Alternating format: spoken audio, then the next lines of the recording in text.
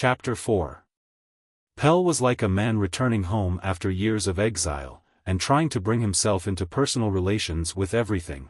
The act of oblivion was in force only up to the threshold. The real thing he had to see to himself. The land he had tilled was in other hands, he no longer had any right to it. But it was he who had planted, and he must know how it had been tended and how it had thriven. The great advance had taken on a political character. The movement had in the meantime let the demand of the poorest of the people for bread drop, and thrown them over as one would throw over ballast in order to rise more quickly. The institutions themselves would be one, and then they would of course come back to the starting point and begin again quite differently. It might be rather convenient to turn out those who most hindered the advance, but would it lead to victory? It was upon them indeed that everything turned. Pelle had thoroughly learned the lesson, that he who thinks he will outwit others is outwitted himself. He had no faith in those who would climb the fence where it was lowest. The new tactics dated from the victorious result of the great conflict. He had himself led the crowds in triumph through the capital. And if he had not been taken, he would probably now be sitting in Parliament as one of the Labour members and symbolizing his promotion to citizenship. But now he was out of it all, and had to choose his attitude toward the existing state of things. He had belonged to the world of outcasts and had stood face to face with the irreconcilable. He was not sure that the poor man was to be raised by an extension of the existing social ethics. He himself was still an outlaw, and would probably never be anything else. It was hard to stoop to enter the doorway through which you had once been thrown out, and it was hard to get in.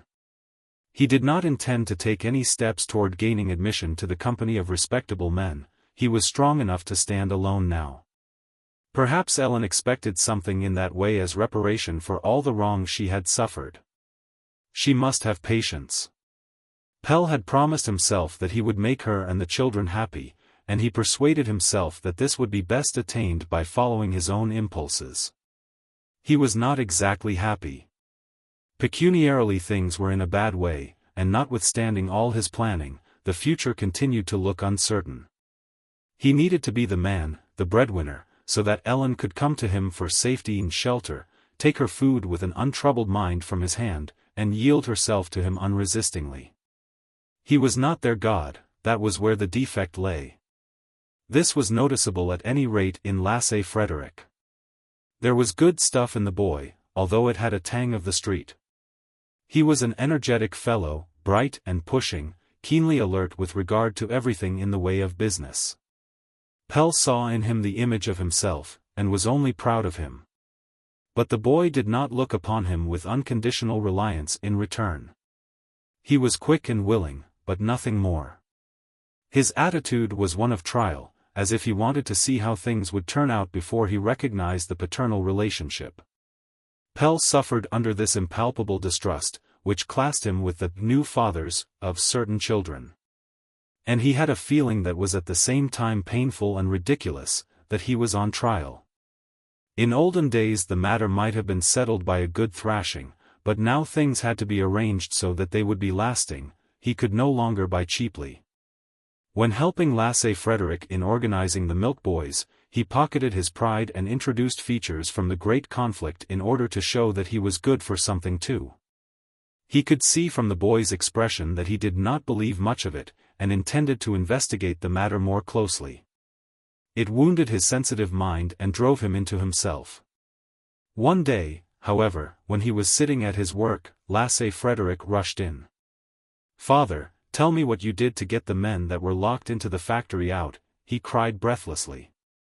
"You wouldn't believe it if I did," said Pelle reproachfully. "Yes, I would, for they called you the Lightning," exclaimed the boy in tones of admiration. "And they had to put you in prison so as to get rid of you. The milk driver told me all about it." From that day they were friends. At one stroke Pelle had become the hero of the boy's existence. He had shaved off his beard, had blackened his face, and had gone right into the camp of his opponents, and nothing could have been finer. He positively had to defend himself from being turned into a regular robber captain with a wide-awake hat and top boots. Lasse Frederick had a lively imagination. Pell had needed this victory. He must have his own people safely at his back first of all, and then have a thorough settlement of the past. But this was not easy, for little boy Comfort staggered about everywhere, warped himself toward him from one piece of furniture to another with his serious eyes fixed steadily upon him, and crawled the last part of the way. Whenever he was set down, he instantly steered for Pell. He would come crawling in right from the kitchen, and would not stop until he stood on his feet by Pell's leg, looking up at him. "See how fond he is of you already," said Ellen tenderly, as she put him down in the middle of the floor to try him. "Take him up." Pell obeyed mechanically. He had no personal feeling for this child. It was indeed no child, but the accusation of a grown-up person that came crawling toward him. And there stood Ellen with as tender an expression as if it were her own baby. Pell could not understand how it was that she did not despise him. He was ashamed whenever he thought of his struggle to reconcile himself to this little cuckoo. It was a good thing he had said so little. His inability to be as naturally kind to the child as she was tormented him. And when, on Saturday evening, she had bathed boy Comfort and then sat with him on her lap, putting on his clean clothes, Pell was overwhelmed with self-accusation. He had thoughtlessly trodden little Marie of the bark underfoot, and she whom he had cast off when she most needed him, in return passed her beneficent hand over his wrongdoing. As though she were aware of his gloomy thoughts, she went to him and placed the warm, naked child in his arms, saying with a gentle smile, "Isn't he a darling?" Her heart was so large that he was almost afraid. She really took more interest in this child than in her own.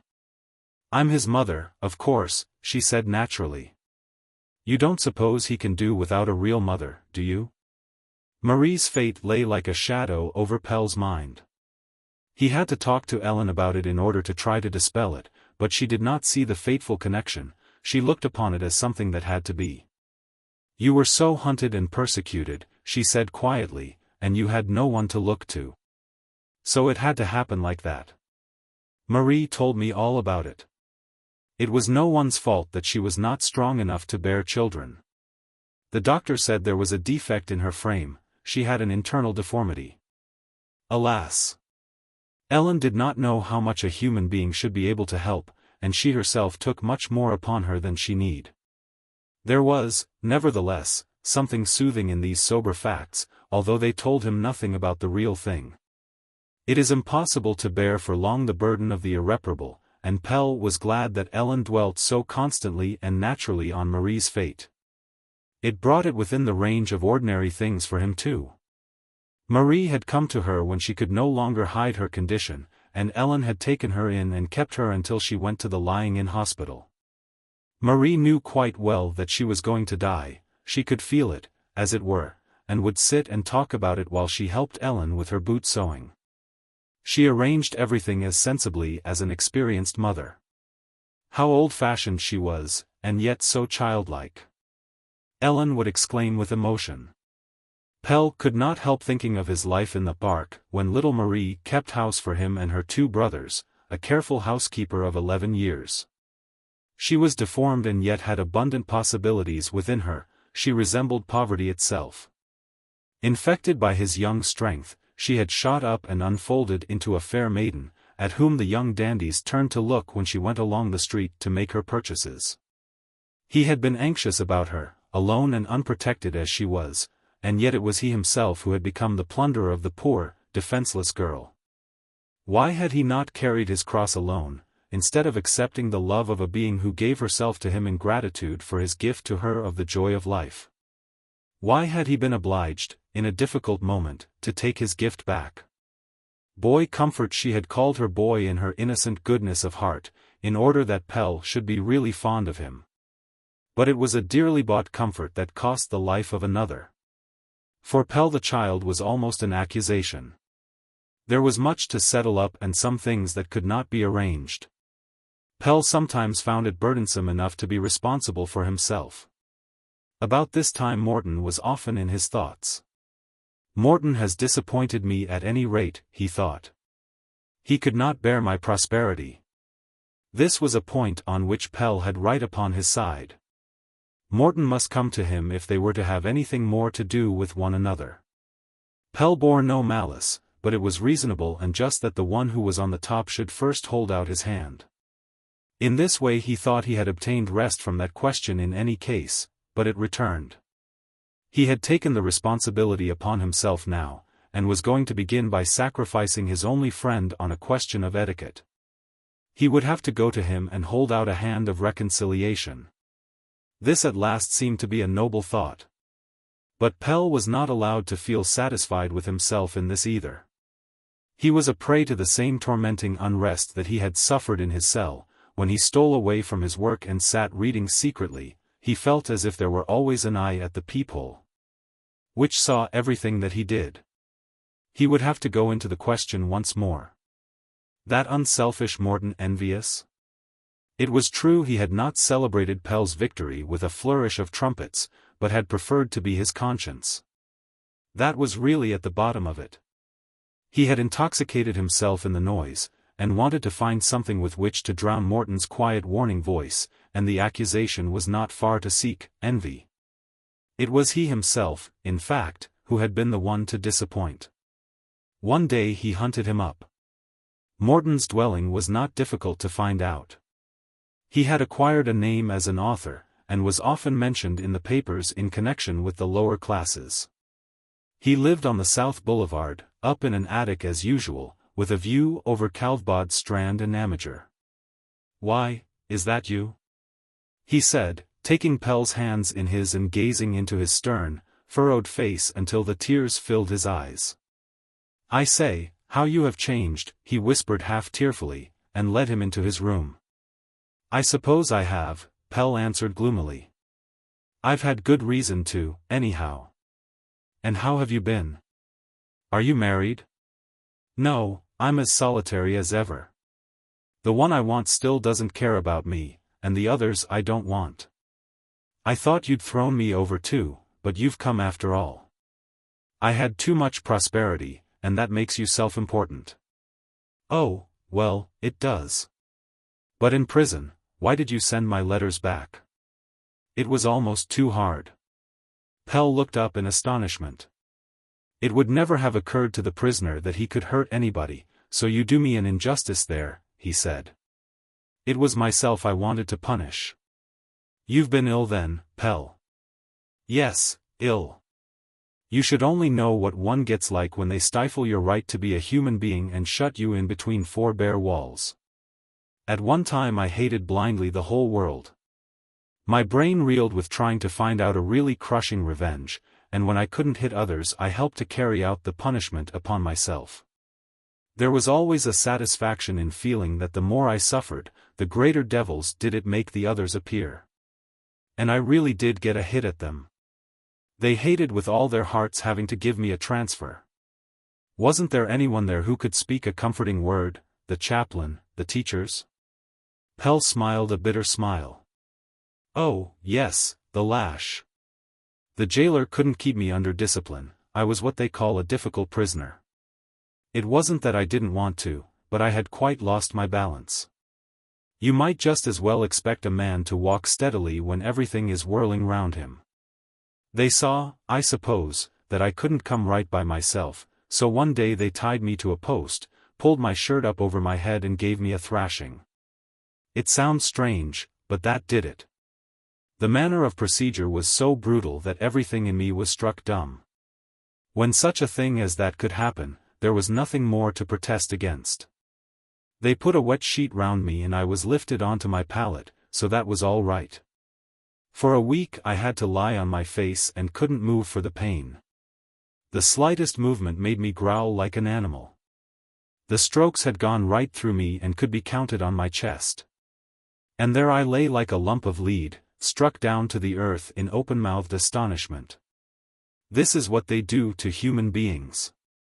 I groaned inwardly, this is what they do to human beings. I could no longer comprehend anything. Pell's face had become ashen gray, all the blood had left it, and the bones stood out sharply as in a dead face. He gulped 2 or 3 times to obtain control over his voice. "I wonder if you understand what it means to get a thrashing," he said hoarsely. Fire's nothing. I'd rather be burnt alive than have it again. The fellow doesn't beat, he's not the least angry, nobody's angry with you, they're all so seriously grieved on your account. He places the strokes carefully down over your back as if he were weighing out food, almost as if he were fondling you. But your lungs gasp at each stroke and your heart beats wildly. It's as if 1,000 pincers were tearing all your fibers and nerves apart at once. My very entrails contracted in terror, and seemed ready to escape through my throat every time the lash fell. My lungs still burn when I think of it, and my heart will suddenly contract as if it would send the blood out through my throat. Do you know what the devilish part of corporal punishment is? It's not the bodily pain that they inflict upon the culprit, it's his inner man they thrash, his soul. While I lay there brooding over my mutilated spirit, left to lick my wounds like a wounded animal, I realized that I had been in an encounter with the evil conscience of society. The victim of their hatred of those who suffer. Do you remember what gave occasion to the punishment? Morton asked, as he wiped the perspiration from his forehead. It was some little thing or other, I think I called out. The solitude and the terrible silence got upon my nerves, and I suppose I shouted to make a little life in the horrible emptiness. I don't remember very clearly, but I think that was my crime. You'd have been the better anyhow for a kind word from a friend. Morton was still thinking of his despised letters. Yes, but the atmosphere of a cell is not suited for friendly relations with the outside world. You get to hate all who are at liberty, those who mean well by you too, and you chop off even the little bit of branch you're sitting on. Perhaps I should never have got into touch with life again if it hadn't been for the mice in my cell. I used to put crumbs of bread down the grating for them, and when I lay there half dead and brooding, they ran squeaking over my hand. It was a caress anyhow, even if it wasn't from fellow men. Morton lived in a small 2-roomed flat in the attics. While they sat talking, a sound came now and then from the other room, and each time a nervous look came into Morton's face, and he glanced in annoyance at the closed door. Gradually he became quite restless and his attention was fixed on these sounds. Pell wondered at it, but asked no questions. Suddenly there came the sound of a chair being overturned. Morton rose quickly and went in, shutting the door carefully behind him. Pell heard low voices, Morton's admonishing, and a thin, refractory, girlish voice.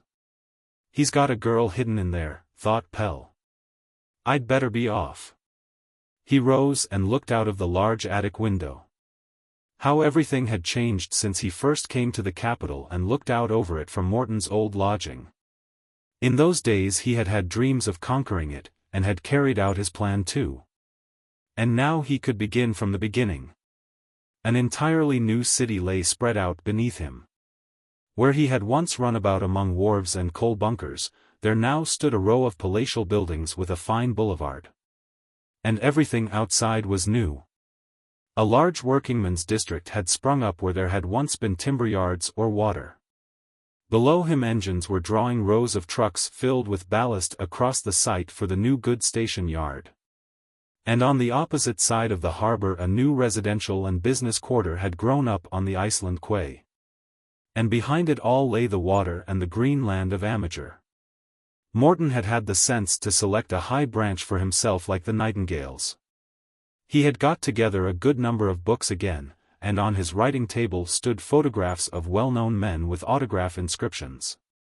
To all appearances he seemed to make his way in the world of books. Pell took down some of Morton's own works, and turned over their leaves with interest. He seemed to hear Morton's earnest voice behind the printed words. He would begin to read him now. Morton came in. "You're not going, are you?" he asked, drawing his hand across his forehead. "Do stay a little while and we'll have a good talk. You can't think how I've missed you." He looked tired. "I'm looking forward tremendously to reading your books," said Pell enthusiastically. "What a lot you've written. You haven't given that up." "Perhaps solitude's taught you too to like books," said Morton, looking at him. "If so, you've made some good friends in there, Pell. All that there isn't worth much, it's only preliminary work." It's a new world ours, you must remember. I don't think the working man cares much about you. No, not much, answered Morton slowly. They say you only write in the upper-class papers. If I didn't I should starve. They don't grudge me my food, at any rate.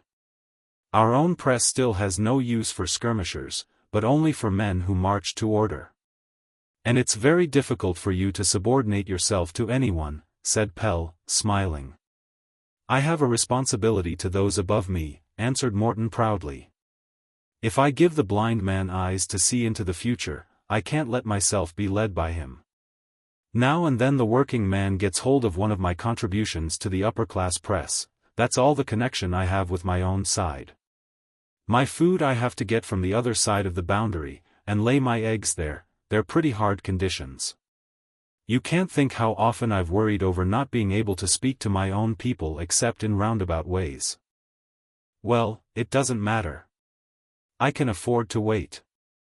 There's no way of avoiding the son of my father, and in the meantime I'm doing work among the upper classes. I bring the misery into the life of the happily situated, and disturb their quiet enjoyment. The upper classes must be prepared for the revolution too. Can they stand your representations? Asked Pell, in surprise. Yes, the upper classes are just as tolerant as the common people were before they rose, it's an outcome of culture. Sometimes they're almost too tolerant. You can't quite vouch for their words. When there's something they don't like, they always get out of it by looking at it from an artistic point of view. How do you mean? As a display, as if you were acting for their entertainment. It's splendidly done, they say, when you've laid bare a little of the boundless misery. It's quite Russian. Of course it's not real at all, at any rate not here at home. But you always make a mark on someone or other, and little by little the food after all becomes bitter to their taste, I think. Perhaps some day I shall be lucky enough to write in such a way about the poor that no one can leave them out. But you yourself, what's your attitude toward matters? Are you disappointed? Yes, to some extent. In prison, in my great need, I left the fulfillment of the time of prosperity to you others. All the same, a great change has taken place. And you're pleased with it? Everything has become dearer, said Pell slowly, and unemployment seems on the way to become permanent. Morton nodded. That's the answer capital gives, he said. It multiplies every rise in wages by 2, and puts it back on the workman again. The poor man can't stand very many victories of that kind. Almost the worst thing about it is the development of snobbery. It seems to me that our good working classes are being split up into 2, the higher professions, which will be taken up into the upper classes, and the proletariat, which will be left behind. The whole thing has been planned on too small a scale for it to get very far. You've been out and seen something of the world, Pell, said Morton significantly. You must teach others now. I don't understand myself, answered Pell evasively, and I've been in prison. But what about you? I'm no good as a rallier, you've seen that yourself. They don't care about me. I'm too far in advance of the great body of them, and have no actual connection, you know I'm really terribly lonely. Perhaps, though, I'm destined to reach the heights before you others, and if I do I'll try to light a beacon up there for you. Morton sat silent for a little while, and then suddenly lifted his head. But you must, Pell, he said. You say you're not the right man, but there's simply no one but you. Have you forgotten that you fired the movement, that you were its simple faith? They one and all believed in you blindly like children, and were capable of nothing when you gave up. Why, it's not you, but the others, the whole movement, who've been imprisoned. How glad I am that you've come back full of the strength gained there. You were smaller than you are now, Pell, and even then something happened, now you may be successful even in great things. Pell sat and listened in the deepening twilight, wondering with a pleased embarrassment. It was Morton who was nominating him, the severe, incorruptible Morton, who had always before been after him like his evil conscience. No, I'm going to be careful now, he said, and it's your own fault, Morton. You've gone and pricked my soul, and I'm awake now. I shan't go at anything blindly again. I have a feeling that what we two are joining in is the greatest thing the world has ever seen. It reaches further into the future than I can see, and so I'm working on myself. I study the books now. I got into the way of that in prison, and I must try to get a view out over the world. Something strange too has happened to me. I understand now what you meant when you said that man was holy. I'm no longer satisfied with being a small part of the whole, but think I must try to become a whole world by myself. It sounds foolish, but I feel as if I were in one of the scales and the rest of the world in the other. And until I can send the other scale up, I can't think of putting myself at the head of the multitude. Evening had closed in before they were aware of it. The electric light from the railway station yard threw its gleam upon the ceiling of the attic room and was reflected thence onto the two men who sat leaning forward in the half-darkness, talking quietly. Neither of them noticed that the door to the other room had opened, and a tall, thin girl stood on the threshold gazing at them with dilated pupils. She was in her chemise only, and it had slipped from one thin shoulder, and her feet were bare. The chemise reached only to her knees, leaving exposed a pair of sadly emaciated legs. A wheezing sound accompanied her breathing. Pell had raised his head to say something, but was silent at sight of the lean, white figure, which stood looking at him with great eyes that seemed to draw the darkness into them. The meeting with Morton had put him into an expectant frame of mind. He still had the call sounding in his ears, and gazed in amazement at the ghostly apparition. The delicate lines, spoiled by want, the expression of childlike terror of the dark, all this twofold picture of wanness stamped with the stamp of death. And of an unfulfilled promise of beauty, was it not the ghost of poverty, of wrong and oppression, a tortured apparition sent to admonish him? Was his brain failing? Were the horrible visions of the darkness of his cell returning? Morton, he whispered, touching his arm. Morton sprang up. Why, Johanna! Aren't you ashamed of yourself? He exclaimed reproachfully. He tried to make the girl go back into the other room, and to close the door, but she pushed past him out into the room. I will see him, she cried excitedly. If you don't let me, I shall run away. He's hidden my clothes, she said to Pell, gazing at him with her sunken eyes. But I can easily run away in my chemise. I don't care. Her voice was rough and coarse from the damp air of the backyards. Now go back to bed, Johanna, said Morton more gently. Remember what the doctor said. You'll catch cold and it'll all be wasted. What do I care, she answered, breaking into a coarse laugh. You needn't waste anything on me, I've had no children by you. She was trembling with cold, but remained obstinately standing, and answered Morton's remonstrances with a torrent of abusive epithets. At last he gave it up and sat down wearily. The two men sat and looked at her in silence. The child was evidently uncomfortable at the cessation of resistance, and became confused beneath their silent gaze. She tossed her head and looked defiantly from the one to the other, her eyes glowing with an unnatural brightness. Suddenly she sank upon the floor and began to cry. This won't do, said Pell gravely. I can't manage her, answered Morton hopelessly, but you are strong enough. Pell stooped and took her up in his arms. She kicked and bit him. She's got a fit, he said to Morton. We must take her out to the pump. She instantly became quiet and let him carry her to bed.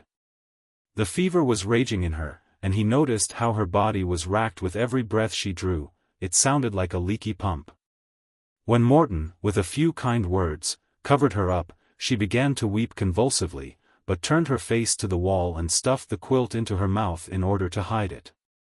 She gradually became quieter and at last fell asleep, and the two men stole out of the room and closed the door after them. Morton looked tired out, for he was still not strong. I've let myself in for something that I'm not equal to, he said despondently.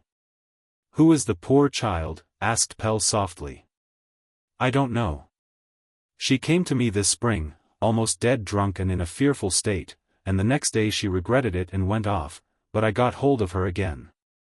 She's one of those poor creatures who have no other home than the big timber yards, and there she's made a living by going from one to another of the bigger lads. I can get nothing out of her, but I've found out in other ways that she's lived among timber stacks and in cellars for at least 2 years. The boys enticed dissolute men out there and sold her, taking most of the money themselves and giving her spirits to encourage her. From what I can make out, there are whole organized bands which supply the dissolute men of the city with boys and girls. It makes one sick to think of it. The child must be an orphan, but won't, as I said, tell me anything. Once or twice I've heard her talk in her sleep of her grandmother, but when I've referred to it, she sulks and won't speak. Does she drink? Asked Pell. Morton nodded. I've had some bad times with her on that account, he said. She shows incredible ingenuity when it's a case of getting hold of liquor. At first she couldn't eat hot food at all, she was in such a state. She's altogether fearfully shattered in soul and body, and causes me much trouble.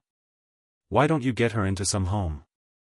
Our public institutions for the care of children are not calculated to foster life in a downtrodden plant, and you'll not succeed with Johanna by punishment and treatment like any ordinary child.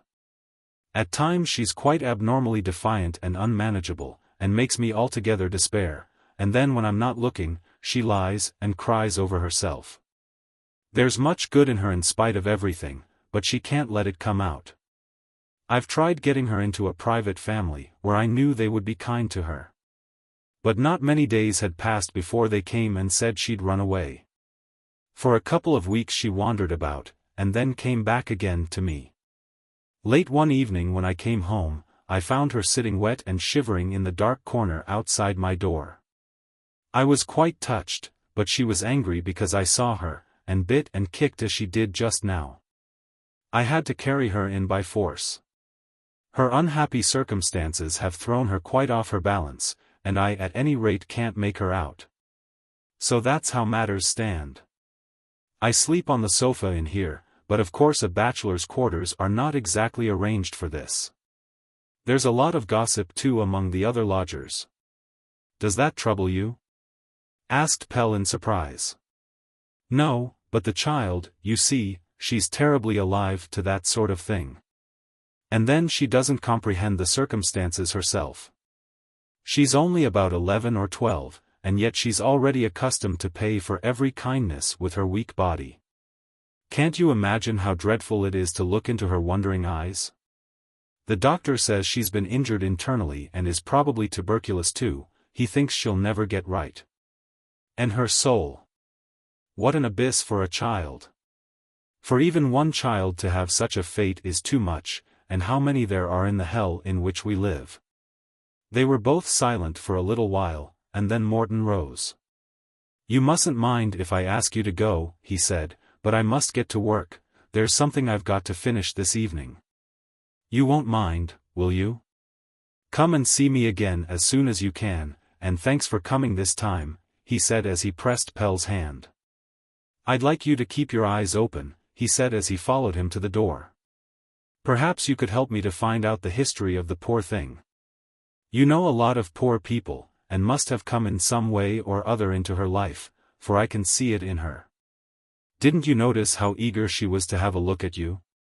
Try to find out about it, will you? Pell promised, but it was more easily said than done. When his thoughts searched the wide world of poverty to which he had drawn so close during the great lockout, he realized that there were hundreds of children who might have suffered Johanna's fate. Chapter 5. Pell had got out his old tools and started as shoemaker to the dwellers in his street.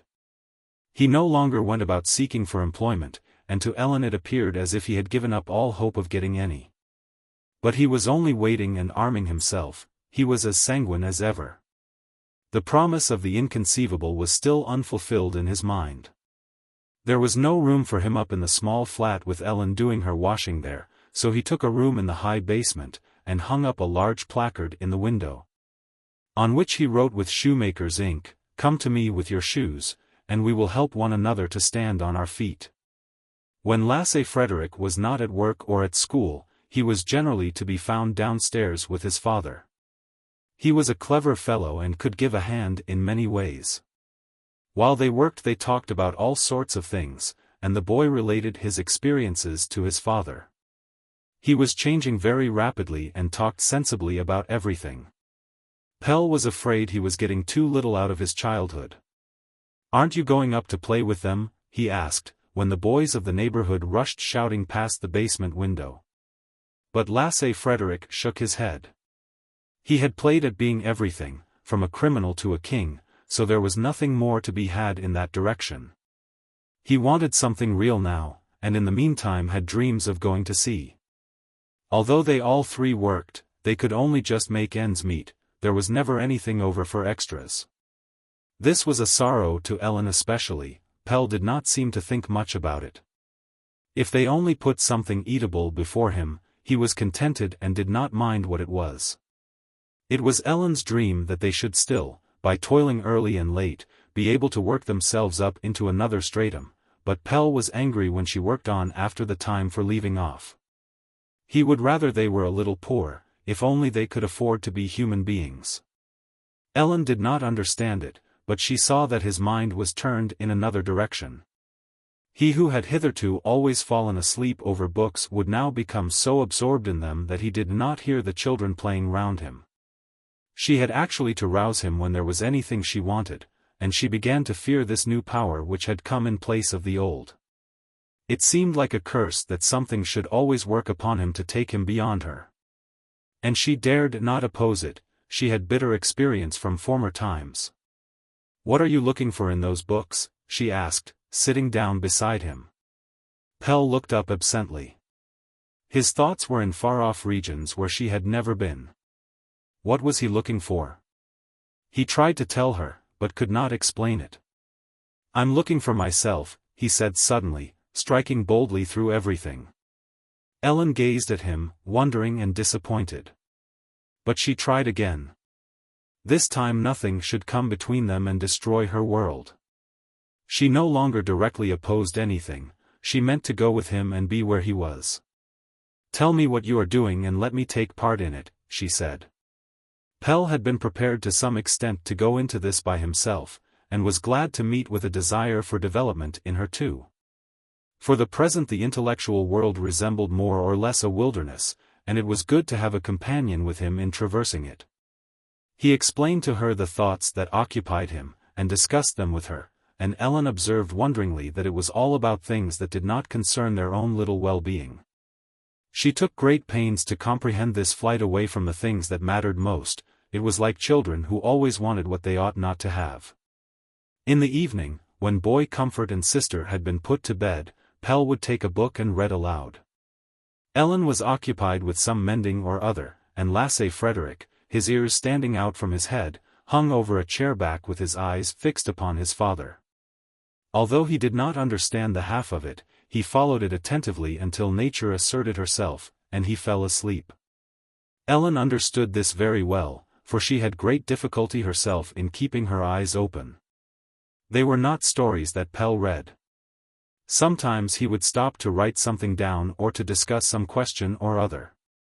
He would have the most extraordinary ideas, and see a connection between things that seemed to Ellen to be as far apart as the poles. She could not help thinking that he might very well have studied to be a pastor. It suited him, however. His eyes became quite black when he was explaining some subject that he was thoroughly interested in, and his lips assumed an expression that made her long to kiss them. She had to confess to herself that in any case it was a very harmless evening occupation, and was glad that what was interesting him this time kept him at home at any rate. One day Pelle became aware that she was not following him. She did not even believe in what he was doing. She had never believed in him blindly. "She's never really loved me either, that's why," he thought despondently.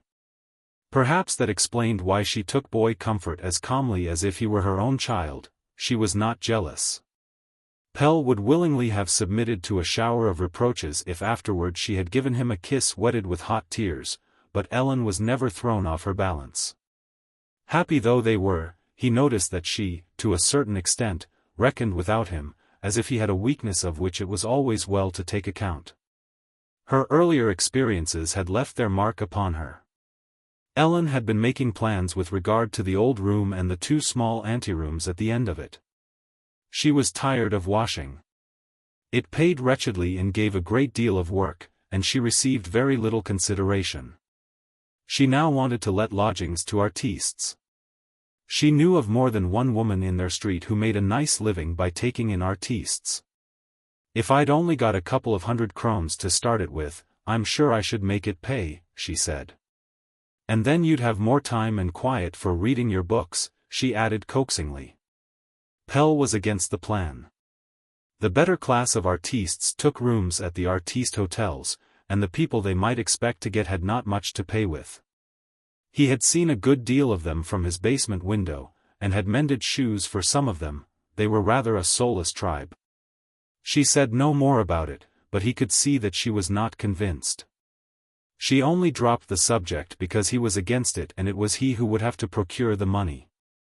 He could not bear to think this. He had become cautious about deciding for others.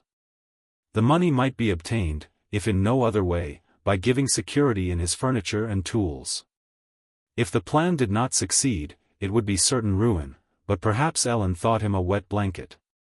One day he threw down his leather apron and went out to raise the money. It was late when he came home, and Ellen was standing at the door waiting for him with a face of anxiety. "Here's the money, my dear. What'll you give me for it?" he said gaily, and counted out into her hand 180 krones in notes. Ellen gazed in surprise at the money. She had never held so large a sum in her hands before. "Wherever did you get all that money from?" she asked at last. "Well, I've trudged all day from place to place," said Pelle cheerfully, "and at last I was directed to a man in Blaegard Street. He gave me 200 krones on the furniture. But there's only 180 here. Oh, well, he took off 20 krones. The loan's to be repaid in installments of 20 krones a month for 15 months. I had to sign a statement that I had borrowed 300 krones, but then we shan't have to pay any interest." Ellen stared at him in amazement. 300 krones, and we've only got 180, Pelle. But she suddenly threw her arms round his neck and kissed him passionately. "Thank you," she whispered. He felt quite dazed. It was not like her to be so vehement. She had plenty to do, after hiring the room, in putting it in order. The loose beams had to be fixed up, and the walls plastered and whitewashed a little. The old peasant was willing enough to let it, but he would not hear of going to any expense. Ellen at last succeeded, however, in getting him to agree to pay half the repairs on condition that she took the room for a year and paid the rent in advance. "We can get my brother Frederick to do some of the repairs on Sunday morning," she said to Pelle, "and then perhaps we shall get it done for nothing." She was altogether very energetic. There was need for it too. The rent swallowed up the 100 krones, and then there were all the things that had to be got. She bought a quantity of cheap print, and hung it up so as to divide one side of the room into a number of small compartments, each provided with a second-hand bed and hay mattress. And a washing stand. "Artistes are not so particular," she said, "and I'm sure they'll be glad to have the room to practice in." Finally there were the 2 little anterooms, which were to be furnished a little better for more particular artistes. There was not nearly enough money, and some of the things had to be taken on credit. At last it was all ready to receive the guests. It looked quite smart for the amount spent on it, and Pelle could not but admire her cleverness in making a little go a long way. The only thing now left to do was to catch the birds, but here Ellen's practical sense ceased to act. She had no idea how to proceed. "We must advertise," she said, and counted up her remaining pence. Pelle laughed at her. A lot of good it would be to advertise for people who were goodness knows where on railways and steamers. "What shall we do then?" she said, looking anxiously to him for help. After all, he was the man for it all. "Well, first of all there must be a German placard down on the street door, and then they must make the rooms known." Pelle had studied both German and English in the prison, and he made up the placard himself. He had cards printed, and left them in the Artistes' Tavern at the corner of Vesterbro Street. Went there himself 2 or 3 times after midnight, and the artistes gathered there when their work was finished, and stationed himself at the stage entrances of the music halls. He soon came to look upon it as a task to be performed, like everything with which he occupied himself, and this should succeed. Ellen looked on wondering and helpless. She had all at once grown frightened, and followed each of his movements with anxious attention. Soon, however, things began to move. The girls whose washing Ellen had done took an interest in the undertaking, and sent lodgers to her. And Lasse Frederick, who had the run of the circus stables, often returned with some Russian groom or other who did a turn as a rustic dancer or a Cossack horseman. Sometimes there lived with her people from the other side of the world where they walk with their heads down, fakirs and magicians from India and Japan, snake charmers from Tetuan. People with shaven heads or a long black pigtail, with oblique, sorrowful eyes, loose hips and skin that resembled the greenish leather that Pelle used for ladies' boots. Sister was afraid of them, but it was the time of his life to Lasse Frederick. There were fat Tyrolese girls, who came 3 by 3. They jodled at the music halls, and looked dreadful all day, much to Ellen's despair. Now and then a whole company would come, and then trapezes and rings creaked in the great room, Spanish dancers went through their steps, and jugglers practiced new feats. They were all people who should preferably not be seen off the stage. Ellen often went to the circus and music halls now, but could never quite believe that the performers were the same men and women who went about at home looking like scarecrows. Most of them required nothing except that the lodging should be cheap, they boarded themselves, and goodness knows what they lived on. Some of them simply lighted a fire on a sheet of iron on the floor and made a mixture of rice or something of the sort. They could not eat Danish food, Pelle said. Sometimes they went away without paying, and occasionally took something with them, and they often broke things. There was no fortune to be made out of them, but in the meantime Ellen was satisfied as long as she could keep it going.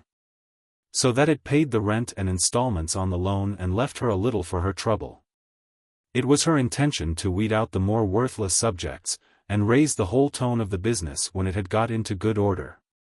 You really might refuse the worst work now, and save yourself a little, she said to Pelle when he was sitting over some worn-out factory shoes that had neither sole nor upper. Most boots and shoes had done service somewhere else before they reached this neighborhood, and when they came to Pelle there was not much left of them. Say no to it, said Ellen. It's far too hardly earned for you.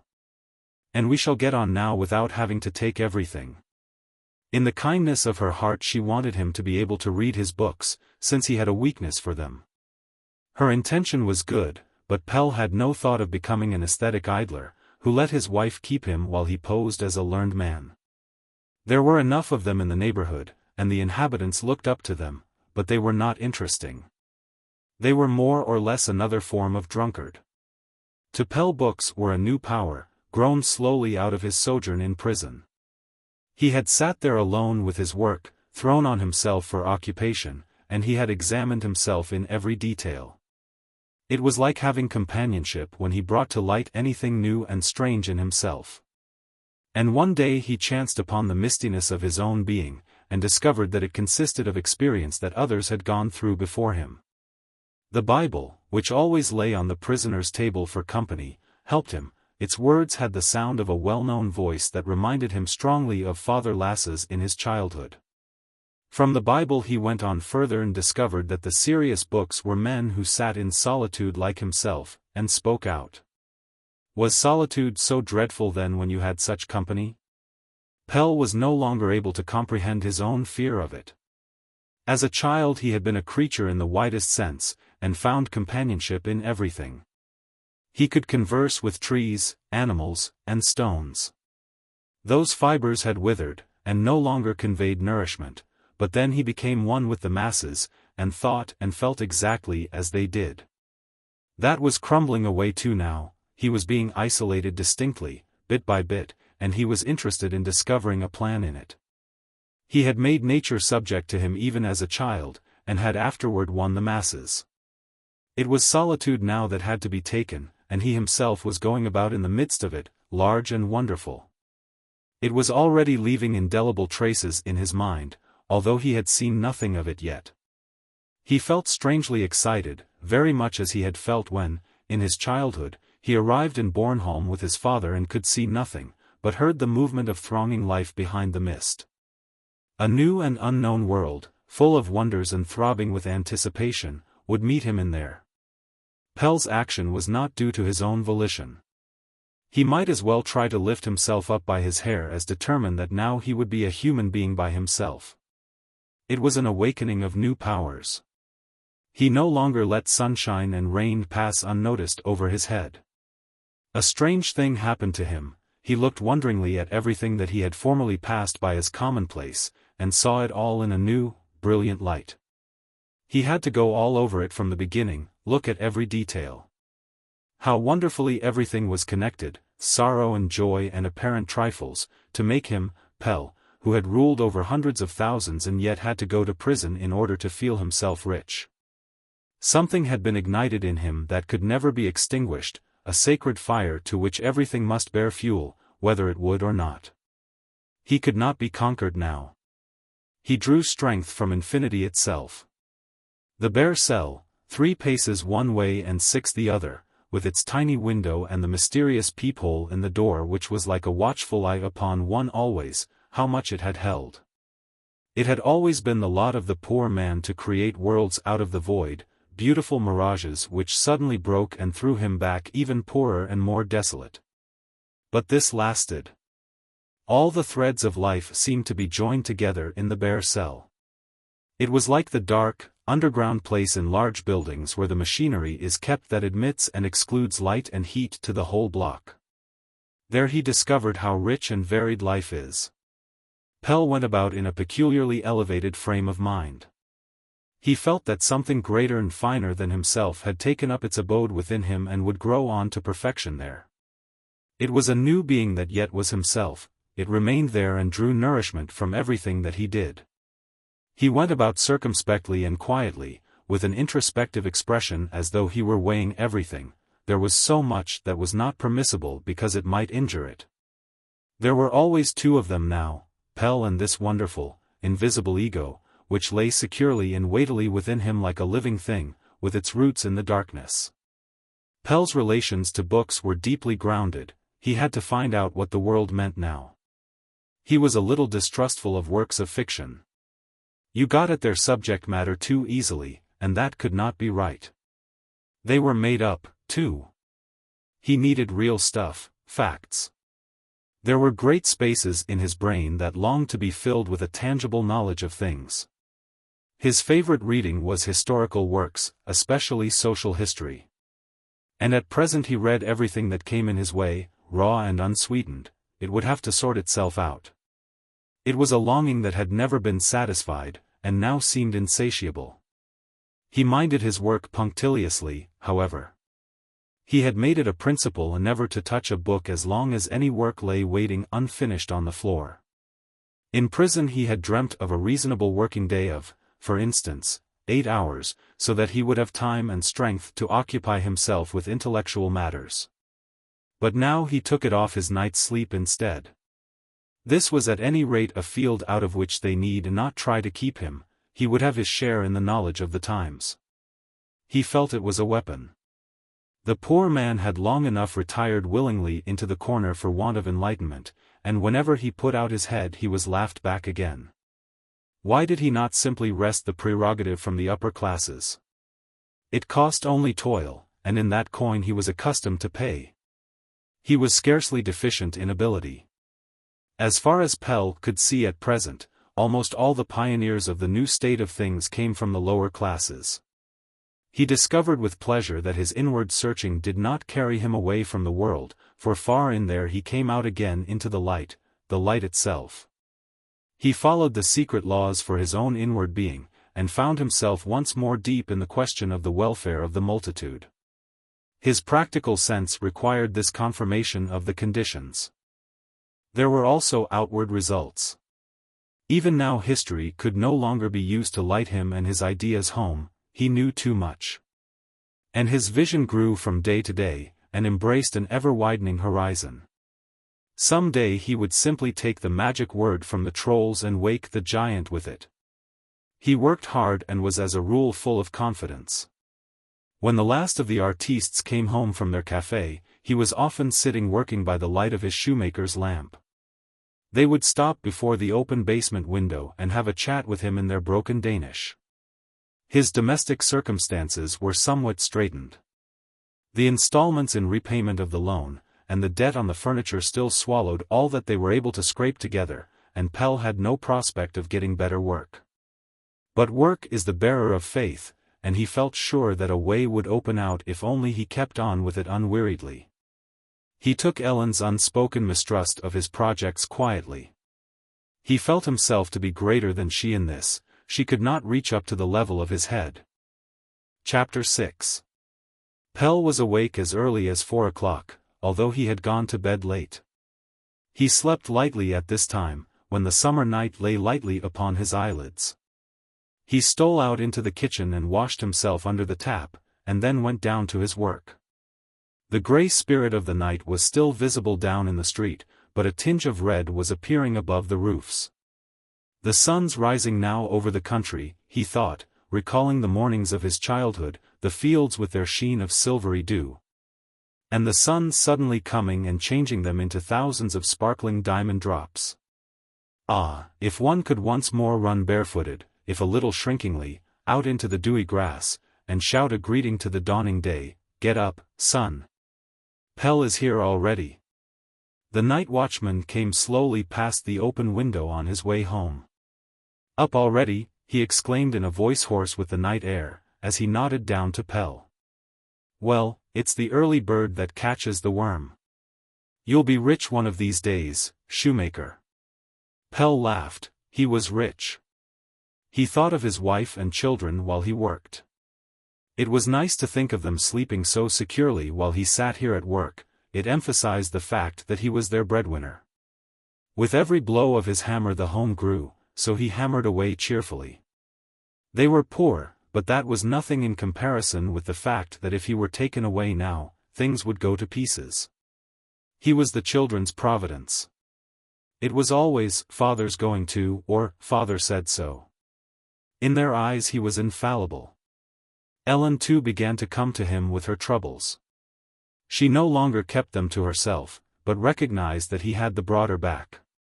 It was all so undeserved, as if good spirits were working for him. Shameful though it was that the wife should work to help to keep the family, he had not been able to exempt her from it. And what had he done for the children? It was not easy to build everything up at once from a bare foundation, and he was sometimes tempted to leave something alone so as to accomplish the rest the more quickly. As it was now, he was really nothing. Neither the old Pelle nor the new, but something indeterminate, in process of formation, something that was greatly in need of indulgence. A removing van full of furniture on its way to a new dwelling. He often enough had occasion to feel this from outside. Both old enemies and old friends looked upon him as a man who had gone very much down in the world. Their look said, "Is that really all that remains of that stalwart fellow we once knew?" His own people, on the other hand, were lenient in their judgment. "Father hasn't got time," Sister would say in explanation to herself when she was playing about down in his workroom, "but he will have some day." And then she would picture to herself all the delightful things that would happen then. It affected Pelle strangely. He would try to get through this as quickly as possible. It was a dark and pathless continent into which he had ventured, but he was now beginning to find his way in it. There were ridges of hills that constantly repeated themselves, and a mountain top here and there that was reached every time he emerged from the thicket. It was good to travel there. Perhaps it was the land he and the others had looked for. When he had got through, he would show it to them. Pelle had a good memory, and remembered all that he read. He could quote much of it verbatim, and in the morning, before the street had wakened, he used to go through it all in his mind while he worked. It surprised him to find how little history concerned itself with his people. It was only in quite recent times that they had been included. Well, that did not trouble him. The movement was really something new, and not one of history's everlasting repetitions. He now wanted to see its idea in print, and one day found him sitting with a strange solemnity in the library with Marx and Henry George in front of him. Pell knew something about this subject too, but this was nevertheless like drawing up a net from the deep. A brilliant world of wonders came up with it. There were incontrovertible logical proofs that he had a right apprehension, though it had been arrived at blindly. The land of fortune was big enough for all. The greater the number that entered it, the larger did it become. He felt a desire to hit out again and strike a fresh blow for happiness. Suddenly an avalanche seemed to fall from the top to the bottom of the house, a brief, all-pervading storm that brought him back to his home. It was only Lasse Frederick ushering in the day. He took a flight at each leap, called a greeting down to his father, and dashed off to his work, buttoning the last button of his braces as he ran. A little later Ellen came down with coffee. "Why didn't you call me when you got up?" she said sulkily. "It's not good to sit working so long without having had something to eat." Pell laughed and kissed her good morning. "Fine ladies don't get up until long after their husbands," he said teasingly. But Ellen would not be put off with a jest. A proper wife would be up before her husband and have something ready for him.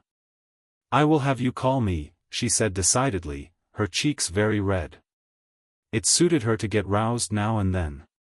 While he drank his coffee, she sat and talked to him about her affairs, and they discussed the plans for the day, after which she went upstairs to help the children to dress. Later in the morning Pell laid aside his work, dressed himself and went out to deliver it. While he was out he would go into the library and look up something in the large dictionaries.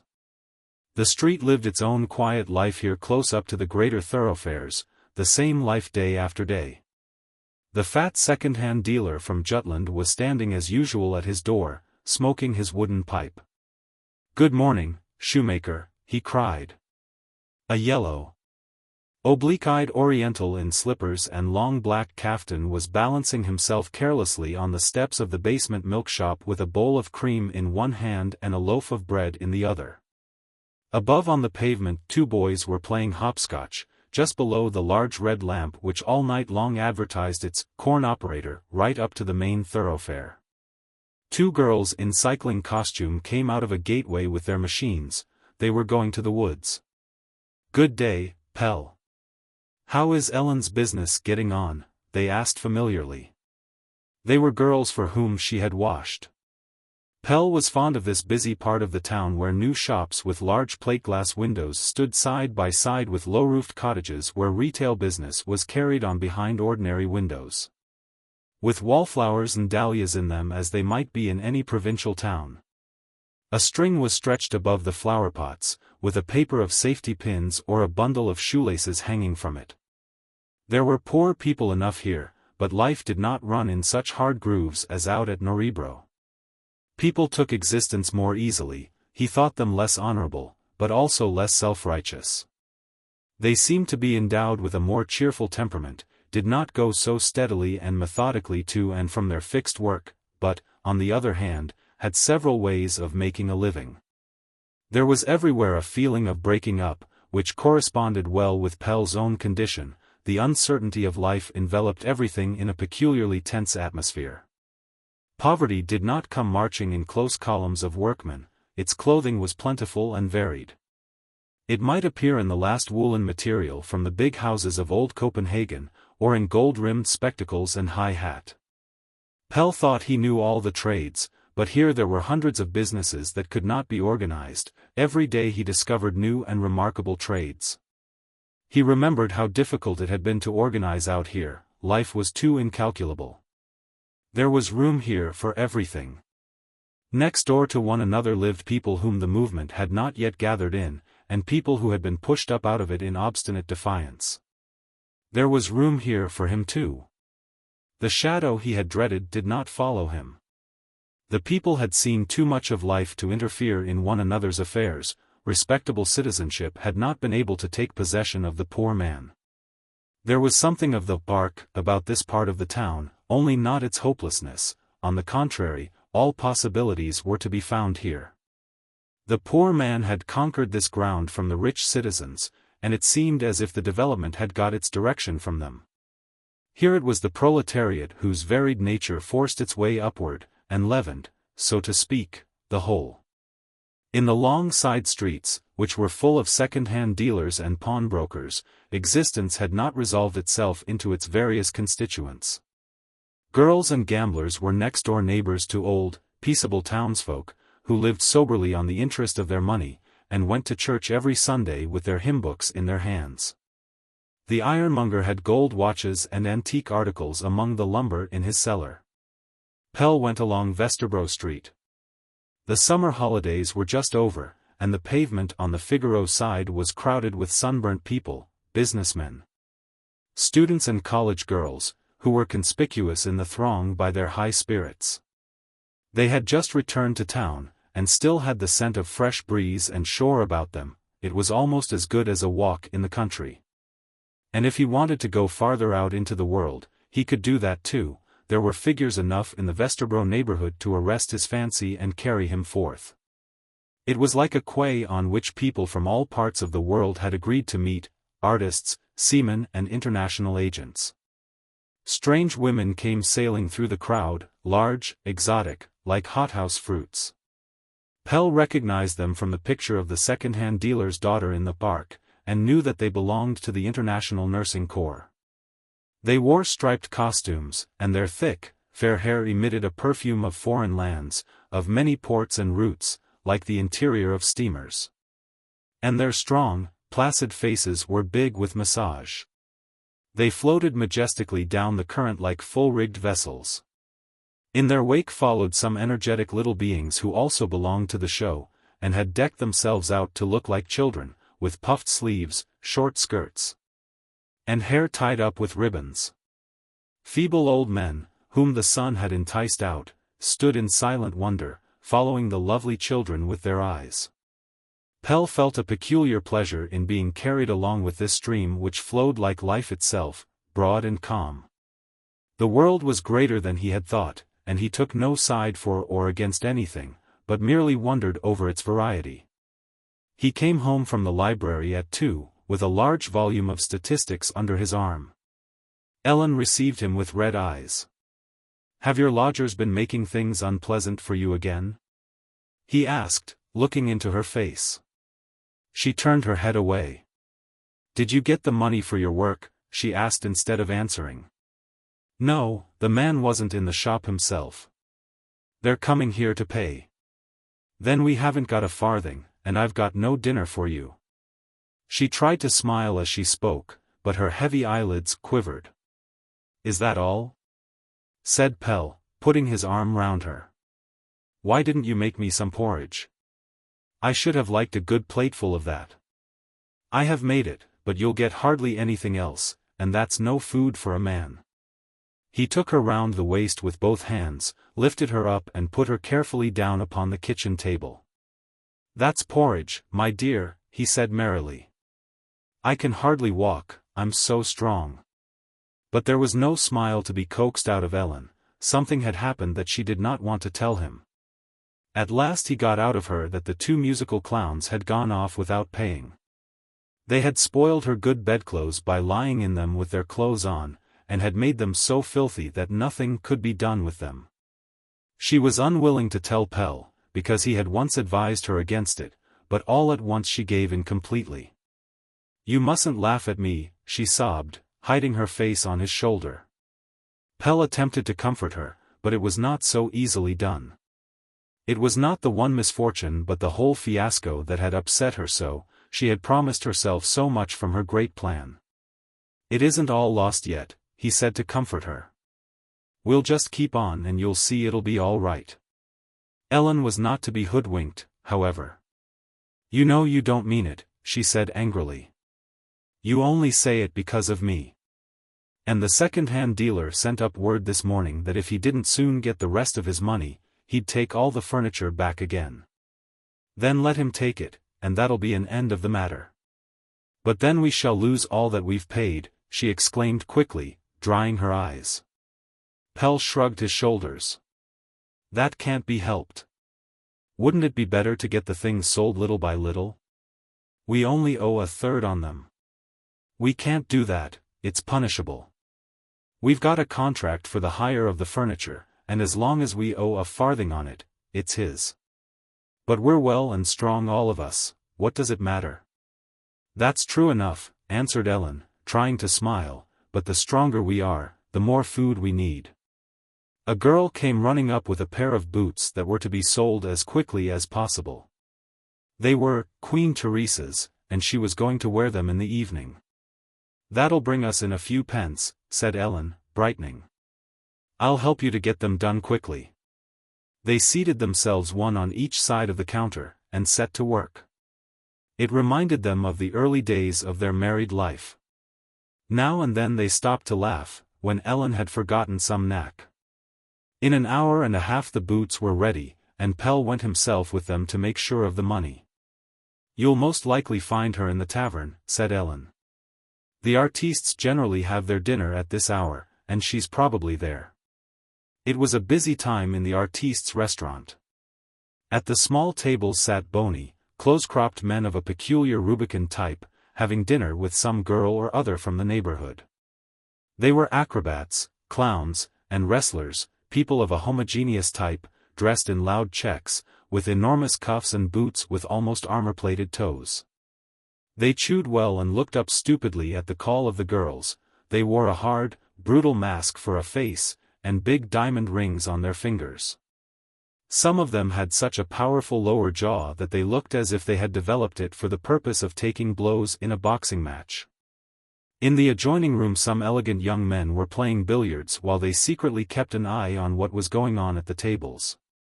They had curls on their forehead, and patent leather shoes. Queen Teresa was not there, so Pell went to Dannebrog Street, where she lived, but found she was not at home. He had to hand in the boots to a neighbor, and go back empty-handed. Well, it was no more than might have been expected. When you needed a thing most, chance played with you as a cat played with a mouse. Pell was not nearly so cheerful as he appeared to be when he faced Ellen. The reality was beginning to affect him. He went out to Morton, but without any faith in the result. Morton had many uses for what he earned. You've just come at the right moment, said Morton, waving 2 notes in the air. I've just had 20 krones sent me from the working man, and we can divide them. It's the first money I've got from that quarter, so of course I've spat upon it 3 times. Then they found their way to you, after all, exclaimed Pell joyfully.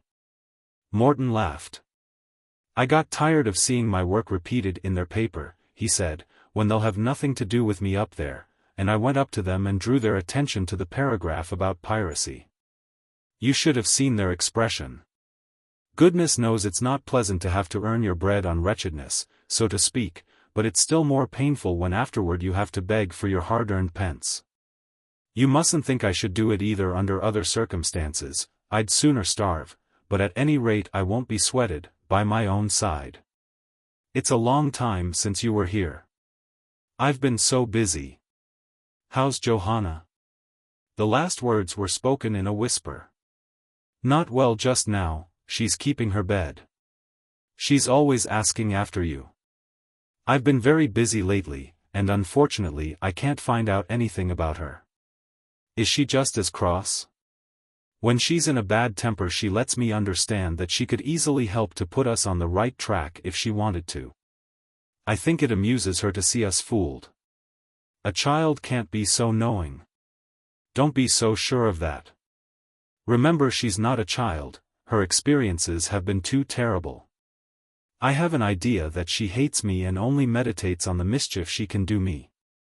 You can't imagine how spiteful she can be. It's as though the exhalations from down there had turned to poison in her. If anyone comes here that she notices I like, she reviles them as soon as they're gone, says some poisonous thing about them in order to wound me. You're the only one she spares, so I think there must be some secret link between you. Try to press her on the subject once more. They went in to her. As the door opened she slipped hastily down beneath the clothes. She had been listening at the door, and pretended to be asleep. Morton went back to his work and closed the door after him. Well, Johanna, said Pelle, seating himself on the edge of the bed. I've got a message for you. Can you guess who it's from? From grandmother, she exclaimed, sitting up eagerly. But the next moment she was ashamed at having been outwitted, and crept down under the clothes, where she lay with compressed lips, and stole distrustful glances at Pelle. There was something in the glance and the carriage of her head that awakened dormant memories in him, but he could not fix them. No, not grandmother, he said. By the by, where is she now? I should like to speak to her. Couldn't you go out to her with me when you get well? She looked at him with sparkling eyes and a mocking expression. Don't you wish you may get it, she answered.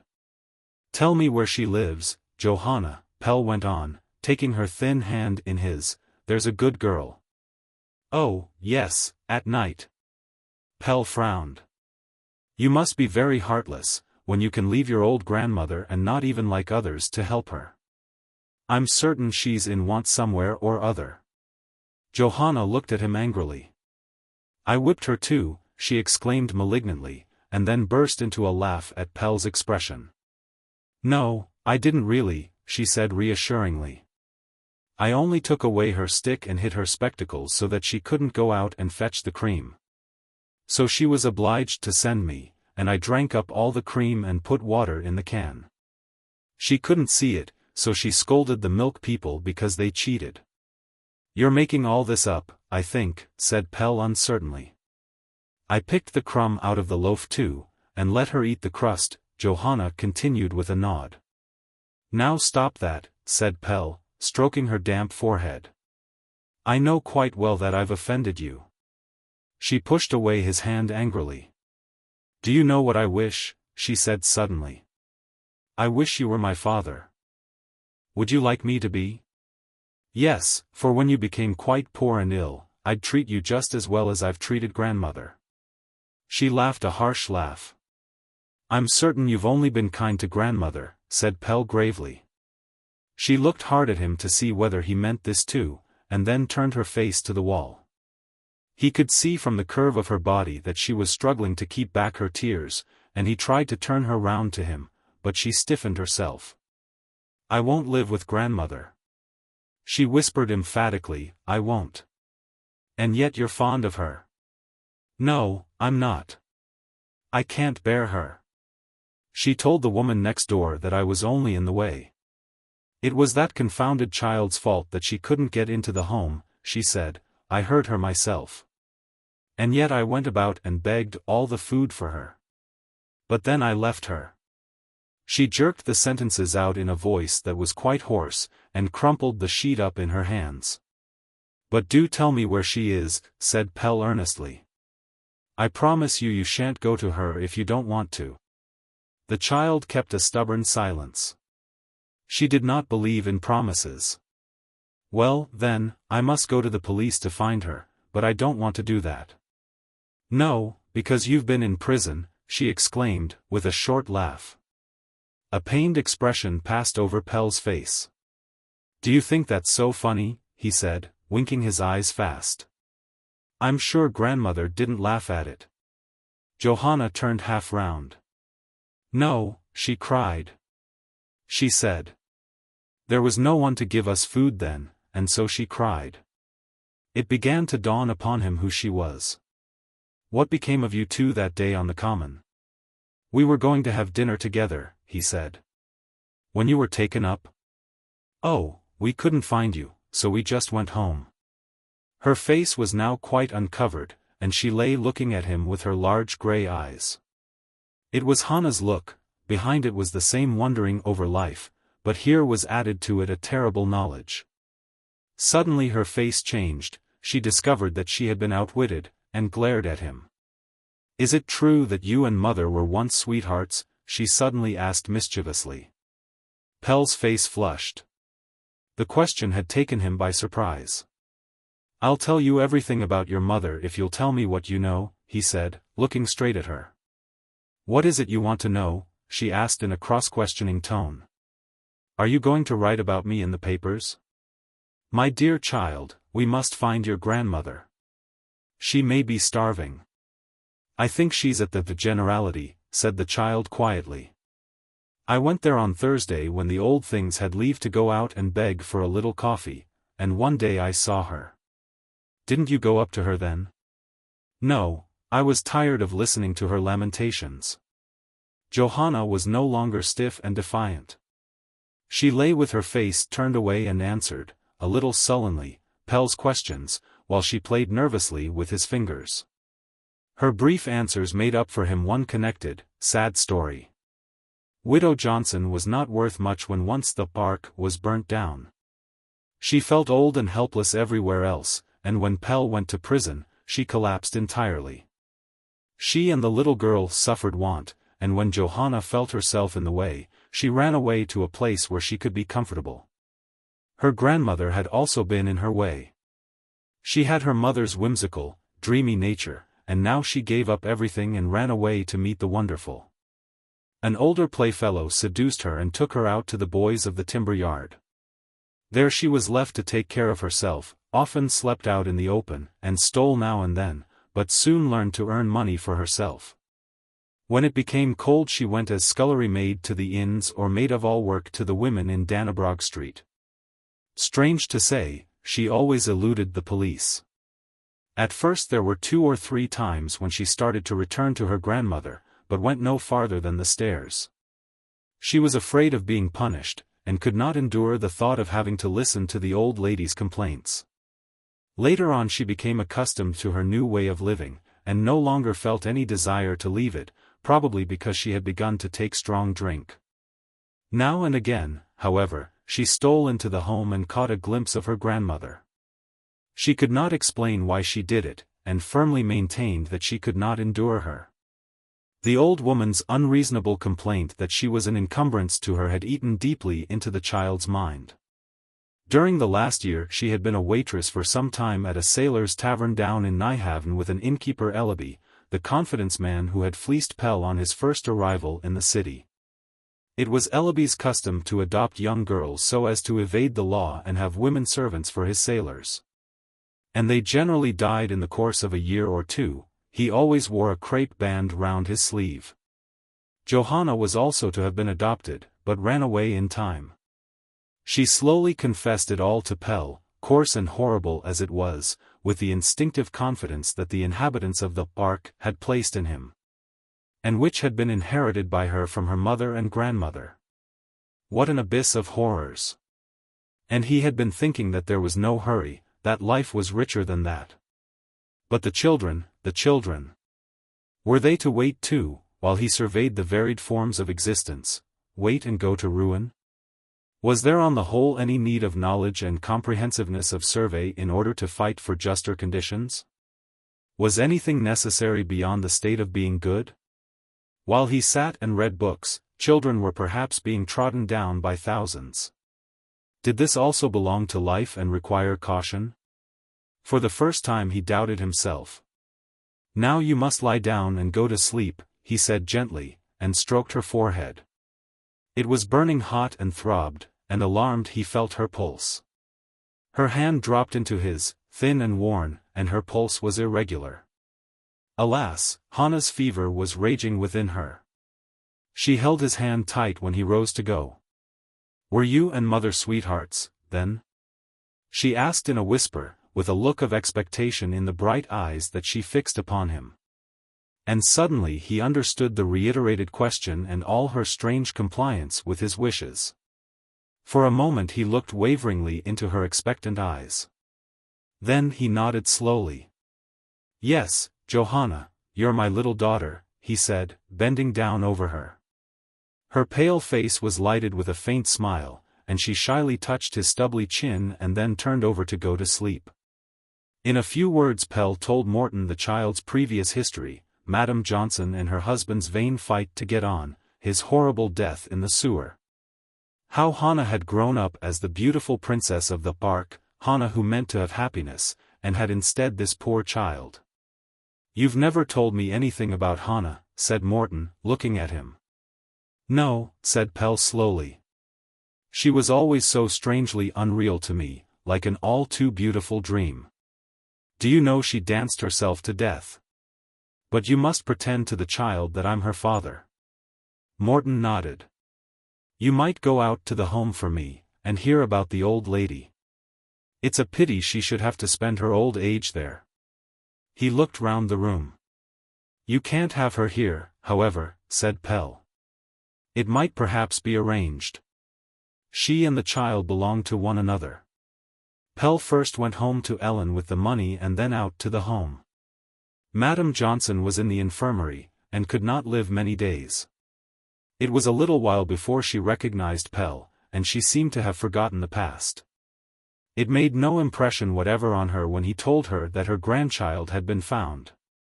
She lay most of the time, talking unintelligibly. She thought she still had to get money for the rent and for food for herself and the child. The troubles of old age had made an indelible impression upon her.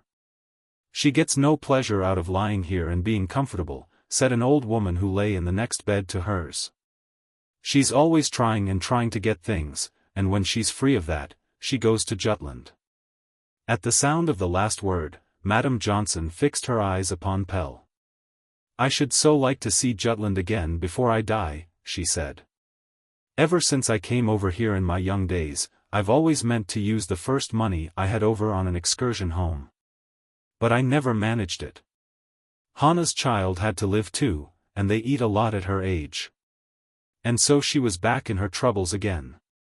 The nurse came and told Pell that he must go now, and he rose and bent over the old woman to say farewell, strangely moved at the thought that she had done so much for him. And now scarcely knew him. She felt for his hand and held it in both hers like a blind person trying to recognize, and she looked at him with her expressionless eyes that were already dimmed by approaching death. You still have a good hand, she said slowly, with the far-sounding voice of old age. Hannah should have taken you, and then things would have been very different. Chapter 7. People wondered, at the library, over the grave, silent working man who took hold of books as if they were bricks. They liked him and helped him to find what he wanted.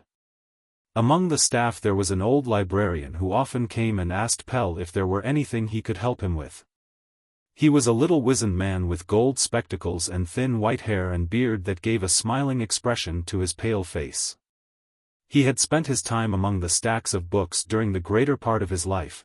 The dust of the books had attacked his chest, and every minute his dry cough sounded through the room. Librarian Brunn was a bachelor and was said to be very rich. He was not particularly neat or careful in his dress, but there was something unspoiled about his person that made one think he could never have been subjected to the world's rough handling. In his writings he was a fanatical worshipper of the ego, and held up the law of conscience as the only one to which men should be subject. Personally he was reserved and shy, but something drew him to Pell, who, he knew, had once been the soul in the raising of the masses. And he followed with wonder and curiosity the development of the new working man. Now and then he brought one of his essays to Pell and asked him to read it. It often treated of the nature of personality, took as its starting point the ego of some philosopher or other, or of such and such a religion, and attempted to get at the questions of the day. They conversed in whispers on the subject. The old, easily approached philosopher, who was read by very few, cherished an unrequited affection for the general public, and listened eagerly to what a working man might be able to make out of his ideas. Quiet and almost timid though his manner was, his views were strong, and he did not flinch from the thought of employing violent measures. But his attitude toward the raising of the lower classes was skeptical. They don't know how to read, he said. The common people never touch a real book. He had lived so long among books that he thought the truths of life were hidden away in them. They gradually became well acquainted with one another. Brunn was the last descendant of an old, decayed family, which had been rich for many generations. He despised money, and did not consider it to be one of the valuable things of life. Never having known want, he had few pretensions, and often denied himself to help others. It was said that he lived in a very Spartan fashion, and used a large proportion of his income for the relief of the poor. On many points he agreed with the lower classes, not only theoretically but purely organically. And Pell saw, to his amazement, that the dissolution of existing conditions could also take place from the upper grades of society. Perhaps the future was preparing itself at both extremities. One day Brun carefully led the conversation on to Pell's private affairs. He seemed to know something about them. "Isn't there anything you want to start?" he asked. "I should be so glad if you would allow me to help you." Pell was not yet clear as to what was to be done about the future. "At present," he said, "the whole thing is just a chaos to me. But you must live. Will you do me the favor of taking a loan from me at any rate, while you're looking about you? Money is necessary to make one capable and free," he continued, when Pell refused it. "It's a pity, but so it is. You don't take what you want anyhow, so you must either get the money in the way that offers, or do without." "Then I'll do without," said Pell. "It seems to me that's what you and yours have always done, and have you ever succeeded in heaping coals of fire on the head of society by it? You set too high a value upon money. The common people have too great respect for the property of others. And upon my word it's true. The good old poor man could scarcely find it in his heart to put anything into his own miserable mouth. His wife was to have all the good pieces. So he is mourned as lost to our side. He was so easy to get wealth by.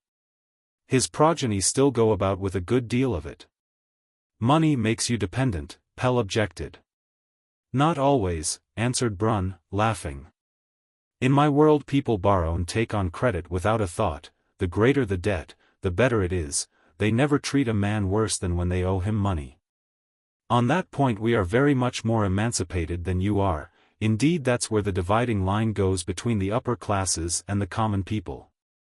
This fear of becoming indebted to anyone, and carefulness to do two services in return for one, is all very nice and profitable in your own world. But it's what you'll be run down by in your relations to us. We don't know it at all. How otherwise would those people get on who have to let themselves be helped from their cradle to their grave, and live exclusively upon services received?" Pell looked at him in bewilderment. "Poor people have nothing but their sense of honor, and so they watch over it," he said. "And you've really never halted at this sense of honor that works so splendidly in our favor?" asked Brun in surprise. "Just examine the existing morals, and you'll discover that they must have been invented by us, for your use. Yes, you're surprised to hear me say that, but then I'm a degenerate upper-class man, one of those who fall outside the established order of things. I saw your amazement at my not having patted you on the shoulder and said, 'Poor but proud.' Go on being so, young man. But you mustn't draw too far-reaching conclusions from that. As I told you, I'm not that sort. Now mayn't I give you a helping hand?" No, Pell was quite determined he should not. Something had been shattered within him, and the knowledge made him restive. "You're an obstinate plebeian," said Brun, half vexed. On his way home Pell thought it all over. Of course he had always been quite aware that the whole thing resembled a gentleman's carriage, in which he and others like him had to be the horses. The laws and general arrangement were the reins and harness, which made them draw the carriage well. The only thing was that it was always denied from the other side. He was toiling at history and statistics in order to furnish incontrovertible proof of this. But here was someone who sat in the carriage himself, and gave evidence to the effect that it was right enough, and this was not a book, but a living man with whom he stood face to face. It gave an immense support to his belief. There was need enough for it too, for at home things were going badly. The letting of rooms was at a standstill, and Ellen was selling the furniture as fast as she could. "It's all the same to me what the law is," was her reply to Pell's warnings. "There surely can be no sense in our having to make the furniture dealer a present of all we've paid upon it, just because he has a scrap of paper against us. When the furniture's sold, he shall have the rest of what we owe him." He did not get the whole, however, for in the first place they had to live. The remainder of the debt hung like a thread over them. If he discovered that the furniture was sold, it might end badly for them. "Remember, I've been in prison before," said Pell. "They surely can't punish you for what I've done," said Ellen, looking at him in terror. Pelle, what have I done? Why didn't I do what you told me?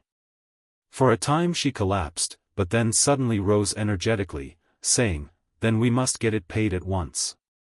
It's surely possible to find 20 krones. And hastening up to their flat, she quickly returned in her hat and jacket. What are you going to do? Asked Pelle in amazement. What am I going to do?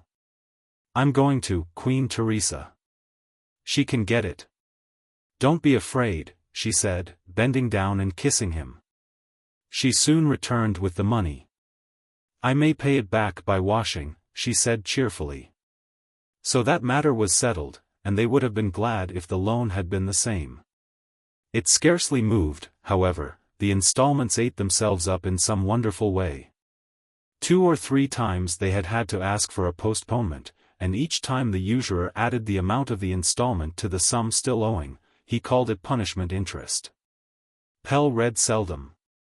He felt no wish to do so. He was out early and late looking for a job.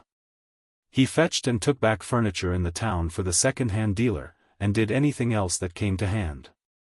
One evening Ellen came up with a newspaper cutting that Queen Teresa had sent her, an advertisement of a good, well-paid situation for a trustworthy man, who had been trained as a shoemaker.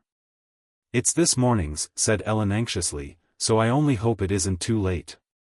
You must go out there at once. She took out Pelle's Sunday clothes quickly, and helped him to make himself tidy. It was for a boot factory in Borger Street. Pelle took the tram in order to get there quickly, but he had no great hopes of getting the place.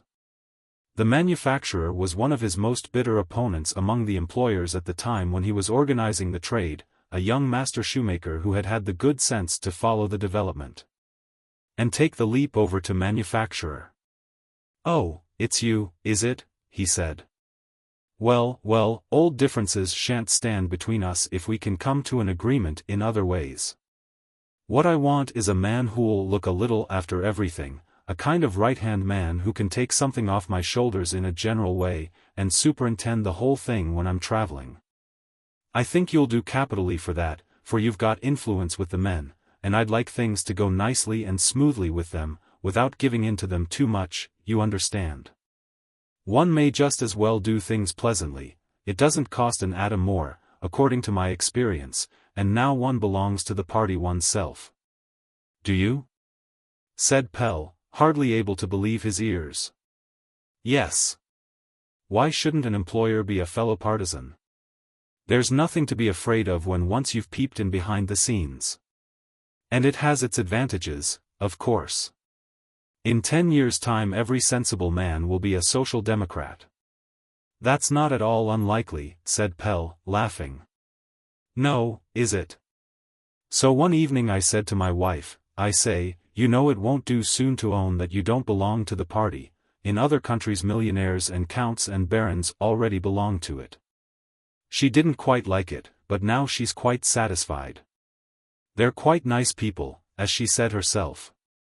There are even persons of rank among them. Well, it wasn't conviction that drove me at first, but now I agree because what they say's very sensible. And upon my word it's the only party that can thrash the anarchists properly, don't you think so? In my opinion all should unite in fighting against them, and that'll be the end of it, I suppose. I've reflected a good deal upon politics and have come to the conclusion that we employers behaved like asses from the beginning. We oughtn't to have struggled against the movement. It only drove it to extremes. Just see how well behaved it's become since we began to take off our hats to it. You become what you're treated as, let me tell you. You wouldn't have acted so harshly if we others had been a little kinder to you. Don't you allow that? You're exactly like everyone else, you want to have good food and nice clothes, be considered respectable people. So it was wise to cut off the lower end. You can't rise when you've too much lumber as ballast. Fellows who pull up paving stones and knock you down are no company for me. You must have patience and wait until the turn comes to your party to come in for a share, those are my politics. Well, what do you think about the job? I don't understand the machines, said Pelle. You'll soon get into that. But it's not that that matters, if only you know how to treat the workmen, and that of course you do. I'll pay you 35 krones a week, that's a good weekly wage, and in return you'll have an eye to my advantage of course. One doesn't join the party to be bled, you understand what I mean. Then you get a free house, in the front building of course, so as to be a kind of vice-landlord for the back building here.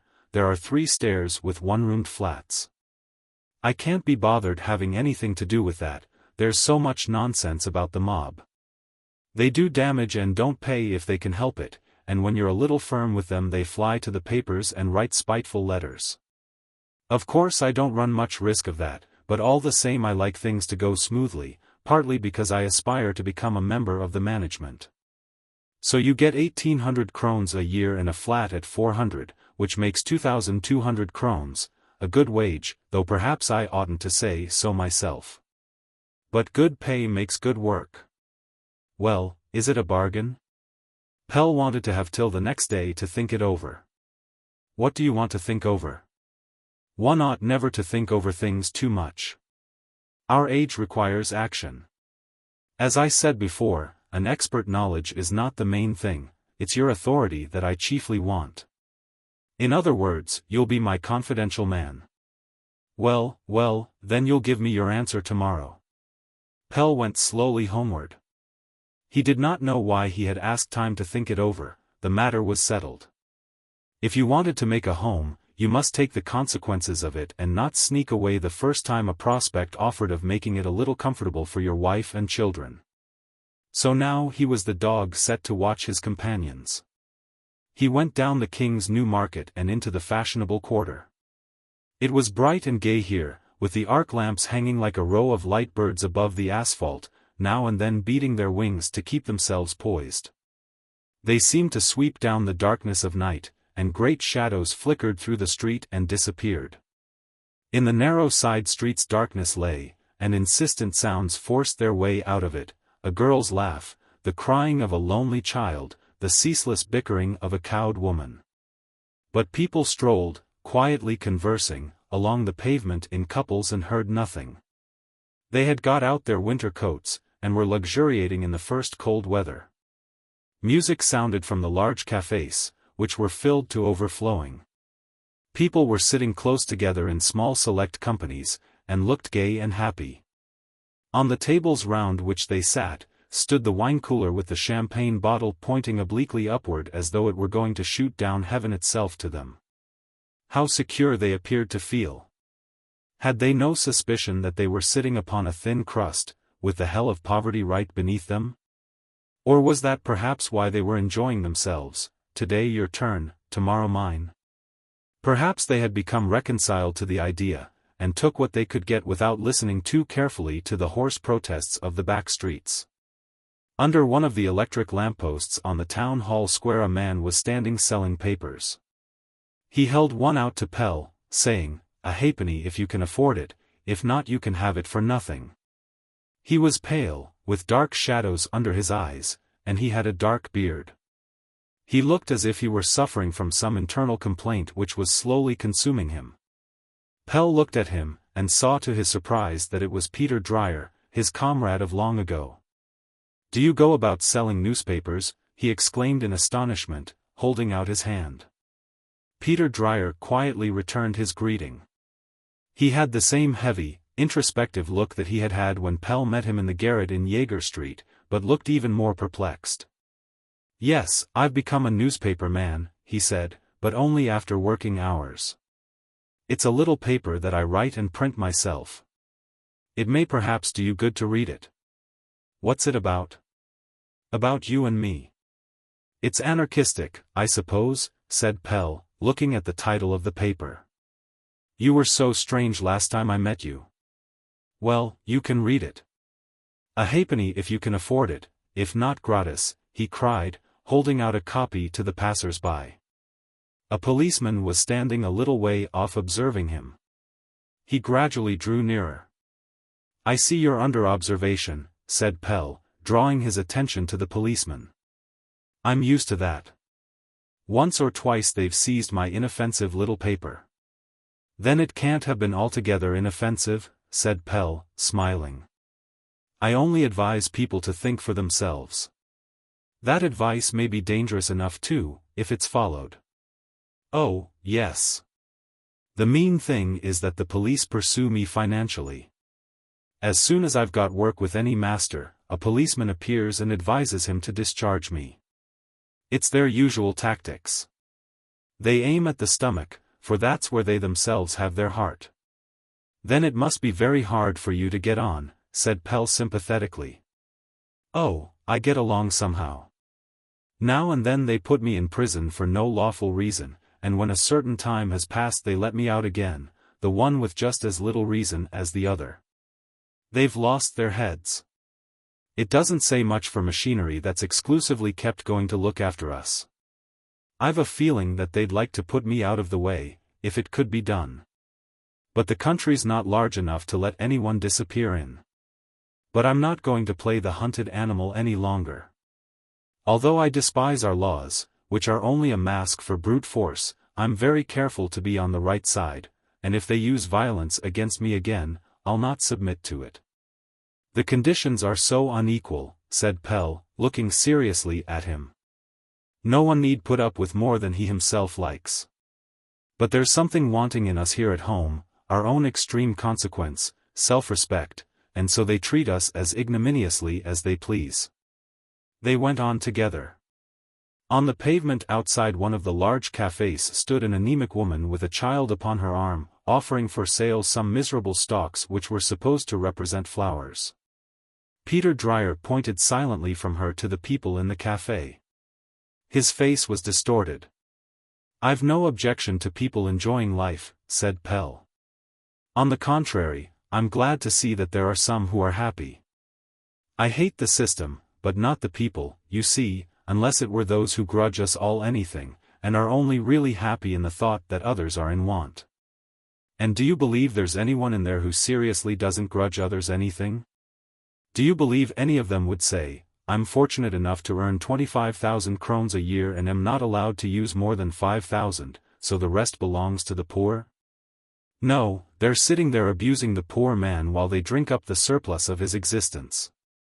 The men abuse the workmen, and their wives the servant girls. Just go in among the tables and listen. The poor are bestial, unreliable, ungrateful in spite of everything that is done for them, they are themselves to blame for their misery. It gives a spice to the feast to some of them, others dull their uneasy conscience with it. And yet all they eat and drink has been made by the poor man. Even the choicest dainties have passed through his dirty hands and have a piquant flavor of sweat and hunger. They look upon it as a matter of course that it should be so. They are not even surprised that nothing is ever done in gratitude for kind treatment, something to disagree with them, a little poison, for instance. Just think. There are millions of poor people daily occupied in making dainties for the rich man, and it never occurs to any of them to revenge themselves, they are so good-natured.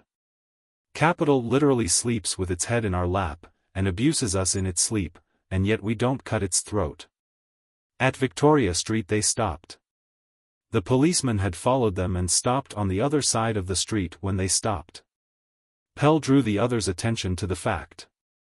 Peter looked across carelessly. He's like an English bloodhound, he said quietly, a ferocious mouth and no brain. What vexes me most is that we ourselves produce the dogs that are to hunt us. But we shall soon begin to agitate among the military. He said good night and turned toward Inghave Road, where he lived. Ellen met Pell at the top of the street. How did you get on? She asked eagerly. Did you get the place? He quietly explained matters to her. She had put her arm round him. You great big man, she said, looking up at him with a happy face. If you only knew how proud I am of you. Why, we're rich now, Pell, 35 krones a week. Aren't you glad yourself? Yes, I'm glad that you and the children will be a little comfortable for once. Yes, but you yourself, you don't seem to be very delighted, and yet it's a good place you're getting. It won't be an easy place for me, but I must make the best of it, he answered. I don't see why not. You're to be on the side of the manufacturer, but that's always the way with that kind of position, and he's got a right to have his interests looked after. When they got in, Ellen brought him his supper, which had been standing on the stove to keep warm. Now and then she looked at him in wonder. There was something about him today that she did not understand. He had on the whole become a little peculiar in his views about things in the prison, and it was not to be wondered at. She went to him and stroked his hair. "You'll be satisfied on your own account too, soon," she said. "It's fortunate for us that he can't be bothered to look after things himself." "He's taken up with politics," answered Pelle absently. "At present he's thinking of getting into the town council by the help of the workingmen's votes." "Then it's very wise of him to take you," Ellen exclaimed vivaciously. "You understand these matters and can help him.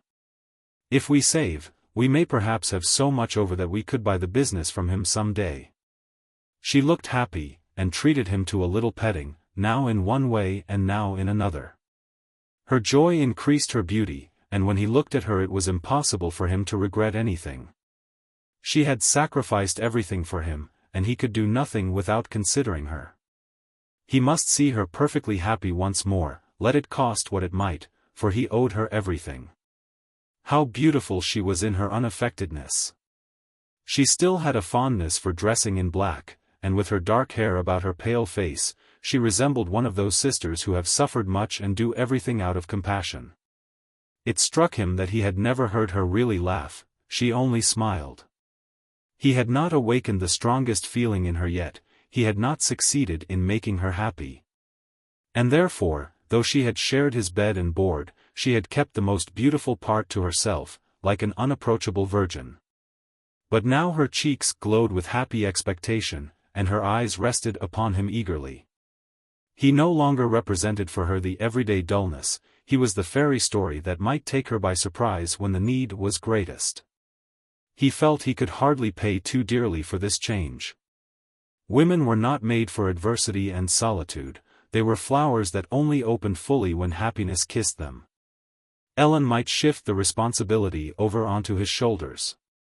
The next day he dressed himself carefully to go out and make the final agreement with the manufacturer. Ellen helped him to button his collar, and brushed his coat, talking, as she did so, with the light-heartedness of a bird, of the future. "What are we going to do now?" "We must try and get rid of this flat and move out to that end of the town," she said, "or else you'll have too far to walk." "I forgot to tell you that we shall live out there," said Pelle.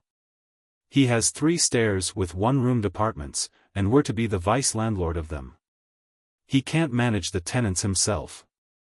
Pelle had not forgotten it, but had not been able to bring himself to tell her that he was to be watchdog. Ellen looked at him in petrified astonishment.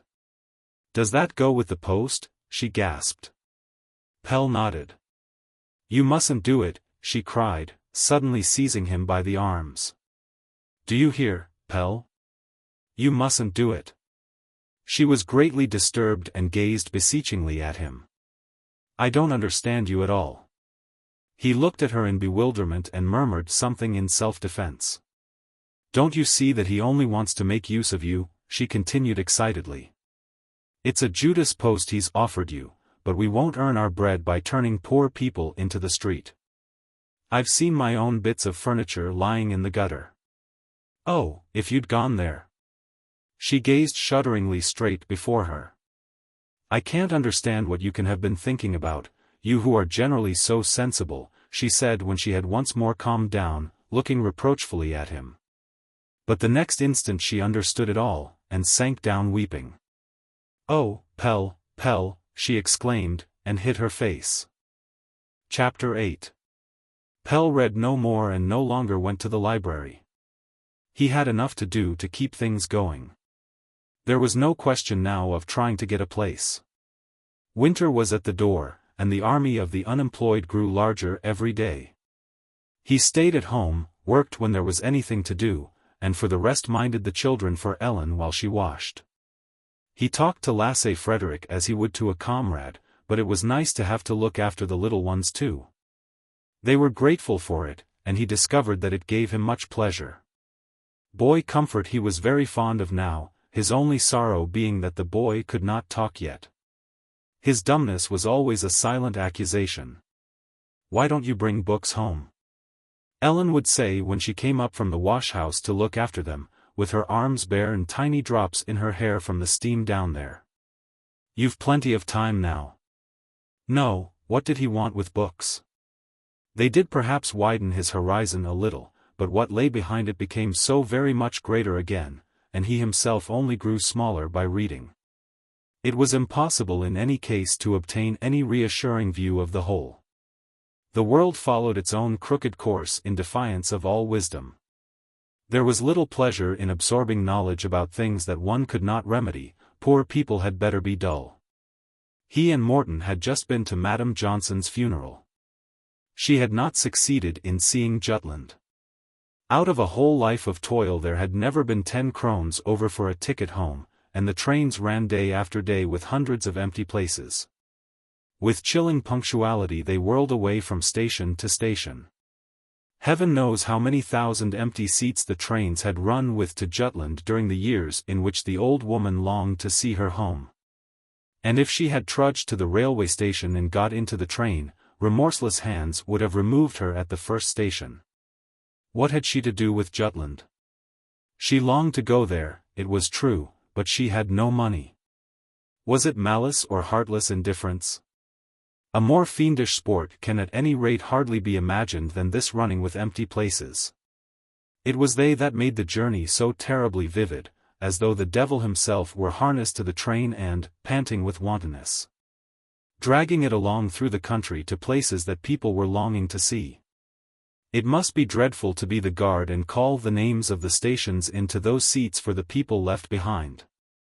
And sister walked about the floor so pale and thin. There was no strength in her fair hair, and when she was excited, her breath whistled in her windpipe with that painful sound that was practically inseparable from the children of the poor neighborhoods. It was always the vitiated air of the backyards that had something to say now, depressing, like almost everything his understanding mastered. All she wanted was sunshine, and all the summer it had been poured down in open-handed generosity, only it went over the heads of poor people like everything else. It had been a splendid year for strawberries, but the large gardeners had decided to let half of them rot on their stalks in order to keep up the prices and save the money spent on picking them. And here were the children hungering for fruit, and ailing for want of it. Why? No, there was no possible answer to be given to that question. And again, everywhere the same. Whenever he thought of some social institution or other, the same melancholy spectacle presented itself, an enormous rolling stock, only meant for a few, and to a great extent running empty. And from the empty places accusing eyes gazed out, sick and sad with hunger and want and disappointed hope. If one had once seen them, it was impossible to close one's eyes to them again. Sometimes his imagination took another direction, and he found himself planning, for instance, kingdoms in which trains were used according to the need for them, and not according to the purse. Where the food was eaten by those who were hungry, and the only poor people were those who grudged others things. But he pulled himself up there, it was too idiotic. A voice from the unseen had called him and his out into the day, and then nothing had happened. It had only been to fool them. Brunn often came down to see him. The old librarian missed his young friend. "Why do you never come in to us now?" he asked. "What should I do there?" answered Pell shortly. "The poor man has no use for knowledge, he's everlastingly damned." He had broken with all that and did not care either about the librarian's visits. It was best for everyone to look after himself. The great were no company for such as he.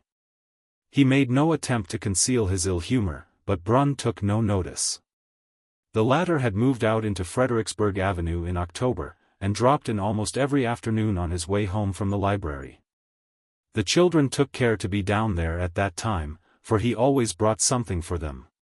Neither Pell nor Ellen demanded much of life now.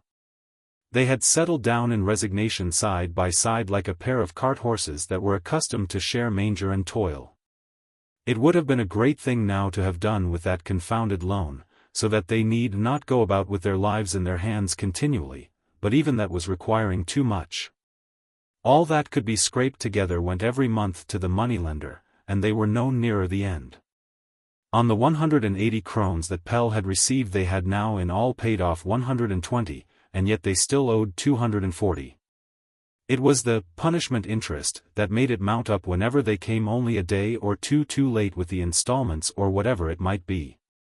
In any case it was an endless screw that would go on all their life, pumping out whatever they could scrape together into the moneylender's pocket. But now Pelle meant to put an end to this. He had not paid the last installment and meant to pay no more, but let things go as they liked. "You ought to borrow of her, Brun, and pay off that moneylender," said Ellen, "or else he'll only come down on us and take our furniture." But Pelle was obstinate and would not listen to reason. The consciousness that a parasite had fastened upon him and sucked him dry in spite of all his resistance, made him angry. He would like to see them touching his things. When the moneylender came to fetch his installment, Pelle shut the door in his face. For the rest he took everything with the calmness of resignation. But when the subject cropped up, he fired up and did not know what he said. Ellen had to keep silence and let his mood work itself out. One afternoon he sat working at the basement window. The librarian was sitting on the chair by the door, with a child on each knee, feeding them with dates. Pelle was taking no notice, but bent over his work with the expression of a madman who is afraid of being spoken to. His work did not interest him as it had formerly done, and progressed slowly. A disturbing element had entered, and whenever he could not instantly find a tool, he grew angry and threw the things about. Brun sat watching him anxiously, though apparently taken up with the children. A pitying expression would have made Pelle furious. Brun guessed that there was some money trouble, but dared not offer his assistance. Every time he tried to begin a conversation Pelle repelled him with a cunning look which said, "You're seeking for an opportunity to come with your money, but you won't get it." Something or other had gone wrong with him, but it would all come right in the end. A cab stopped outside the door, and 3 men stepped out and went into the house. A little while after Ellen burst into the workshop. "Pelle," she cried, without noticing Brun, "they've come to take away our things." She broke into a fit of weeping, and seeing their mother crying, the children began to cry too. Pelle rose and seized a hammer. "I'll soon get them out," he said between his teeth in a low tone as he moved toward the door. He did not hurry, but went with lowered head, not looking at anyone. Brun seized him by the arm and stopped him. "You forget that there's something called prison," he said with peculiar emphasis. Pelle gazed at him in astonishment, and for a moment it looked as if he were going to strike the old man. Then the hammer dropped from his hand and he broke down. Chapter 9. Now and then a comrade from the good old days would come up and want Pelle to go with him to a meeting. Old fighting memories wakened within him. Perhaps it was there the whole point lay. He threw off his leather apron and went. Ellen's eyes followed him to the door, wondering that he could still wish to have anything to do with that after what he had got out of it. But it was not there after all. He remembered the tremendous ferment in men's minds during the movement, and it seemed to him that the excitement had died down. People only came forward before the elections, otherwise they went about their own business as if there had never been any rallying idea. They were all organized, but there was nothing new and strong in that fact. They were born, so to speak, in organization, and connected nothing great and elevating with it. His old associates had cooled down remarkably. They must have discovered that success was neither so romantic nor so easy as they had thought. They had no longer simply to open the gate into the land of success and stream through it, there was a long and difficult road before that. So they each arranged his own matters, and disposed of the doubtful future for small present advantages which were immediately swallowed up by the existing conditions. The movement had not reached to the bottom. There was an accusation against himself in this fact. It had not been designed with sufficient breadth. Even at that time it had passed over the heads of the inhabitants of the park, and now a large proletariat was left with their own expectations of the future. The good old class of the common people had split up into a class of petty tradesmen, who seemed to be occupied solely in establishing themselves, and this proletariat. But there was nothing new in this. One stratum moved up and revealed a new one below. It had always been thus in history. Was it then everlastingly determined that at the bottom of existence there should always be the same innumerable crowd of those who were thrust down, who bore the burden of the whole? The great hunger reserve? Was it only possible to be happy when one knew how to push the difficulties down, just as one might push the folds of a material until at last they were heaped up in one place? It was the old question over again. Formerly he had had his clear faith with which to beat down doubt, but now he could not be content with a blind hope, he required to be shown an expedient. If the movement had failed through having been begun crookedly, the causes with which one had to do were practical causes, and it was possible to do the whole thing over again. There were also others engaged in taking the whole thing up from the bottom, and through Peter Dreyer he came into contact with young men of an entirely new type. They had emerged from the movement, shot up surprisingly out of its sediment, and now made new ambitious claims upon life. By unknown paths they had reached the same point as he himself had done, and demanded first and foremost to be human beings. The sacredness of the ego filled them, and made them rebel at all yokes. They began from within by shaking them off, did not smoke or drink, would be slaves to nothing. They kept out of the movement and had their own places of meeting out about the South Boulevard, where they read and discussed new social forms. They were intelligent, well-paid workingmen, who persistently shared the conditions of the proletariat, fanatics who gave away their week's wages if they met a man who was poorer than themselves. Hot-headed enthusiasts who awaited revolution. Several of them had been in prison for agitating against the social order. There were also country people among them, sons of the men who stood in the ditches and peat pits out there. The little man's children, Morton called them. These were the offspring of those who had made the movement. That was how it should go on. By being contented they kept themselves free from the ensnaring expedients of capitalism, they despised the petty tradesman's inclination for comfort, and were always ready for action. In them the departure was at any rate a fact. They wanted to get hold of Pell. "Come over to us," Peter Dreyer often said. Pell, however, was not easily enticed out. He had his home where he hid himself like a snail in its shell. He had the responsibility for this little world of 5 people, and he had not even succeeded in securing it. His strength and industry were not enough even to keep one little home above water. A benefactor was needed for that. It was not the time to tend jealously one's own honor when wife and children would be the sufferers, and now that it was all arranged he felt deeply grateful to the old librarian. It was nevertheless a disgraceful fact which did not encourage him to have anything to do with the affairs of others. The violent language used by the young men frightened him too. He had rebelled against the old conditions just as they had done, but he met with different experiences. From the time he could crawl he had struggled to accommodate himself to the great connection of things. Even the life of the prison had not placed him outside it, but had only united him the more closely with the whole.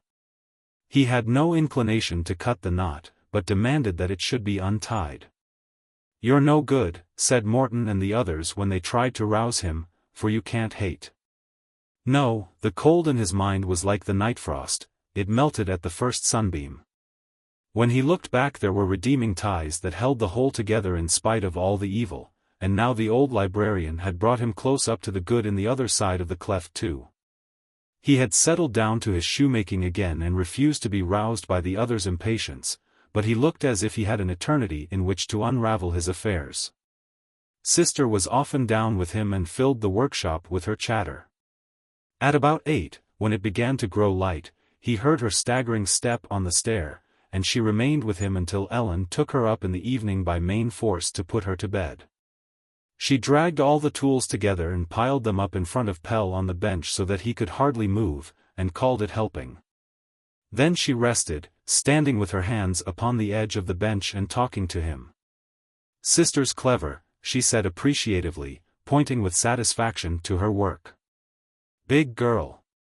And if he did not answer, she repeated it and did not leave off until he had praised her. "Yes, you're very clever," he said, "but can you put the things back in their places?" The child shook her head. "Sister's tired," she declared with decision, and immediately after brought another tool and pushed it slowly up onto the heap while she kept her eyes upon his face to see whether she might do it. "Sister's helping," she repeated in explanation, but Pell pretended not to hear.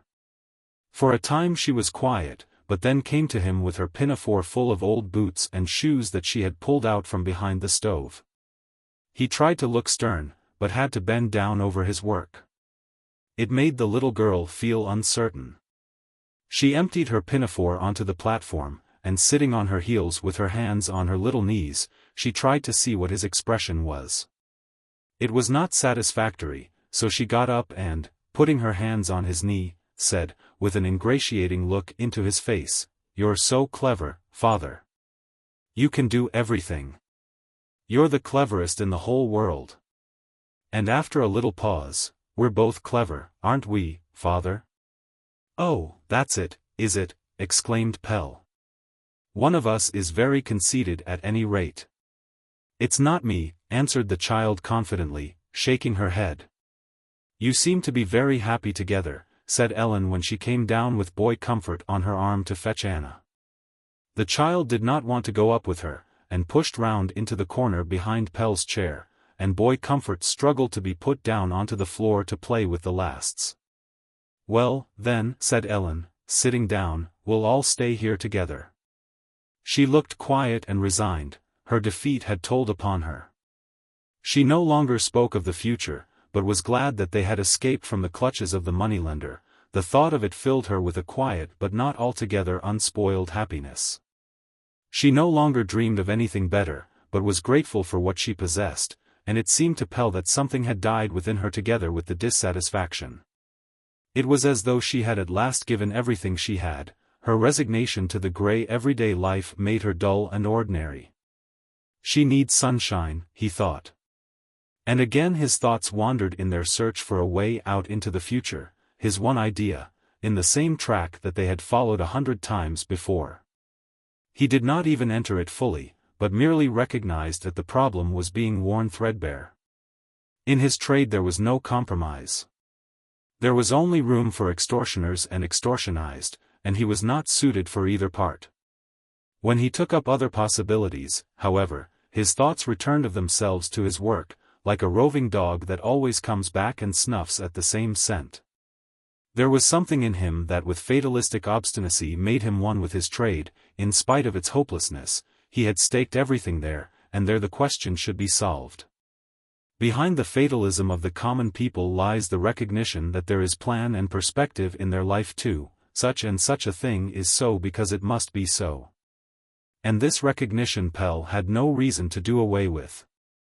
He grew confused with the continual dwelling of his thoughts on the same subject, but it seemed to possess him, was with him while he slept, and seized him as soon as he awoke. There was an old dream that persistently haunted him at this time, a forgotten youthful idea from his earliest participation in the Rising. The plan for a common workshop that would make the court shoemaker superfluous.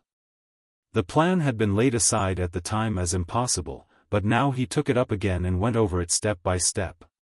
He could easily find some capable, reliable fellow workman who would stand by him through thick and thin with regard to work and profits. And there would be no difficulty about discipline, for during the past years the workmen had learned to subordinate themselves to their own people. Here was a way for the small man to assert himself within his trade and join the development. What one was not able to do could be done by several joining together, namely, turn the modern techniques to account and divide the work into sections. He arranged it all most carefully, and went over it again and again to make sure that every detail was correct. When he slept he dreamed of his system of profit-sharing, and then it was a fact. He stood working in a bright room among comrades. There was no master and no servant, the machinery whirred, and the workmen sang and whistled while they minded it. Their hours of labor were short, and they all had happy homes waiting for them. It was hard to wake up and know the reality. Alas! All the cleverest and most industrious hands in the world had no influence in their several trades, could not so much as sew a single stitch, until capital started them. If that refused its support, they could do nothing at all, but were cut off, as it were, at once. Machinery cost money. Pell could get the latter from Brunn, the old man having often enough offered him capital to start something or other, but he already owed him money, and capital might run his undertaking down. It was at its post, and allowed no activity of that kind beside it. He was seized with uncertainty, he dared not venture the stakes. The old philosopher came almost daily. Pell had become a part of his life, and he watched his young friend's condition with anxiety. Was it the prison life, or was it perhaps the books, that had transformed this young man, who had once gone ahead with tempestuous recklessness, into a hesitating doubter who could not come to a decision? Personality was of doubtful value when it grew at the expense of energy. It had been the old man's hope that it would have developed greater energy through being replanted in fresh, untouched soil, and he tried to rouse Pell out of his lethargy. Pell gave an impatient jerk. They were poking him up on all sides, wanting him to come to a decision, and he could not see his way to it. Of course he was half asleep, he knew it himself. He felt that he wanted rest, his entity was working for him out there in the uncertainty. "I don't know anything," he said, half irritated, "so what can be the use? I thought books would lead me to a place from which I could bring everything together, but now I'm all abroad. I know too much to dash on blindly, and too little to find the pivot on which the whole thing turns. It doesn't matter what I touch, it resolves itself into something for and something against." He laughed in desperation. One day Brunn brought him a book. "This book," he said with a peculiar smile, "has satisfied many who were seeking for the truth. Let's see whether it can satisfy you too." It was Darwin's Origin of Species. Pell read as in a mist. The point lay here, the whole thing powerfully put into one sentence. His brain was in a ferment, he could not lay the book down, but went on reading all night, bewitched and horrified at this merciless view. When Ellen in surprise came down with his morning coffee, he had finished the book. He made no reply to her gentle reproaches, but drank the coffee in silence, put on his hat and went out into the deserted streets to cool his burning brow. It was very early and the workingmen had not yet turned out. At the morning coffee rooms the shutters were just being taken down. Warmly clad trammen were tramping through the streets in their wooden-soled boots. Slipshod, tired women ran stumbling along to their early jobs, shivering with cold and weary of life, weary before they had begun their day. Here and there a belated woman toiled along the street carrying a clothes basket, a mother taking her baby to the creche before she went to her work. Suddenly the feeling of rebellion came over Pell, hot, almost suffocating him. This cruelly cold doctrine of the right of the strong, which gave him the choice between becoming brutal or going to the dogs, this was the key to an understanding of life. It pronounced a sentence of death upon him and his fellows, upon the entire world of the poor. From this point of view, the existing conditions were the only ones possible, they were simply ideal. The sweater and the moneylender, whom he hated, were in the most harmonious agreement with the fundamental laws of life. And the terrible thing was that from this standpoint the social fabric was clearly illuminated, he could not deny it. He who best learned to accommodate himself to the existing state of things, conquered, no matter how vile the existing state of things might be. The book threw at once a dazzling light upon society, but where was his own class in this doctrine, all the poor? They were not taken into account. Society was thus in reality only those in possession, and here he had their religion, the moral support for the uncompromising utilization. It had always been difficult to understand how men could misuse others, but here it was a sacred duty to give stones for bread. The greatest oppressor was in reality nearest to life's holy, maternal heart, for he was appointed to carry on the development. The poor had no share in this doctrine. When a bad workman was in difficulties, the others did not press him until he had to go down, not even when he himself was to blame for his lack of means. The poor did not let the weak fall, but took him under their wing. They placed themselves outside the pale of the law and gave themselves no chance. The race could not be won with a wounded comrade on one's back. But in this fact there lay the admission that they did not belong to the existing order of things, but had the right to demand their own time of happiness. A new age must come, in which all that was needed in order that they might share in it, kindness of heart, solidarity, was predominant. Thus even the great union he had helped to effect pointed in the right direction. It had been the opposite of one against all, it had built upon the law of reciprocity. And the poor man was not a miserable wretch, condemned by the development to be ruined, a visionary, who, as a consequence of an empty stomach, dreamed of a utopia. Pell had passed his childhood in the country and gone about with the rest of creation in all kinds of weather. He had seen the small singing birds throw themselves in whole clouds at the hawk when it had seized one of their number, and pursue it until it dropped its prey in confusion. When he caught an ant in a split straw, the other ants flocked to the straw and gnawed their comrade out, they could not be frightened away. If he touched them, they squirted their poison against his hand and went on working. Their courage amused him, the sprinklings of poison were so tiny that he could not see them. But if he quickly raised his hand to his nose, he detected a sharp acid smell. Why did they not leave their comrade in his dilemma, when there were so many of them and they were so busy? They did not even stop to have a meal until they had liberated him. The poor man must stick to the union idea, he had got hold of the right thing this time. And now all at once Pell knew which way they ought to go. If they were outside the existing conditions and their laws, why not arrange their own world upon the laws that were theirs? Through the organizations they had been educated in self-government, it was about time that they took charge of their own existence. The young revolutionaries kept clear of the power of money by going without things, but that was not the way. Capital always preached contentment to the poor. He would go the other way, and conquer production by a great flanking movement. He was not afraid now of using the librarian's money. All doubt had been chased away. He was perfectly clear and saw in broad outlines a worldwide, peaceful revolution which was to subvert all existing values. Pell knew that poverty is not confined to any country. He had once before brought forward an invincible idea. His system of profit-sharing must be the starting point for a world fight between labor and capital. Chapter 10. 2 days later Pell and the librarian went to Fredericksburg Street to look at a business that was to be disposed of.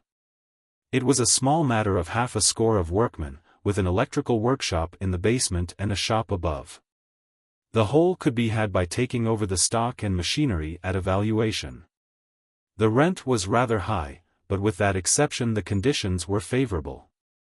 I think we'll arrange that the purchase and working capital shall bear interest and be sunk like a 4% credit association loan, said Brunn. It's cheap money, answered Pell. A good result won't say much about the circumstances when we haven't got the same conditions as other businesses. Not so very cheap. At that price you can get as many as you want on good security. And I suppose the workmen ought to be regarded as the best security in an undertaking that's built upon labor, said the old man, smiling. There'll be a big fall in discount when you come into power, Pell. But the bare capital costs no more now either, when there are no parasites at it. And it's just parasites that we're going to fight. Pell had no objection to the cheap money, there were still plenty of difficulties to overcome. If they got on, it would not be long before private speculation declared war on him. They agreed that they would have nothing to do with agents and branches.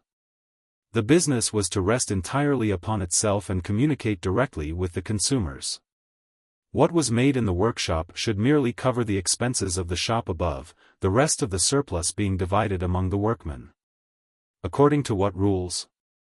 Asked Brunn, with a searching glance at Pell. Equal, he answered without hesitation. We won't have anything to do with agreements. We made a great mistake, when we began the movement, in giving in to the agreement system instead of doing away with it altogether. It has increased the inequality. Everyone that works has a right to live. Do you think the capable workman will submit to sharing equally with those that are less capable? Asked Brun doubtfully. He must learn to, said Pell firmly. How could he otherwise maintain that all work is of equal value? Is that your own opinion? Most decidedly. I see no reason, for instance, for making any difference between a doctor and a sewer cleaner. It's impossible to say which of them is of the greater use in matters of health. The point is that each shall do what he can. Capital, exclaimed Brun. Capital. The old philosopher was in the best of spirits. Pell had considered him awkward and unpractical, and was astonished to find that his views on many points were so practical. It's because this is something new, said the old man, rubbing his hands. I'd done with the old before I came into the world, there was nothing that stimulated me, I was said to be degenerated. Yes, indeed. All the same, the old bookworm's going to show his ancestors that there's vigorous blood flowing in his veins too. We too have found the place from which the world can be rocked, my dear Pell, I think we've found it. And now we'll set to work. There was enough to do indeed, but they were realities now, and Pell had a pleasant feeling of once more having his feet upon the ground. This was something different from riding alone through space upon his own thought, always in danger of falling down. Here he opened up his road, so to speak, with his hands.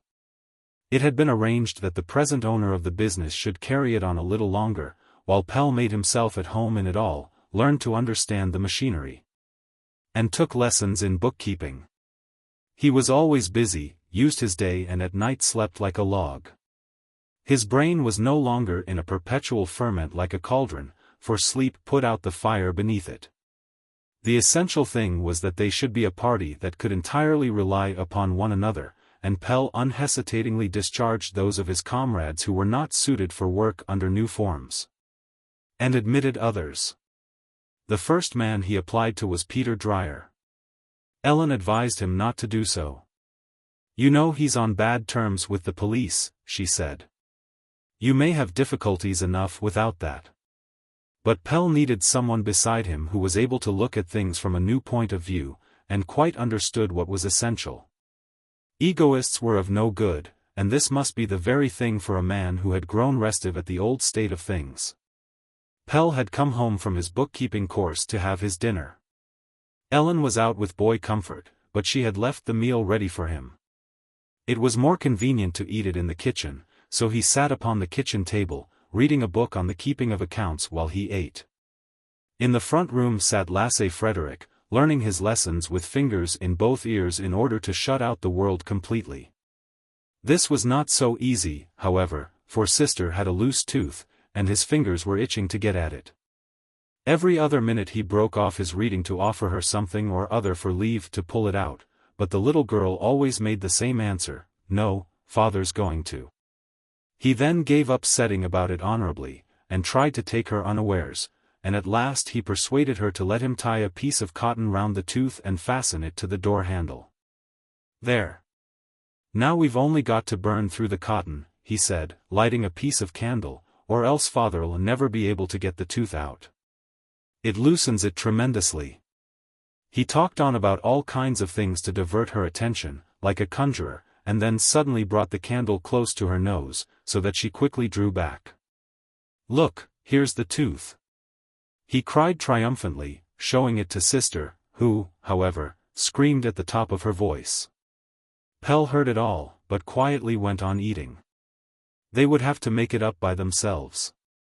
It was not long before Lasse Frederick was applying a plaster to his exploit. He talked to her and gave her her toys to put her into good humor again. When Pell went in, they were both lying on the floor with their heads under the bed. They had thrown the tooth right into the wall, and were shouting together. Mouse, mouse. Give me a gold tooth, instead of a bone tooth. Are you going to do anything now, father? Asked Sister, running up to him. Yes, he had several things to do. You're always so busy, she said sulkily. Are you going to keep on all your life? Pell's conscience smote him. No, I'm not very busy, he said quickly. I can stay with you for a little. What shall we do?" Little Anna brought her large rag doll, and began to drag chairs into position. "No, that's so stupid," said Lasse Frederick. "Tell us about the time you minded the cows, father. About the big mad bull." And Pelle told them stories of his childhood, about the bull and Father Lasse, the farmer of Stone Farm, and Uncle Collie with his 13 children and his happy disposition. The big farm, the country life, the stone quarry and the sea, they all made up a fairy story for the 2 children of the pavement. The boy Pelle's battle with the great oxen for the supremacy, his wonderful capture of the 25-oar piece, each incident was more exciting than the one before it. Most exciting of all was the story of the giant Eric, who became an idiot from a blow. "That was in those days," said Pelle, nodding. "It wouldn't happen like that now." "What a lot you have seen," said Ellen, who had come home while they were talking, and was sitting knitting. "I can hardly understand how you managed, a little fellow like that. How I should like to have seen you." "Father's big," exclaimed sister appreciatively. Lasse Frederick was a little more reserved. It was so tiresome always to be outdone, and he would like to have found room for a parenthesis about his own exploits. "I say, there's a big load of corn in the cabman's gateway," he said, to show that he too understood country life. "That's not corn," said Pelle, "it's hay, clover hay. Don't you even know what corn's like?" "We call it corn," answered the boy confidently, "and it is corn too, for it has those tassels at the ends." "The ears, you mean. But those are on coarse grass too, and, besides, corn is descended from grass. Haven't you ever really been into the country?" "We were once going, and meant to stay a whole week, but it went wrong with mother's work. I've been right out to the zoological gardens, though." Pelle suddenly realized how much the children must lose by living their life in the city. "I wonder if we shouldn't think about moving out of town," he said that evening when he and Ellen were alone. "If you think so," Ellen answered. She herself had no desire to move into the country, indeed she had an instinctive horror of it as a place to live in. She did not understand it from the point of view of the children either. There were so many children who got on capitally in town, and he surely did not want them to become stupid peasants. If he thought so, however, she supposed it was right, he was generally right. Then it was certainly time they gave notice. There was not much more than a month to April removing day. On Sundays they packed the perambulator and made excursions into the surrounding country.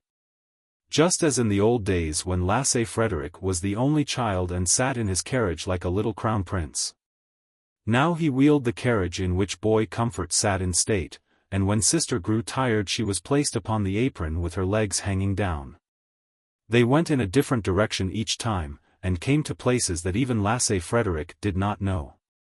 Close into the back of the town lay nice old orchards, and in the midst of them a low straw-thatched building, which had evidently once been the dwelling house on a farm.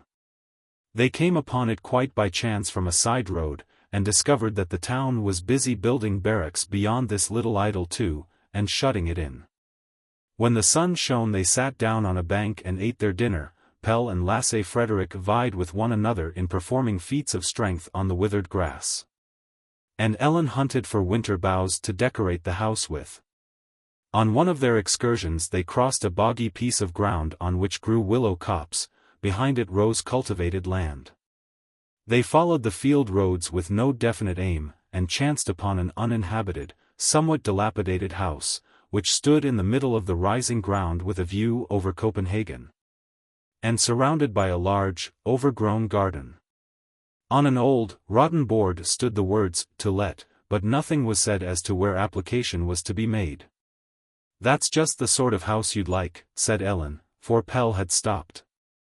"It would be nice to see the inside," he said.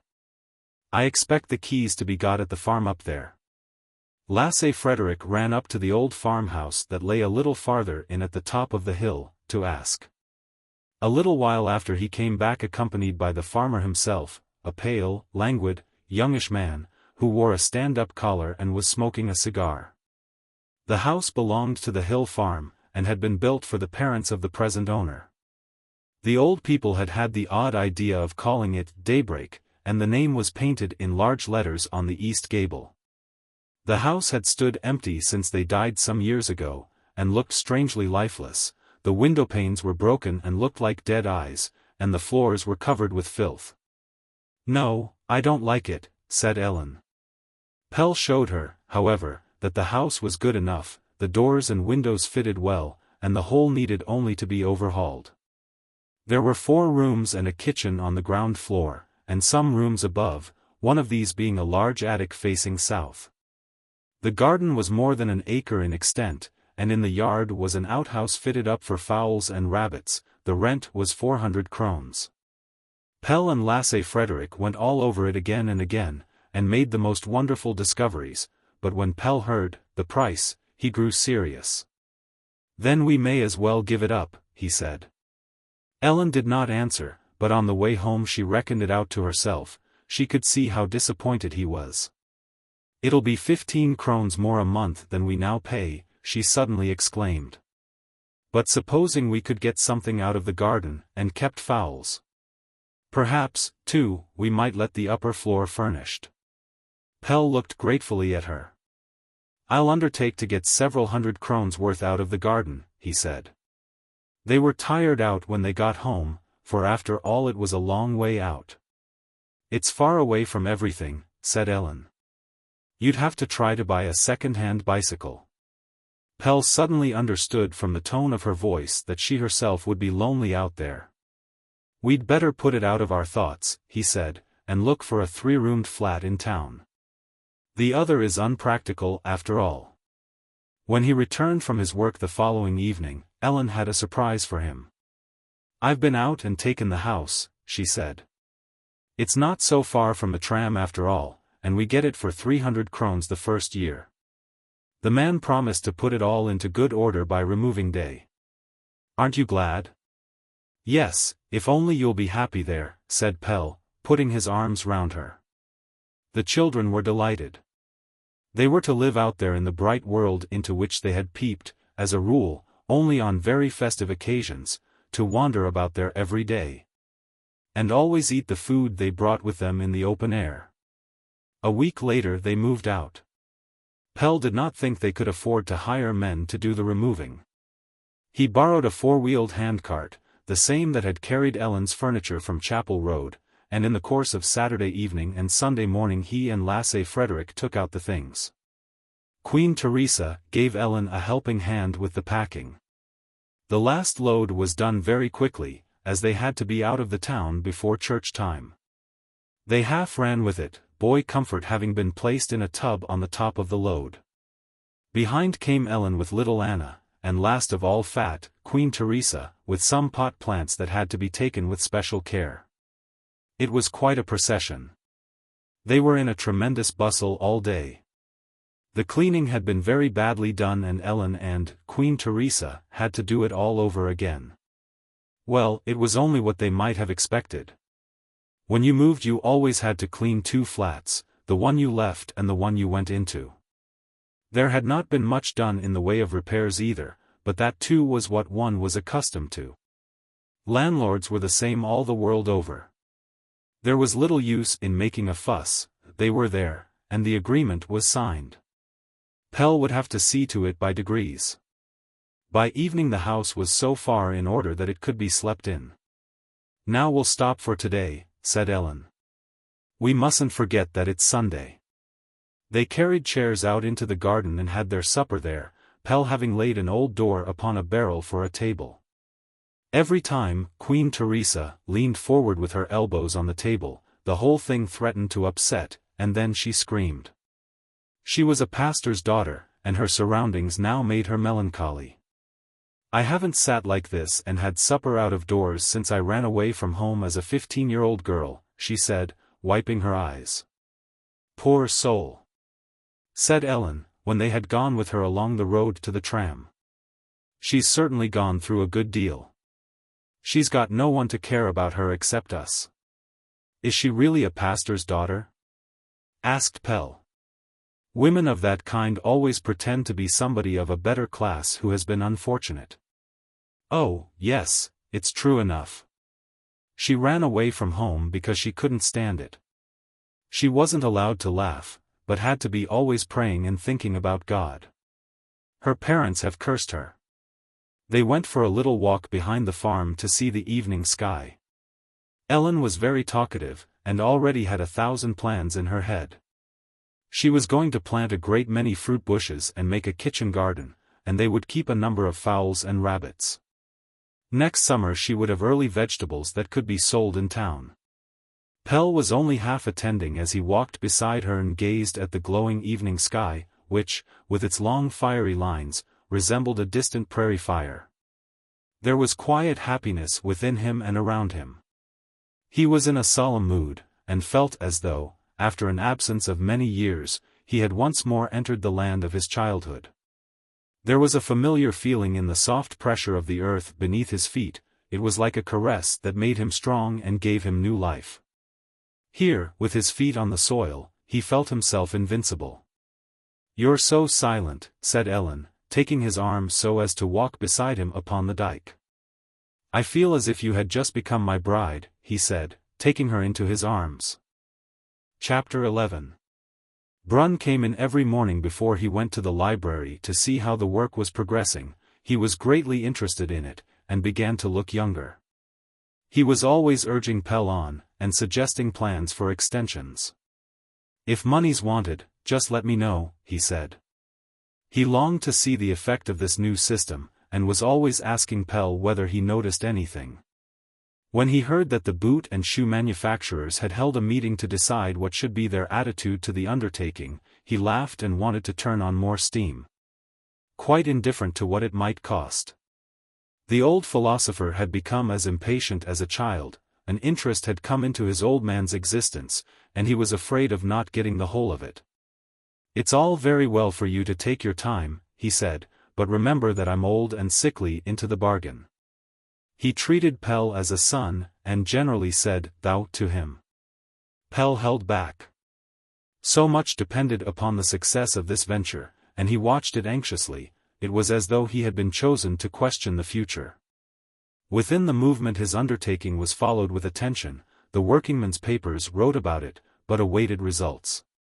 There were opinions for and against.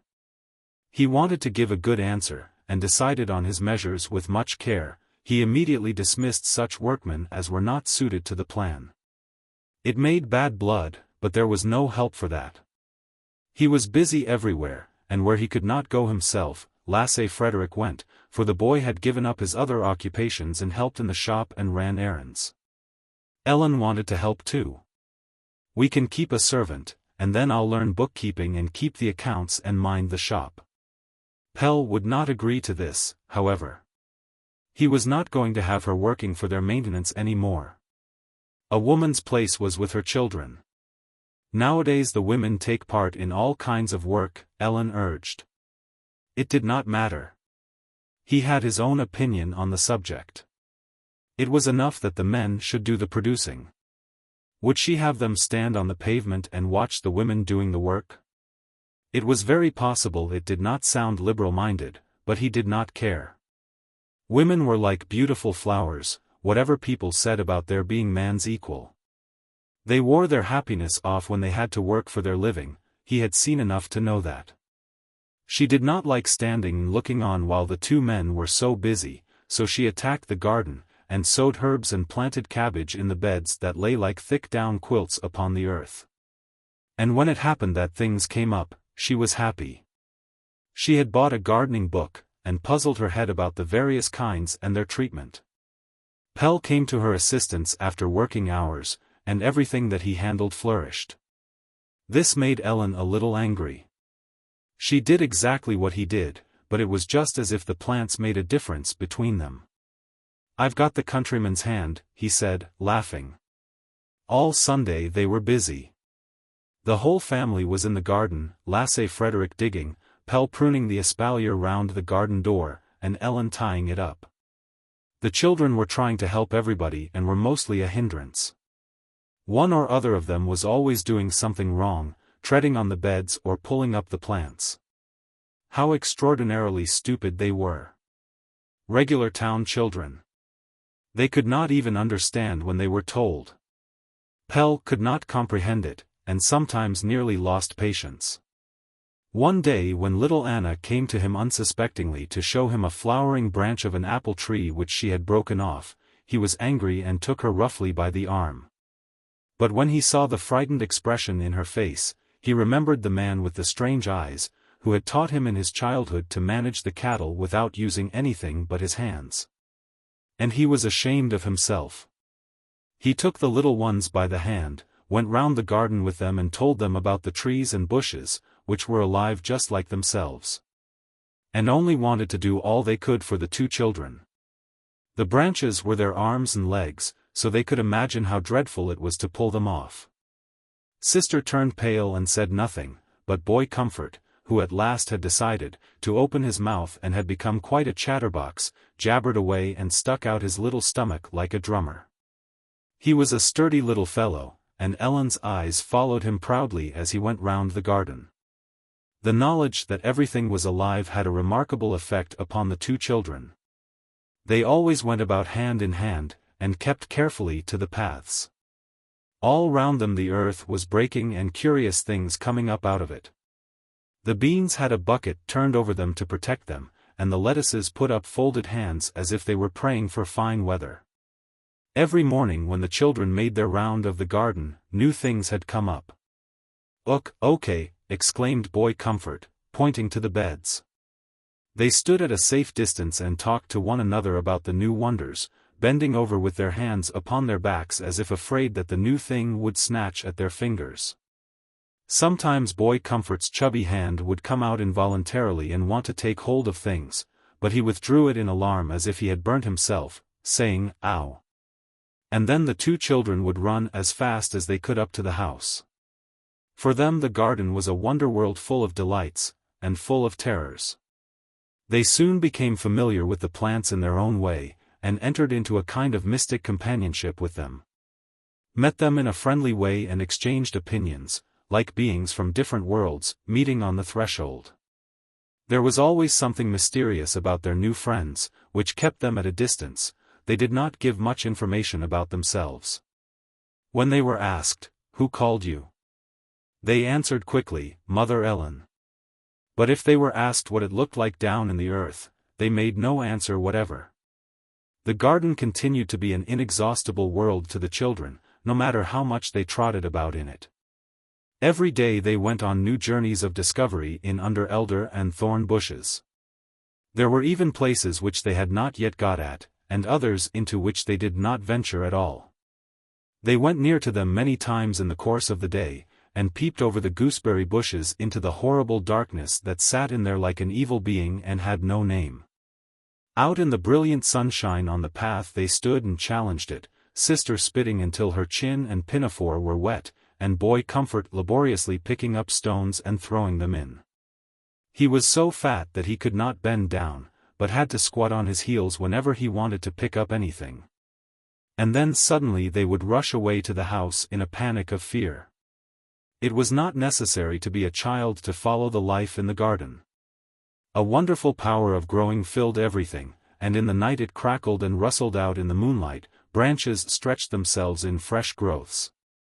The sap broke through the old bark in the form of flowers and new eyes.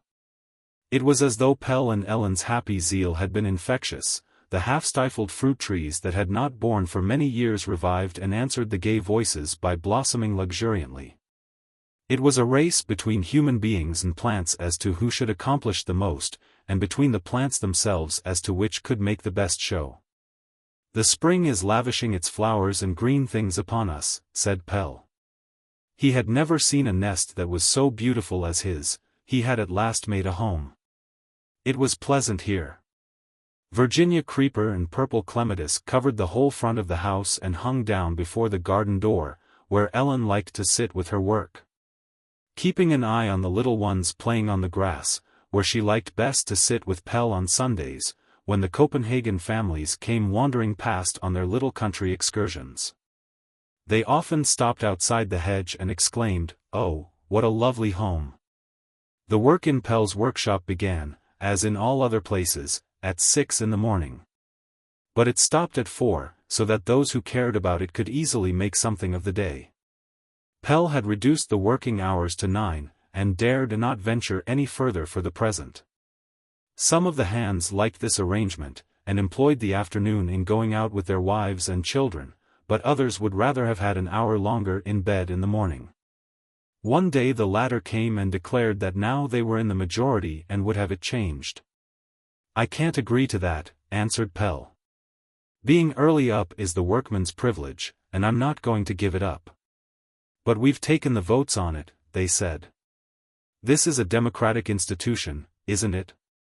"I've taken no oath to the vote," Pell answered quietly, "and in the meantime I should advise those who are dissatisfied with the conditions here to try somewhere else." There was always something like this going on, but he did not take it for more than it was worth. They had acquired consciousness of their power, but most of them had not yet discovered its aim. They used it blindly, in childish pleasure at seeing it unfold, like boys in unfurling their banner, tyrannized a little by way of a change, and took their revenge for the subjection of old times by systematically demanding the opposite to what they had. They reeled a little. The miracle of the voting paper had gone to their heads. It was an intelligible transition, the feeling of responsibility would get hold of them in time. Another day 2 of the most skillful workmen came and asked to have piecework introduced again. "We won't stand toiling to make money for our comrades," they said. "Are they idle?" asked Pell. "No, but we work quicker. Then they're more thorough on the whole. The one generally balances the other." "That's all very well, but it doesn't benefit us. It benefits the consumers, and under the new conditions that's the same thing. We must maintain the principle that all who do their duty are equally good, it's in our own interests." They were satisfied for the time. They were 2 clever fellows, and it was only that they had not got hold of the new feature in the arrangement. In this way there was considerable trouble. The workmen were short-sighted, and saw only from their hands to their own mouths. Impatience had also something to do with it. They had shorter hours and higher wages, but had not as much to do as in other places. It was new of course, and had to answer to their dreams. But there would be no fortunes to be made out of it as Pell was working it. He was a little more precise than was necessary when you were pressed on all sides by vulgar competition. There were, for instance, still a number of people who kept to the good old hand-sewn boots and shoes, and willingly paid half as much again for them. A good many small shoemakers availed themselves of this by advertising hand-sewn footwear, and then passed the measures on to a factory. It was a good business for both factory and shoemaker, but Pell would have nothing to do with such transactions. He put his trademark on the sole of everything that went out of his workshop. Pell took all this with dignified calmness. What right had he to demand perspicuity of these people? It was his business to educate them to it. If only they were willing, he was satisfied. Some day he supposed he would take them so far that they would be able to take over the business jointly, or make it self-supporting, but until then they would have to fall in with his plans. Part of a great, far-off dream was nevertheless being realized in his undertaking, modest though it was at present, and if it were successful, the way to a new age for the petty tradesman was open. And what was of still more importance, his own home was growing through this work. He had found the point where the happiness of the many lay in the lengthening of his own. He had got the right way now. Sometimes in the evening after a troublesome day he felt a little tired of the difficulties. But when he bicycled down toward the town in the early morning, while the mists of night drifted across the fields and the lark sang above his head, he was always in good spirits. Then he could follow the consequences of his labor, and see the good principles victorious and the work growing. Kindred enterprises sprang up in other parts of the town, in other towns, still farther out. In the far distance he could see that all production was in the hands of the workingmen themselves. Peter Dreyer supported him like a good comrade, and took a good deal of the worry off his shoulders. He unselfishly put all his strength into it, but he did not share Pell's belief in the enormous results that would come from it. "But, dear me, this is capitalistic too," he said, "socialist capitalism. Just look up to the pavement. There goes a man with no soles to his shoes, and his feet are wet, but all the same he doesn't come down here and get new shoes, for we want money for them just like all the others. And those who need our work most simply have none. That thing," he went on, giving a kick to one of the machines, "turns 10 men into the street. There you have the whole thing." Pell defended his machines, but Peter would not give in. "The whole thing should have been altered first," he said angrily. "As it is, they are inventions of the devil. The machines have come a day or two too early, and point their mouths at us, like captured cannons. The machines make shoes for 10 times as many people as we could make for with our hands," said Pell, "and that can hardly be called a misfortune. It's only the distribution that's all wrong." Peter Dreyer shrugged his shoulders. He would not discuss the question of distribution any more. If they meant to do anything to alter it, he was willing to help. There had been enough nonsense talked about it. Those who had money could buy up all that they made, while the barefooted would be no better off than before. It was a deadlock. Did he think it would revolutionize the world if every man received the entire proceeds of his work? That only meant justice in the existing conditions, so long as diamonds continued to be more valuable than bread. "I don't see that those who happen to have work should have a better right to live than those who can't get any," he said wrathfully. "Or perhaps you don't know the curse of unemployment. Look at them wandering about in thousands, summer and winter, a whole army of shadows. The community provides for them so that they can just hang together. Good heavens, that isn't helping the poor, with all respect to the honorable workman. Let him keep his vote, since it amuses him. It's an innocent pleasure. Just think if he demanded proper food instead of it." Yes, Pell was well enough acquainted with the Great Hunger Reserve. He had very nearly been transferred into it himself. But here he nevertheless caught a glimpse of the bottom. There was a peaceable strength in what he was doing that might carry them on a long way. Peter Dreyer acknowledged it himself by working so faithfully with him. It was only that he would not admit it. At first they had to stand a good deal, but by degrees Pell learned to turn things off. Peter, who was generally so good and amenable, spoke in an angry, vexed tone when the conversation touched upon social conditions. It was as though he was at the end of his patience. Though he earned a very good amount, he was badly dressed and looked as if he did not get sufficient food. His breakfast, which he ate together with the others in the workshop, generally consisted of bread and margarine, and he quenched his thirst at the water tap. At first the others made fun of his prison fare, but he soon taught them to mind their own business. It was not safe to offend him. Part of his earnings he used for agitation, and his comrades said that he lived with a humpbacked woman and her mother. He himself admitted no one into his confidence, but grew more and more reticent. Pell knew that he lived in one of the Vesterbro back streets, but did not know his address. When he stood silent at his work, his expression was always gloomy, sometimes terribly sad. He seemed to be always in pain. The police were always after him. Pell had once or twice received a hint not to employ him, but firmly refused to submit to any interference in his affairs. It was then arbitrarily decided that Peter Dreyer should report himself to the authorities every week. "I won't do it," he said. "It's quite illegal. I've only been punished for political offenses, and I've been so careful that they shouldn't be able to get at me for any formal mistake, and here they're having this triumph. I won't." He spoke quietly and without excitement, but his hands shook. Pell tried an appeal to his unselfishness. "Do it for my sake then," he said. "If you don't they'll shut you up, and you know I can't do without you." "Would you go and report yourself then if you were told to?" Peter asked. "Yes. No one need be ashamed of submitting to superior brute force." So he went. But it cost him an enormous effort, and on that day in the week it was better to leave him alone. Chapter 12. Marie's fate lay no longer like a heavy burden upon Pell. Time had taken the bitterness out of it.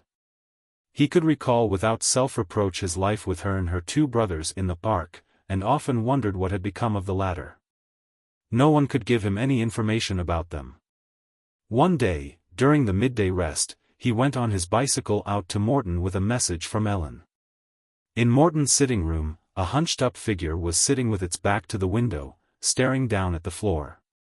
His clothes hung loosely upon him, and his thin hair was colorless.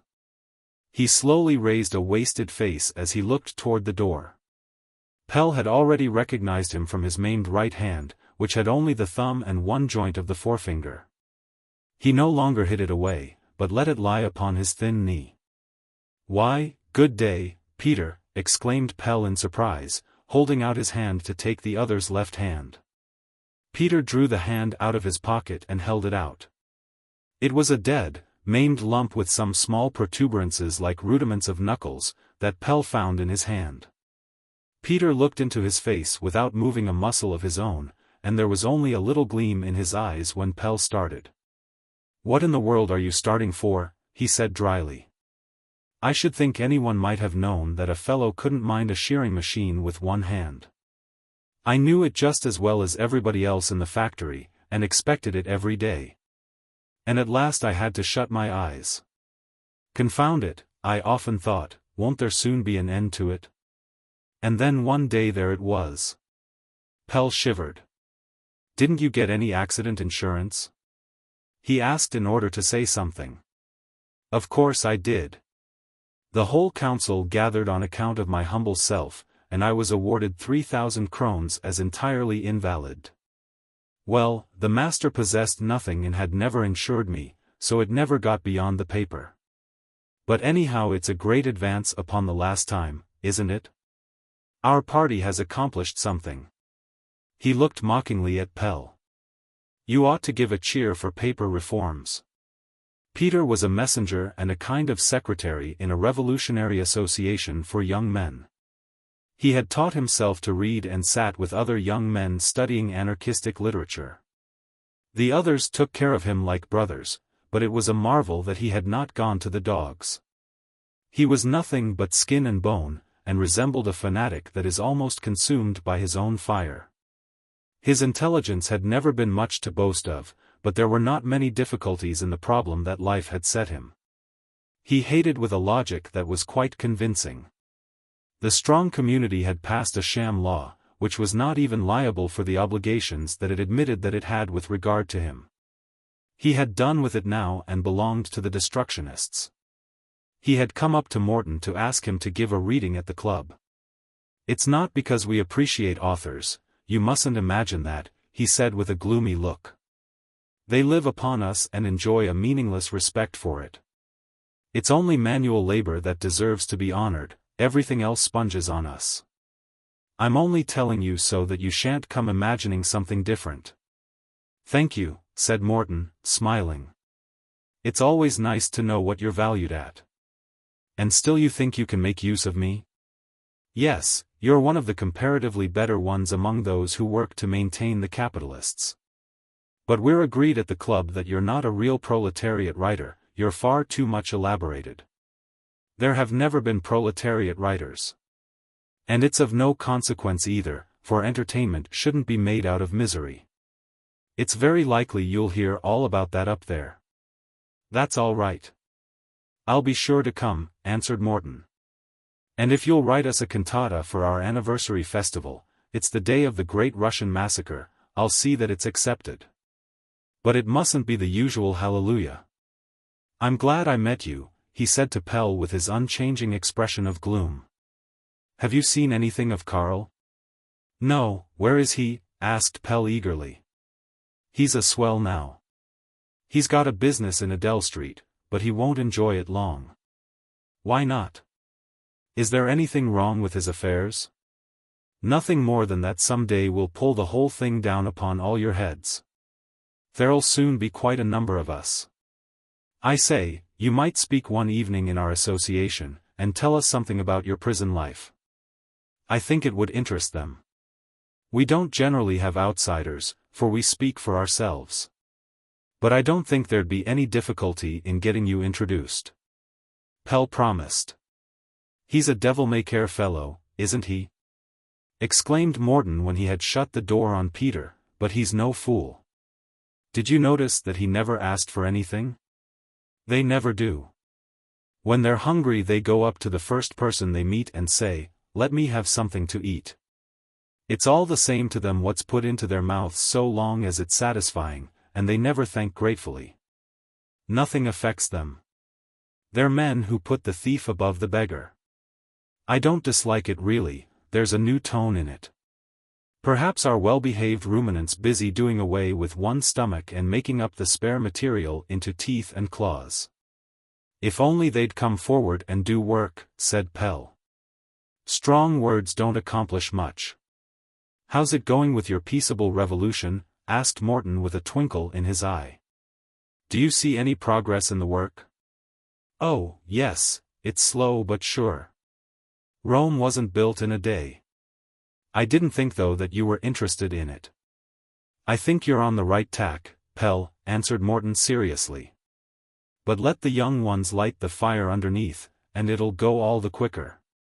That new eventualities crop up in this country is no disadvantage. The governing body may very well be made aware that there's gunpowder under their seats.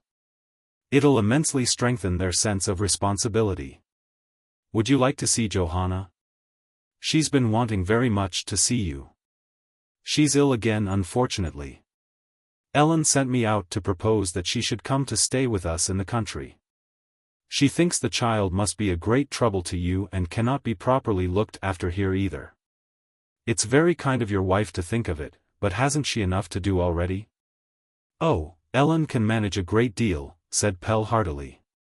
You would be giving her a pleasure. Then I'll say, thank you for the offer, exclaimed Morton. It'll be a great relief to me, if only she can stand the moving. It isn't that she gives me any trouble now, for we get on capitally together. Johanna is good and manageable, really a splendid character in spite of her spoiling. You won't have any difficulty with her. And I think it'll be good for her to be away from me here, and be somewhere where there's a woman to see to her, and children. She doesn't get much attention here. They went in to her and found her asleep, her pale face covered with large drops of moisture. It's exhaustion, whispered Morton. She's not got much strength yet. Their presence made her sleep disturbed, and she tossed from side to side and then, suddenly opening her eyes, gazed about her with an expression of wild terror. In a moment she recognized them and smiled, and raising herself a little she held out both her hands to Pell with a charming expression of childish coquetry. Tell me about the house out there and boy comfort, she said, making room for him on the edge of the bed. It's so tiresome here, and Mr. Morton's so serious. And she threw a glance of defiance at him. Is he? Said Pell. That must be because he writes books. No, but I must keep up a little dignity, said Morton, assuming a funny, schoolmasterish expression. This young lady's beginning to be saucy. Johanna lay and laughed to herself, her eyes traveling from one to the other of them. He ought to have a pair of spectacles, and then he'd be like a real one, she said. She spoke hardly above a whisper, it was all she had strength for, but her voice was mischievous. You must come to us if he's so bad, said Pell, and then you can play with the children and lie in the sunshine out in the garden. You don't know how lovely it is there now. Yes, I'm really in earnest, he continued, as she still smiled.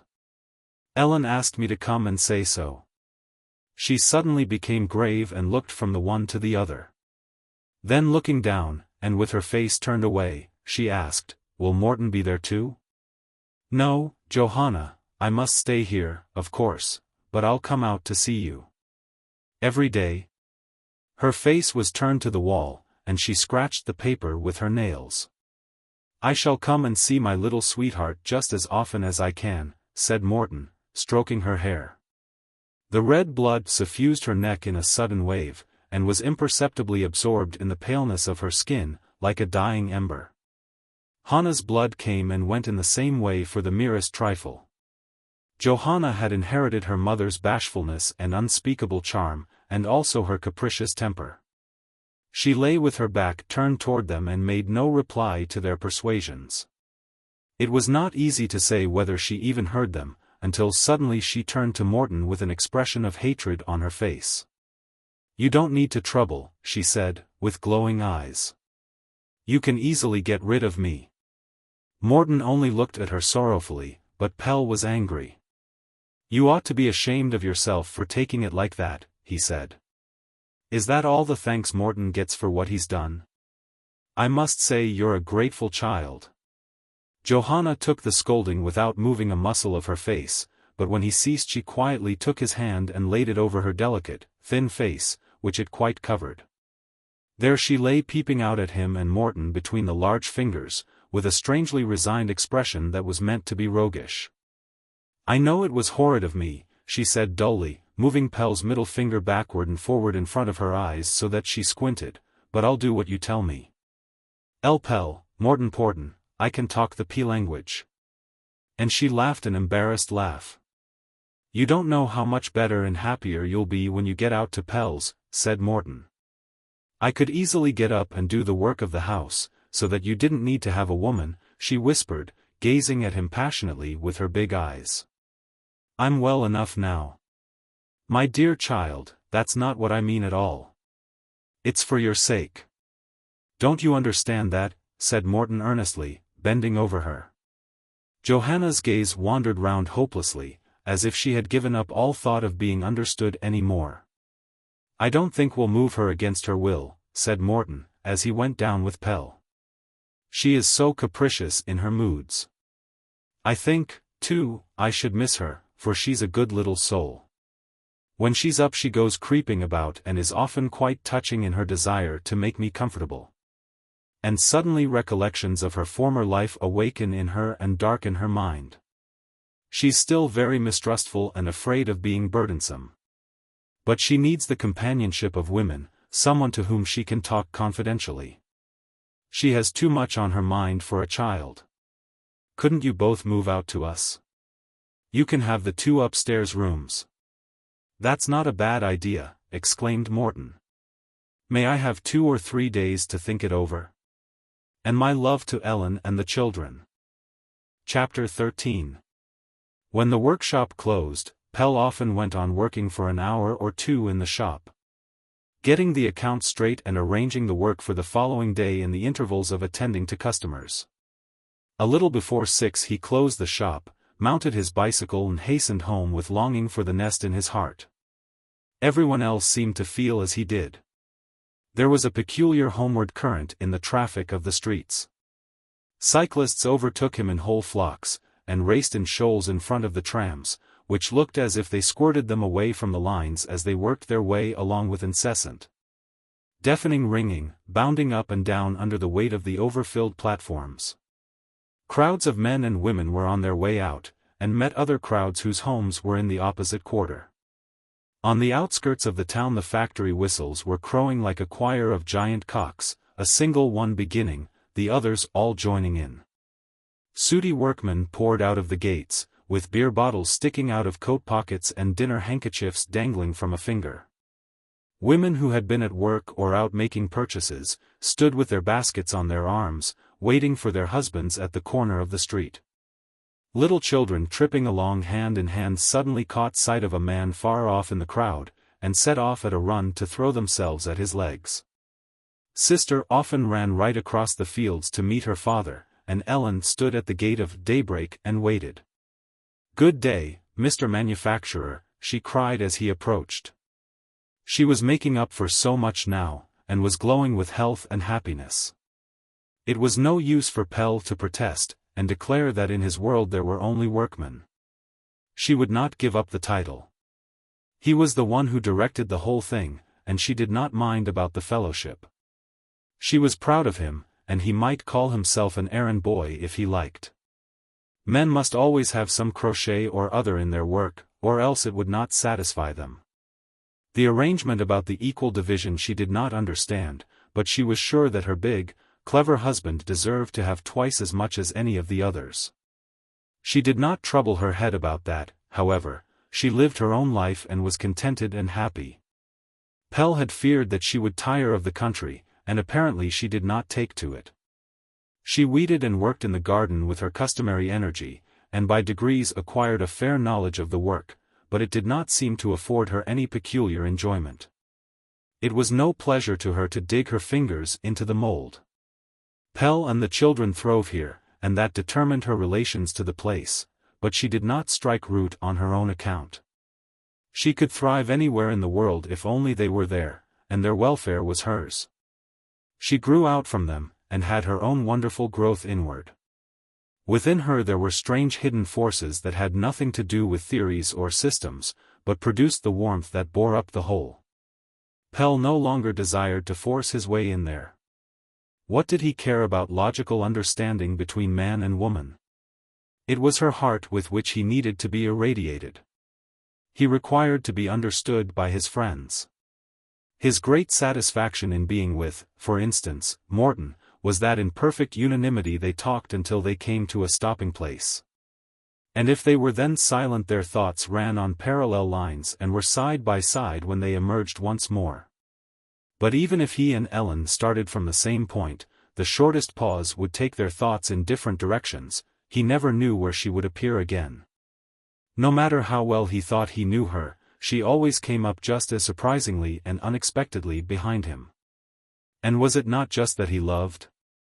Why then contend with it on the basis of the claims of a poor logic? She continued to be just as unfathomable, no matter how much of her he thought he had mastered. She became greater and greater with it, and she brought him a new, strange world. The mysterious unknown with which he had always had to strive, allowed itself to be tenderly embraced.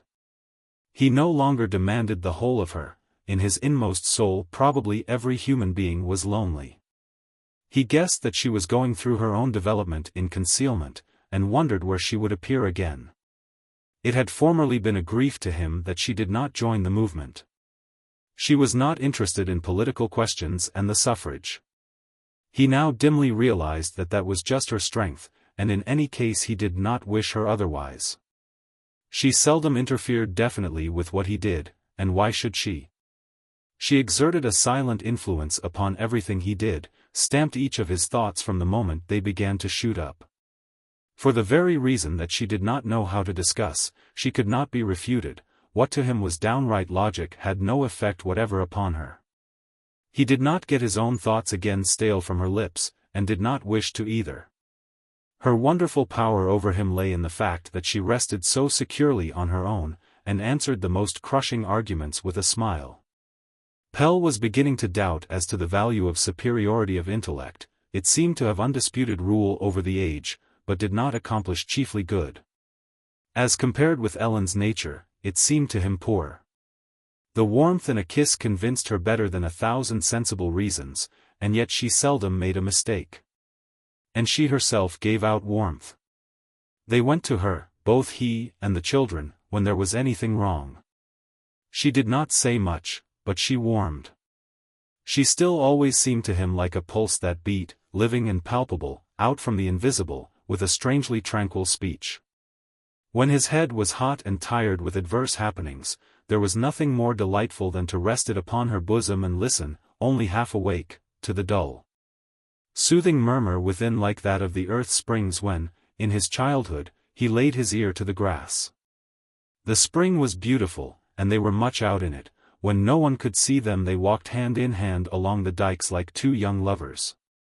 Then Pelle talked and showed her things. Look! There it grew in that way, and here in quite a different way. Was it not strange? He lived over again all his childhood's excitement in spring. Ellen listened to him, smiling. She was not astonished at anything so natural as that things grew, she was merely transformed.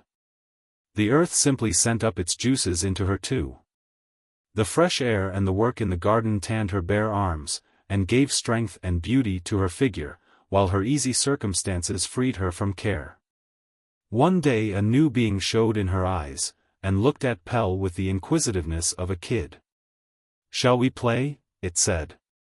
Was it he or the spring that set fire to her? No matter. The pleasure was his. The sunshine entered the innermost corners of his soul, the musty corners left by the darkness of his prison cell, and cured him completely.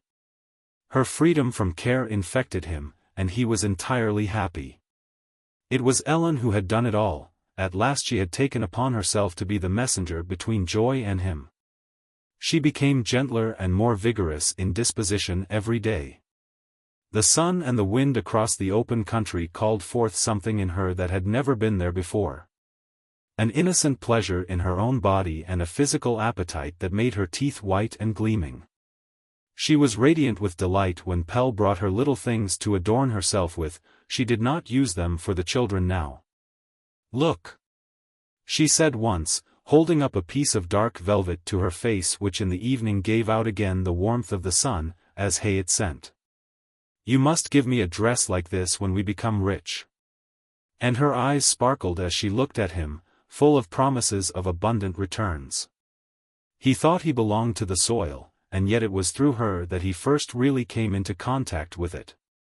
There was worship of nature in the appetite with which she crunched the first radishes of the year and delighted in their juicy freshness.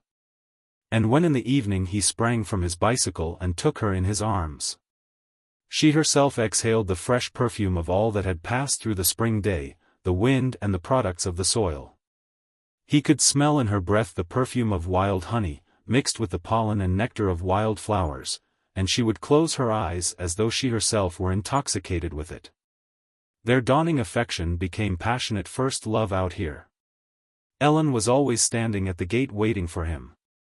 As soon as Pelle had had his supper, the children dragged him round the garden to show him what had taken place during the day. They held his hands and Ellen had to walk by herself. Pelle and she had an intense desire to be close together, but the little ones would not submit to be set aside. "He's our father," they said. And Pelle and Ellen were like two young people that are kept cruelly apart by a remorseless fate, and they looked at one another with eyes that were heavy with expression. When the little ones had gone to bed they stole away from it all, leaving Lasse Frederick in charge of the house. He had seen an artist sitting outside the hedge and painting the smoky city in the spring light, and had procured himself a paintbox. He sat out there every evening now, daubing away busily. He did not mean to be a sailor now. They went up past the farm and on toward the evening sun, walked hand in hand in the dewy grass, gazing silently in front of them.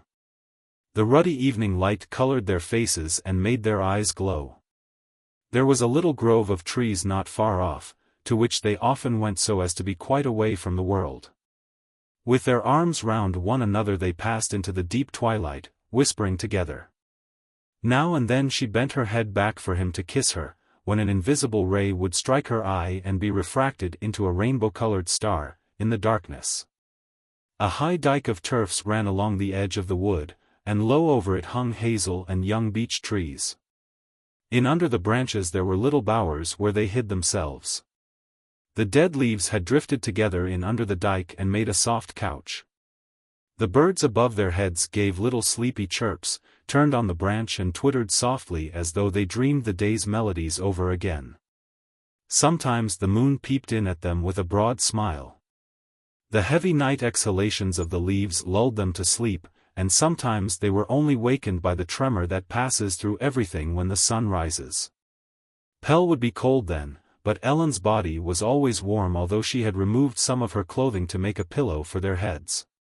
She still continued to be motherly. Her devotion only called forth new sides of her desire for self-sacrifice. How rich she was in her motherliness! She demanded nothing but the hard ground, and could not make herself soft enough. Everything was for him. And she could make herself so incomprehensibly soft. Providence had thrown all his riches and warmth into her lap. It was no wonder that both life and happiness had made their nesting place there. Their love increased with the sunshine, and made everything bright and good. There was no room for any darkness. Pelle met all troubles with a smile. He went about in a state of semi-stupor, and even his most serious business affairs could not efface Ellen's picture from his mind. Her breath warmed the air around him throughout the day, and made him hasten home. At table at home they had secret signs that referred to their secret world. They were living in the first love of youth with all its sweet secrecy, and smiled at one another in youthful, stealthy comprehension. As though the whole world were watching them and must learn nothing. If their feet touched under the table, their eyes met and Ellen would blush like a young girl. Her affection was so great that she could not bear it to be known, even to themselves. A red flame passed over her face, and her eyes were veiled as though she hid in them the unspeakable sweetness of her tryst from time to time. She rarely spoke and generally answered with a smile. She sang softly to herself, filled with the happiness of youth. One afternoon when he came cycling home, Ellen did not meet him as usual. He became anxious, and hurried in. The sofa was made into a bed, and Ellen was standing by it, bending over Johanna, who lay shivering with fever. Ellen raised her head and said, "Hush." The children were sitting in a corner gazing fearfully at the sick girl, who lay with closed eyes, moaning slightly. "She came running out here this afternoon," whispered Ellen, looking strangely at him. "I can't think why. She's terribly ill. I've sent Lasse Frederick in to Morton, so that he may know she's with us." "Have you sent for the doctor?" asked Pelle, bending down over Johanna. "Yes.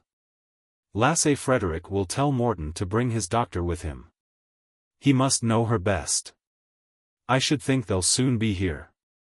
A shivering fit came over Johanna. She lay working her tongue against the dry roof of her mouth, now and then uttering a number of disconnected words, and tossing to and fro upon the bed. Suddenly she raised herself in terror, her wide-open eyes fixed upon Pelle, but with no recognition in them.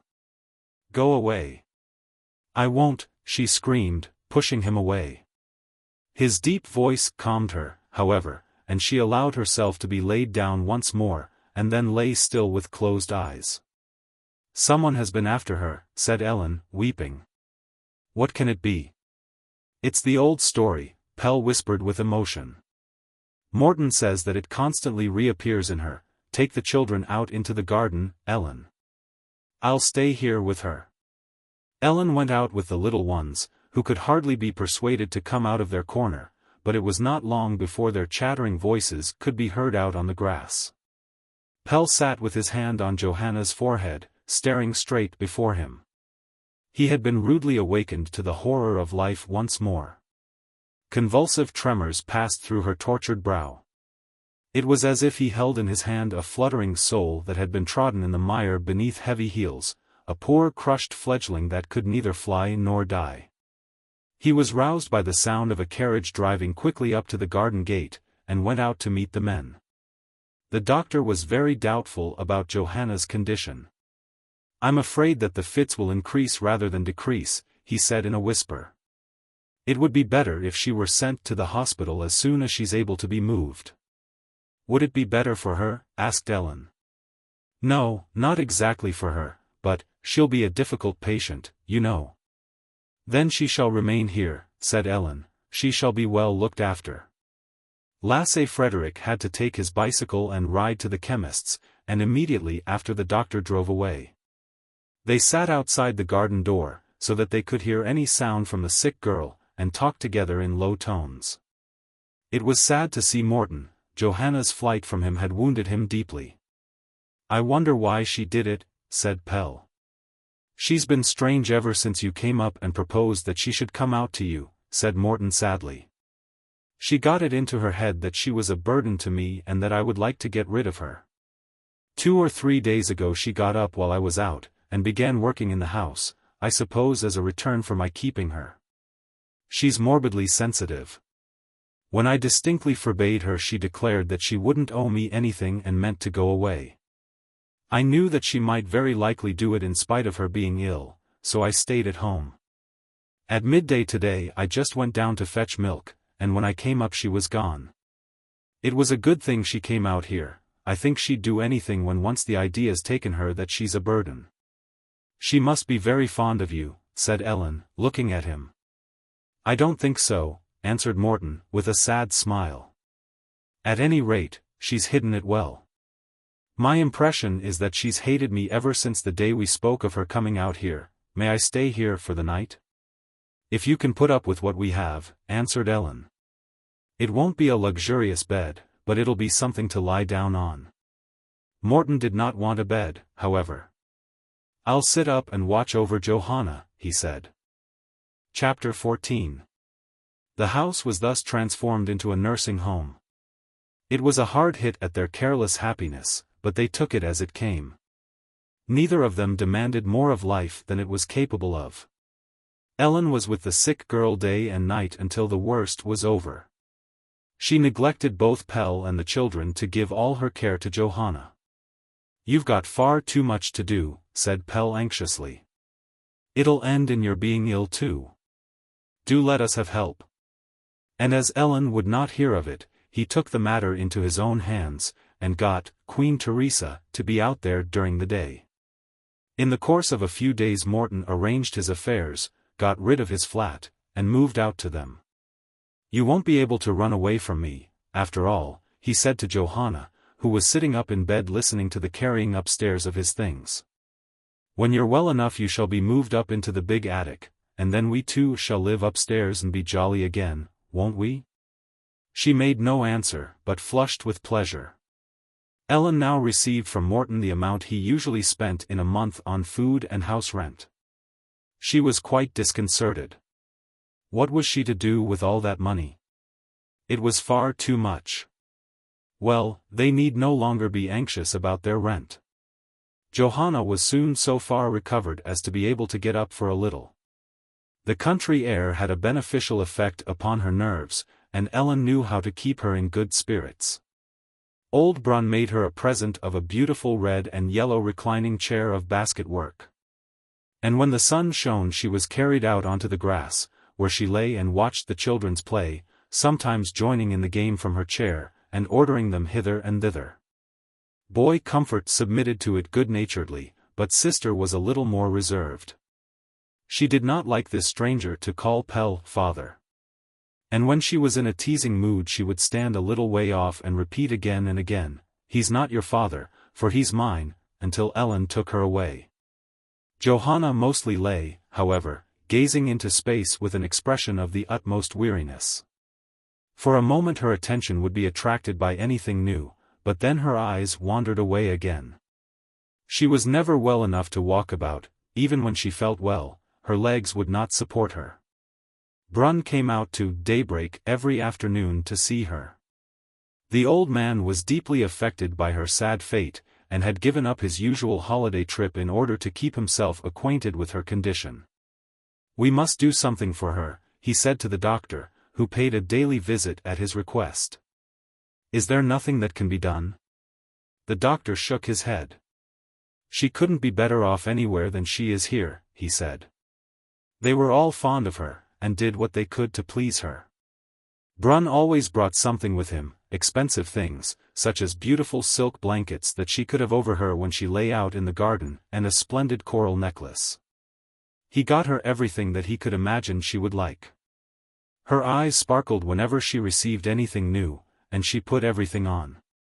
"Now I'm a princess in all her finery," she whispered, smiling at him, but a moment after she had forgotten all about it. She was very fond of the old man, made him sit beside her, and called him grandfather with a mournful attempt at roguishness. She did not listen to what he told her, however, and when the little ones crept up and wanted him to come with them to play in the field, he could quite well go, for she did not notice it. Alas! Nothing could reconcile her child's soul to her poor, maltreated body, neither love nor trinkets. It was as though it were weary of its covering and had soared as far out as possible, held captive by a thin thread that would easily wear through. She grew more transparent every day. It could be clearly seen now that she had the other children beside her. They ate and throve for her as well as themselves. When Ellen was not on the watch, Boy Comfort would come and eat up Johanna's invalid food, though goodness knew he wasn't starved. Johanna herself looked on calmly. It was all a matter of such indifference to her. It was an unusually fine summer, dry and sunny, and they could nearly always be in the garden. They generally gathered there toward evening. Ellen and Queen Teresa had finished their housework, and sat by Johanna with their sewing. Brun kept them company with his cheerful talk. And Johanna lay and dozed with her face toward the garden gate. They laughed and joked with her to keep her in good spirits. Brunn had promised her a trip to the south if she would make haste to use her legs. And told her about the sun down there and the delicious grapes and oranges that she would be allowed to pick herself. She answered everything with her sad smile, as though she knew all too well what awaited her. Her thick, dark hair overshadowed more and more her pale face. It was as if night were closing over her. She seemed to be dozing slowly out of existence, with her large eyes turned toward the garden gate. Morton was often away on lecturing tours, sometimes for several days at a time. When at last he entered the gate, life flashed into her face. He was the only one who could recall her spirit to its surroundings. It was as though it only lingered on for him. She was no longer capricious with him. When she had the strength for it, she sat up and threw her arms round his neck, her tears flowed silently, and her longing found free vent. Ellen understood the child's feelings, and signed to the others to leave the two together. Morton would then sit for hours beside her, telling her all that he had been doing. She never seemed to grow weary, but lay and listened to him with shining eyes, her transparent hand resting upon his arm. Every step he took interested her. Sometimes a peculiar expression came into her eyes, and she fell suspiciously upon some detail or other. Her senses were morbidly keen. The very scent of strange people about him made her sullen and suspicious. The poor, poor child. She loves him, said Ellen one day to Pell, and suddenly burst into tears. And there she lies dying. Her own happiness made her so fully conscious of the child's condition. But dearest Ellen, exclaimed Pell in protest. Don't you think I can see? That's of course why she's always been so strange to him. How sad it is. The child's sad fate cast a shadow over the others, but the sun rose high in the heavens and became still stronger. Pell, said Ellen, stroking his hair, the light nights will soon be over. Morton continued obstinately to believe that little Johanna would recover, but everyone else could see distinctly what the end was to be. Her life oozed away with the departing summer. She became gentler and more manageable every day. The hatred in her was extinguished, she accepted all their kindness with a tired smile. Through her spoiled being there radiated a strange charm, bearing the stamp of death, which seemed to unfold itself the more as she drew nearer to the grave. Later in the autumn her nature changed. Suddenly, when Pell or Morton approached, her eyes would fill with horror and she would open her mouth to cry out, but when she recognized them, she nestled down in their arms, crying pitifully. She could no longer go into the garden, but always kept her bed. She could not bear the noise of the children. It tortured her and carried her thoughts back to the narrow streets. They had to keep out of doors all day. Delirious attacks became more frequent, and her thin, languid voice became once more rough and hoarse. She lay fighting with boys and roughs in high hats, defended herself with nicknames and abusive epithets, and snarled at everyone, until she at last gave in and asked for brandy. And lay crying softly to herself. Old Brunn never dared show himself at her bedside. She took him for an old chamberlain that the street boys had set onto her, and received him with coarse demands. This insight into the child's terrible existence among the timber stacks affected them all. It seemed as if the malignity of life would not relax its hold on this innocent victim, but would persecute her as long as life remained, and made all their love useless. Morton stayed with her during the days in which she fought her battle with death. He sat watching her from a corner, only venturing nearer when she dozed. Ellen was the only one who had the strength to meet it. She was with Johanna night and day, and tried to make death easier for her by her unwearying care. And when the fits came over the child, she held her in her arms and sought to calm her with a mother's love. She had never been in a death chamber before, but did not quail. And the child died upon her breast. Johanna's death had completely paralyzed Morton. As long as he possibly could he had clung to the belief that her life might be saved. If not, it would be so unreasonably unjust, and when her hopeless condition became apparent to him, he collapsed. He did nothing, but wandered about dully, spoke to no one and ate very little. It was as though he had received a blow on the head from a heavy hand. After the funeral he and Pell walked home together while the others drove. Pell talked of indifferent matters in order to draw Morton's thoughts away from the child, but Morton did not listen to him. "My dear fellow, you can't go on like this," said Pell suddenly, putting his arm through Morton's. "You've accompanied the poor child along the road as far as you could, and the living have some claim on you too." Morton raised his head. "What does it matter whether I write a few pages more or less?" he said wearily. "Your pen was given you to defend the defenseless with, you mustn't give up," said Pell. Morton laughed bitterly. "And haven't I pleaded the cause of the children as well as I could, and been innocent enough to believe that there, at any rate? It was only necessary to open people's eyes in order to touch their hearts? And what has been gained? The addition, at the most, of one more volume to the so-called good literature. Men are practical beings, you can with the greatest ease get them to shed theatre tears. They're quite fond of sitting in the stalls and weeping with the unfortunate man, but woe to him if they meet him again in the street. The warmest words that have ever been spoken to me about my descriptions of children were from an old gentleman whom I afterward found to be trying to get hold of little children." "But what are you going to do?" said Pell, looking at him with concern. "Yes, what am I going to do? Tell me that. You're right in saying I'm indifferent, but can one go on taking part in a battle that doesn't even spare the children? Do you remember my little sister Karen, who had to drown herself? How many thousand children are there not standing behind her and Johanna? They call this the children's century, and the children's blood is crying out from the earth. They're happy when they can steal away. Fancy if Johanna had lived on with her burden. The shadows of childhood stretch over the whole of life." "Yes, and so does the sunshine of childhood," exclaimed Pell. "That's why we mustn't fail the poor little ones. We shall need a race with warm hearts." "That's just what I've thought," said Morton sadly. "Do you know, Pell, I loved that child who came to me from the very lowest depth. She was everything to me. Misery has never come so cruelly near to me before. It was a beautiful dream of mine, a foolish dream, that she would live. I was going to coax life and happiness into her again, and then I would have written a book about all that triumphs. I don't know whether you understand me, about misery that becomes health and happiness beneath the sunshine of kindness. She was that, life could hardly be brought lower. But did you notice how much beauty and delicacy there was after all buried beneath the sewer mud in her?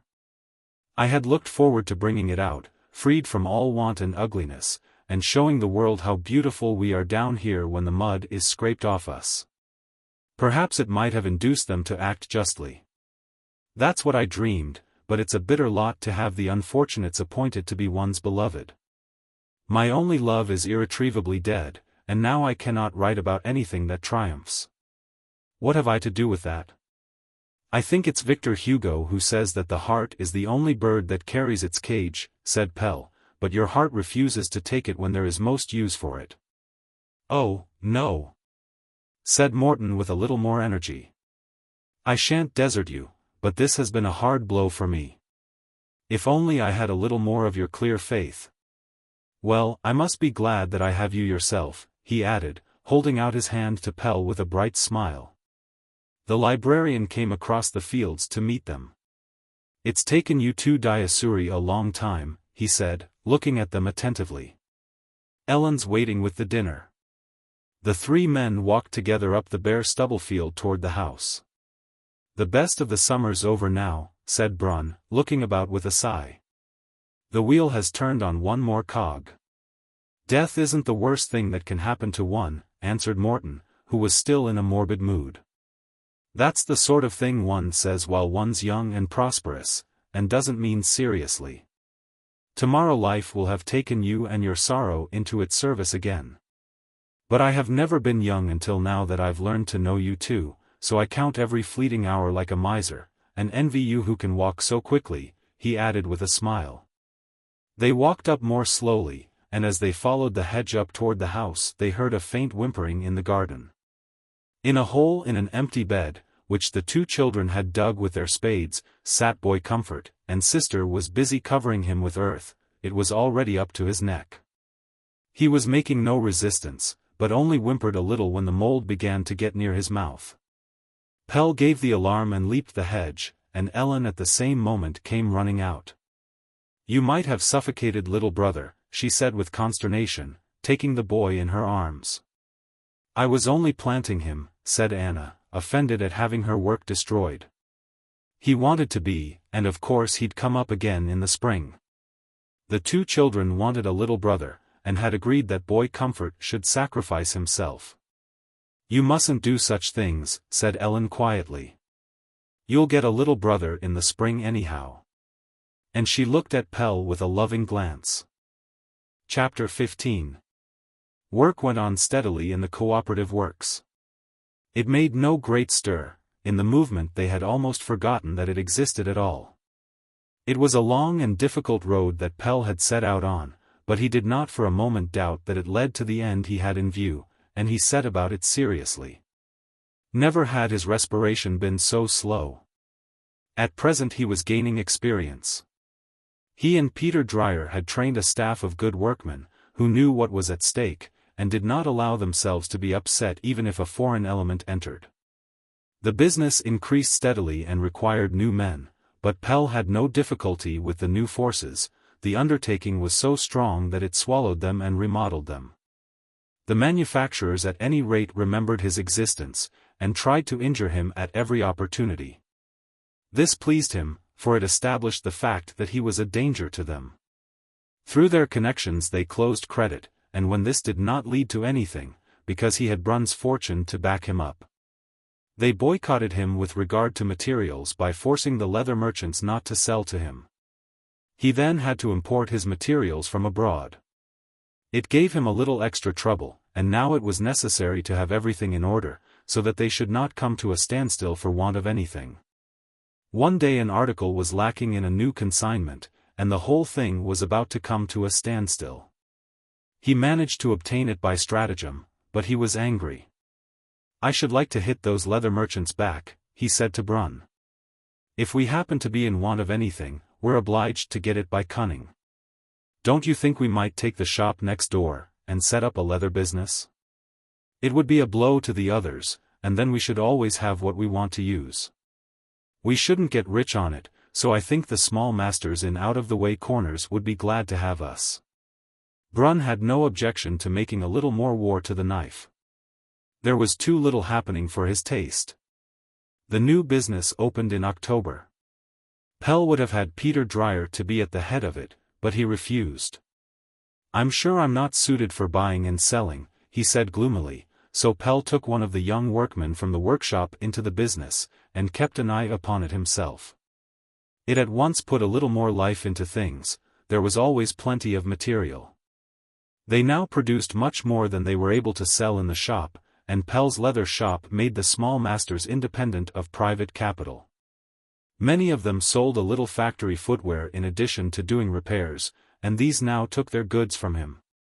Out in the provinces his boots and shoes had already gained a footing in many places. It had come about naturally, in the ordinary sequence of things. The manufacturers followed them up there too, wherever they could.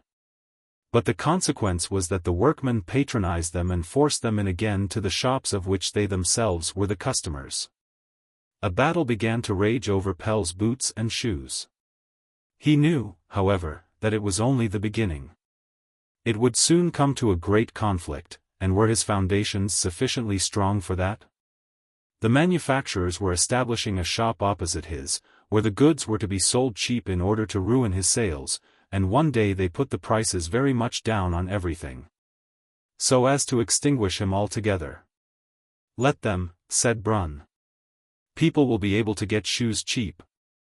Pell was troubled, however, at this fresh attack. Even if they held out, it might well exhaust their economic strength. The misfortune was that they were too isolated. They were as yet like men washed up onto an open shore. They had nothing to fall back upon. The employers had long since discovered that they were just as international as the workmen, and had adopted Pell's old organization idea. It was not always easy, either, to get materials from abroad. He noticed the connection. Until he had got the tanners to start a cooperative business, he ran the risk of having his feet knocked away from under him at any moment. And in the first place he must have the great army of workmen on his side, that was whither everything pointed. One day he found himself once more after many years on the lecturer's platform, giving his first lecture on cooperation. It was very strange to stand once more before his own people and feel their faces turned toward him.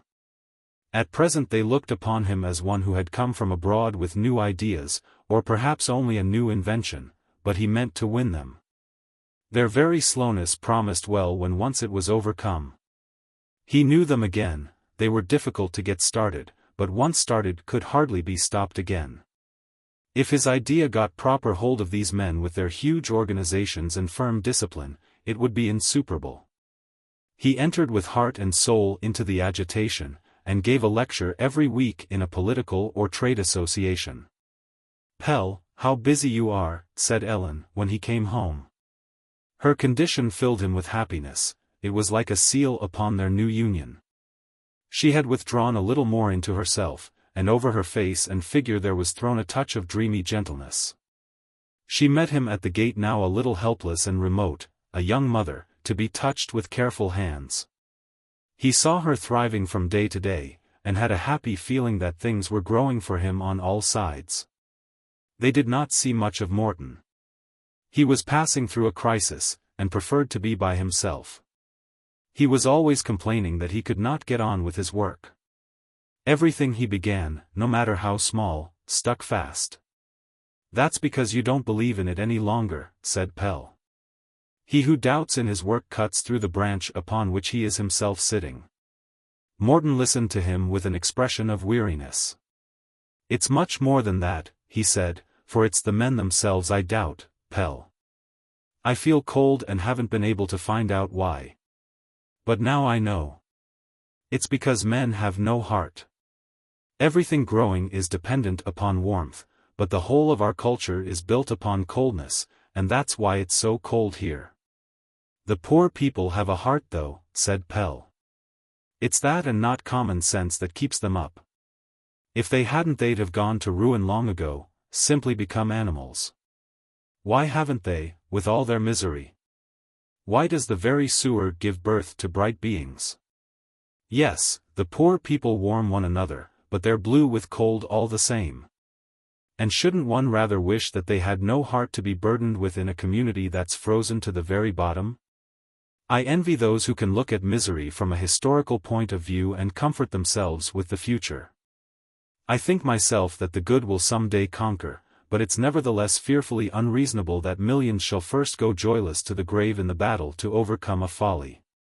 I'm an irreconcilable, that's what it is. My mind has arranged itself for other conditions, and therefore I suffer under those that exist. Even so ordinary a thing as to receive money causes me suffering. It's mine, but I can't help following it back in my thoughts. What want has been caused by its passing into my hands? How much distress and weeping may be associated with it? And when I pay it out again I'm always troubled to think that those who've helped me get too little, my washerwoman and the others. They can scarcely live, and the fault is mine among others. Then my thoughts set about finding out the others' wants and I get no peace. Every time I put a bit of bread into my mouth, or see the stores in the shops, I can't help thinking of those who are starving. I suffer terribly through not being able to alter conditions of which the folly is so apparent. It's of no use for me to put it down to morbidness, for it's not that, it's a forestalling in myself. We must all go that way some day, if the oppressed do not rise before then and turn the point upward. You see I'm condemned to live in all the others' miseries, and my own life has not been exactly rich in sunshine. Think of my childhood, how joyless it was. I haven't your fun to draw from, Pell, remember that. No, there had not been much sunshine on Morton's path, and now he cowered and shivered with cold. One evening, however, he rushed into the sitting-room, waving a sheet of paper. "I've received a legacy," he cried. "Tomorrow morning I shall start for the south. But you'll have to arrange your affairs first, said Pell. Arrange? Morton laughed. Oh, no. You're always ready to start on a journey. All my life I've been ready for a tour around the world at an hour's notice. He walked to and fro, rubbing his hands. Ah, now I shall drink the sunshine, let myself be baked through and through. I think it'll be good for my chest to hop over a winter. How far are you going? Asked Ellen, with shining eyes. To southern Italy and Spain. I want to go to a place where the cold doesn't pull off the coats of thousands while it helps you on with your furs. And then I want to see people who haven't had a share in the blessings of mechanical culture, but upon whom the sun has shone to make up for it, sunshine beings like little Johanna and her mother and grandmother, but who've been allowed to live. Oh, how nice it'll be to see for once poor people who aren't cold. Just let him get off as quickly as possible, said Ellen, when Morton had gone up to pack. For if he once gets the poor into his mind, it'll all come to nothing. I expect I shall put a few of your socks and a little underclothing into his trunk, he's got no change. If only he'll see that his things go to the wash, and that they don't ruin them with chlorine. Don't you think you'd better look after him a little while he's packing? Asked Pell. Or else I'm afraid he'll not take what he'll really want. Morton would sometimes forget his own head. Ellen went upstairs with the things she had looked out. It was fortunate that she did so, for Morton had packed his trunk quite full of books, and laid the necessary things aside. When she took everything out and began all over again, he fidgeted about and was quite unhappy. It had been arranged so nicely, the fiction all together in one place, the proletariat writings in another, he could have put his hand in and taken out anything he wanted. But Ellen had no mercy. Everything had to be emptied onto the floor, and he had to bring every stitch of clothing he possessed and lay them on chairs, whence she selected the necessary garments.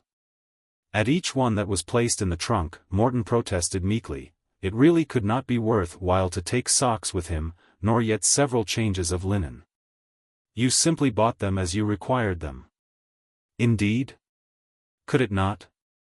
But it was worth while lugging about a big trunk full of useless books like any colporteur, was it? Ellen was on her knees before the trunk, and was getting on with her task. Pell came up and stood leaning against the doorjamb, looking at them. That's right. Just give him a coating of paint that will last till he gets home again, he said, laughing. He may need it badly. Morton sat upon a chair looking crestfallen. Thank goodness, I'm not married, he said. I really begin to be sorry for you, Pell. It was evident that he was enjoying being looked after. Yes, now you can see what a domestic affliction I have to bear, Pell answered gravely. Ellen let them talk. The trunk was now cram full, and she had the satisfaction of knowing that he would not be going about like a tramp. There were only his toilet articles left now, even those he had forgotten. She drew a huge volume out of the pocket for these articles inside the lid of the trunk to make room for his washing things, but at that Morton sprang forward. I must have that with me, whatever else is left out, he said with determination. It was Victor Hugo's Les Miserables, Morton's Bible. Ellen opened it at the title page to see if it really was so necessary to travel about with such a monster. It was as big as a loaf.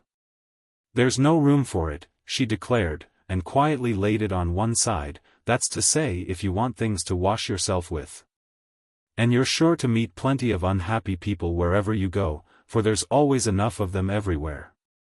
Then perhaps Madam will not permit me to take my writing things with me? Questioned Morton, in a tone of supplication. Oh, yes, answered Ellen, laughing, and you may use them too, to do something beautiful, that's to say if it's us poor people you're writing for. There's sorrow and misery enough. When the sun's shone properly upon me, I'll come home and write you a book about it, said Morton seriously. The following day was Sunday. Morton was up early and went out to the churchyard. He was gone a long time, and they waited breakfast for him. He's coming now, cried Lasse Frederick, who had been up to the hill farm for milk. I saw him down in the field. Then we can put the eggs on, said Ellen to sister, who helped her a little in the kitchen. Morton was in a solemn mood. "The roses on Johanna's grave have been picked again," he said. "I can't imagine how anyone can have the heart to rob the dead. They are really the poorest of us all." "I'm glad to hear you say that," exclaimed Pell. "A month ago you thought the dead were the only ones who were well off." "You're a rock," said Morton, smiling and putting his hands on the other's shoulders. "If everything else were to change, we should always know where you were to be found." "Come to table," cried Ellen, but at once, or the surprise will be cold. She stood waiting with a covered dish in her hand.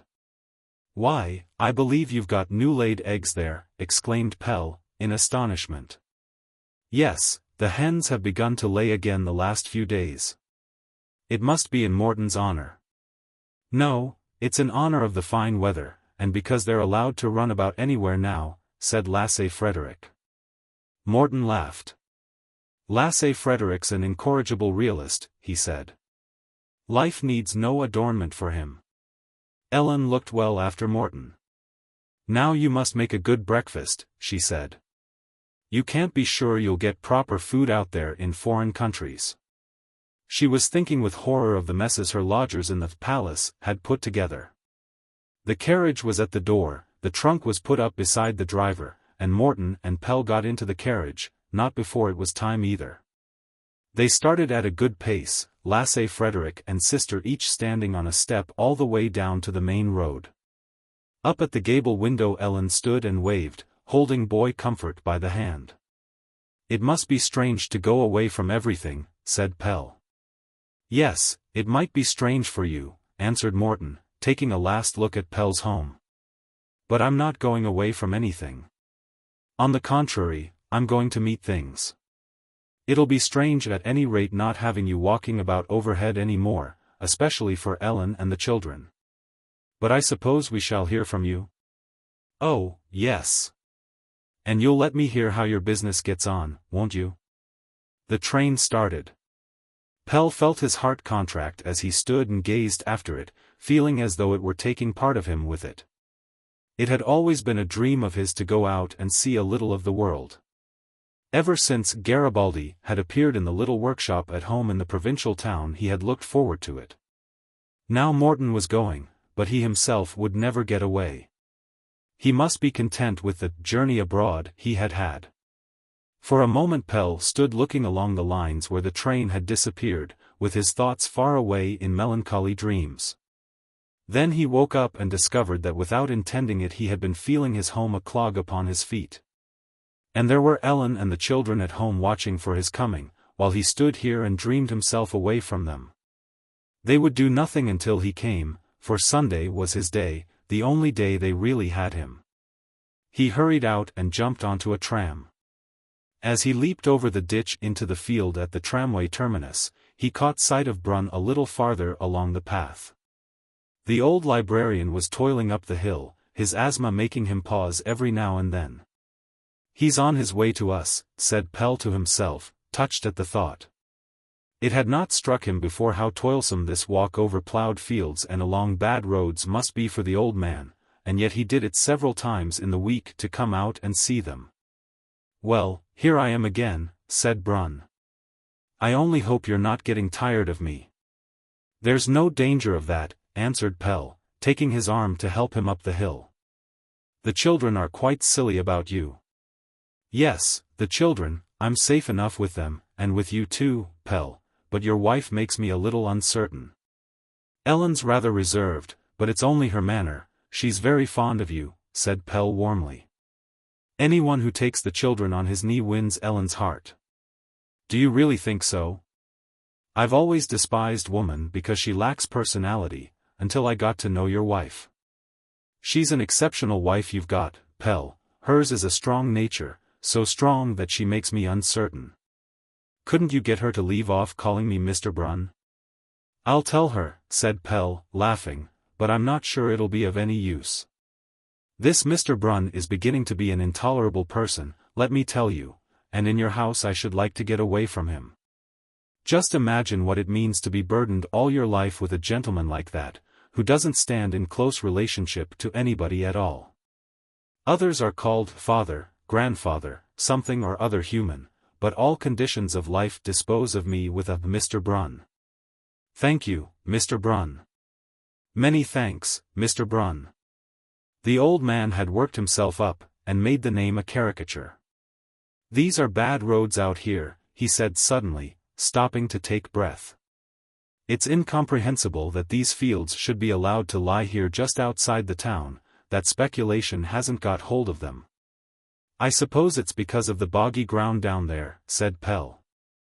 They've begun to fill it in, however, at the north end, I see. Brun peered in that direction with some interest, but gave it up, shaking his head. No, I can't see so far without glasses, that's another of the blessings bestowed by books.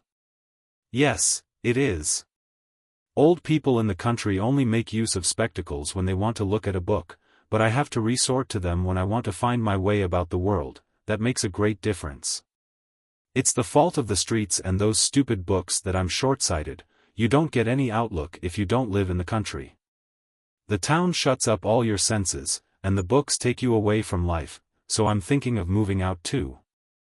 Is that wise now just before the winter? It wouldn't do for you to go in and out in all kinds of weather. Then I'll give up the library, answered Brun. I shan't miss it much, I've spent enough of my life there. Fancy, Pell. It occurred to me last night that I'd helped to catalogue most of the literature of the world, but haven't even seen a baby dressed. What right have people like me to have an opinion? I can't understand that, said Pell. Books have given me so much help. Yes, because you had the real thing. If I were young, would go out and set to work with my hands. I've missed more through never having worked with my body till I was hot and tired, than you have through not knowing the great classic writers. I'm discovering my own poverty, Pell. And I would willingly exchange everything for a place as grandfather by a cozy fireside. The children came running across the field. Have you got anything for us today? They cried from a long distance. Yes, but not until we get into the warmth. I daren't unbutton my coat out here because of my cough. Well, but you walk so slowly, said Boy Comfort. Is it because you're so old? Yes, that's it, answered the old man, laughing. You must exercise a little patience. Patience, however, was a thing of which the children possessed little, and they seized hold of his coat and pulled him along. He was quite out of breath when they reached the house. Ellen looked severely at the children, but said nothing. She helped Brun off with his coat and neckerchief, and after seeing him comfortably seated in the sitting room, went out into the kitchen. Pell guessed there was something she wanted to say to him, and followed her. Pell, she said gravely, the children are much too free with Mr. Brun. I can't think how you can let them do it. Well, but he likes it, Ellen, or of course I should stop them. It's just what he likes. And do you know what I think he would like still better? If you would ask him to live with us. That I'll never do, declared Ellen decidedly. It would look so extraordinary of me. But if he wants a home, and likes us? He's got no friends but us. No, no, Ellen could not understand that all the same, with the little they had to offer. And Brun, who could afford to pay for all the comforts that could be had for money. If he came, I should have to have new table linen at any rate, and good carpets on the floors, and lots of other things. You can have them too, said Pell. Of course we'll have everything as nice as we can, though Brun's quite as easily pleased as we are. That might be so, but Ellen was the mistress of the house, and there were things she could not let go. If Mr. Brun would like to live with us, he shall be made comfortable, she said. But it's funny he doesn't propose it himself, for he can do it much better than we can. No, it must come from us, from you, Ellen. He's a little afraid of you. Of me? Exclaimed Ellen, in dismay. And I who would, why, there's no one I'd sooner be kind to. Then I'll say it, Pell, but not just now. She put up her hands to her face, which was glowing with pleasure and confusion at the thought that her little home was worth so much. Pell went back to the sitting room. Brun was sitting on the sofa with Boy Comfort on his knee. "He's a regular little urchin," he said. "But he's not at all like his mother. He's got your features all through." "Ellen isn't his mother," said Pell, in a low voice. "Oh, isn't she? It's funny that he should have those 3 wrinkles in his forehead like you. They're like the wave lines in the countenance of Denmark. You both look as if you were always angry." "So we were at that time," said Pell. "Talking of anger," Brun went on, "I applied to the police authorities yesterday, and got them to promise to give up their persecution of Peter Dreyer. On condition that he ceases his agitation among the soldiers. We shall never get him to agree to that. It would be the same thing as requiring him to swear away his rights as a man. He has taught himself, by a great effort, to use parliamentary expressions, and nobody'll ever get him to do more. In the matter of the cause itself he'll never yield, and there I agree with him. If you mayn't even fight the existing conditions with spiritual weapons, there'll be an end of everything." "Yes, that's true," said Brun, "only I'm sorry for him. The police keep him in a perpetual state of inflammation. He can't have any pleasure in life." Chapter 16. Pell was always hoping that Peter Dreyer would acquire a calmer view of life. It was his intention to start a cooperative business in the course of the spring at Aarhus too, and Peter was appointed to start it. But his spirit seemed incurable. Every time he calmed down a little, conditions roused him to antagonism again. This time it was the increase of unemployment that touched him. The senseless persecution, moreover, kept him in a state of perpetual irritation. Even when he was left alone, as now. He had the feeling that they were wondering how they could get him to blunder, apparently closed their eyes in order to come down upon him with all the more force. He never knew whether he was bought or sold. The business was now so large that they had to move the actual factory into the back building, and take the whole of the basement for the repairing workshop. Peter Dreyer managed this workshop, and there was no fault to find with his management. He was energetic and vigilant. He was not capable, however, of managing work on a large scale, for his mind was in constant oscillation. In spite of his abilities he was burning to no purpose. He might drop his agitation and take up something more useful, said Brun, one evening when he and Pell sat discussing the matter. Nothing's accomplished by violence anyhow. And he's only running his head against a brick wall himself. You didn't think so some time ago, said Pell. It was Brun's pamphlets on the rights of the individual that had first roused Peter Dreyer's attention. No, I know that. I once thought that the whole thing must be smashed to pieces in order that a new world might arise out of chaos. I didn't know you, and I didn't think my own class too good to be tossed aside. They were only hindering the development. But you've converted me. I was a little too quick to condemn your slowness. You have more connectedness in you than I. Our little business in there has proved to me that the common people are wise to admit their heritage from and debt to the upper class. I'm sorry to see Peter running off the track. He's one of your more talented men. Couldn't we get him out here? He could have one of my rooms. I think he needs a few more comforts. You'd better propose it to him yourself, said Pell. The next day Brun went into town with Pell and proposed it, but Peter Dreyer declined with thanks. I've no right to your comforts as long as there are 20,000 men that have neither food nor firing, he said, dismissing the subject. But you're an anarchist, of course, he added scornfully, and a millionaire, from what I hear, so the unemployed have nothing to fear. He had been disappointed on becoming personally acquainted with the old philosopher, and never disguised his ill will.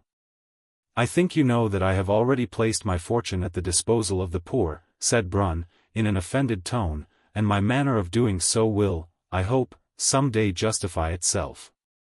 If I were to divide what I possess today among the unemployed, it would have evaporated like dew by tomorrow, so tremendous, unfortunately, is the want now.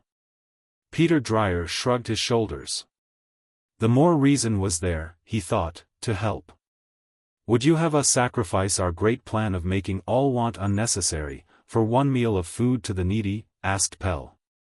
Yes, Peter saw only the want of today. It was such a terrible reality to him that the future must take care of itself. A change had taken place in him, and he seemed quite to have given up the development.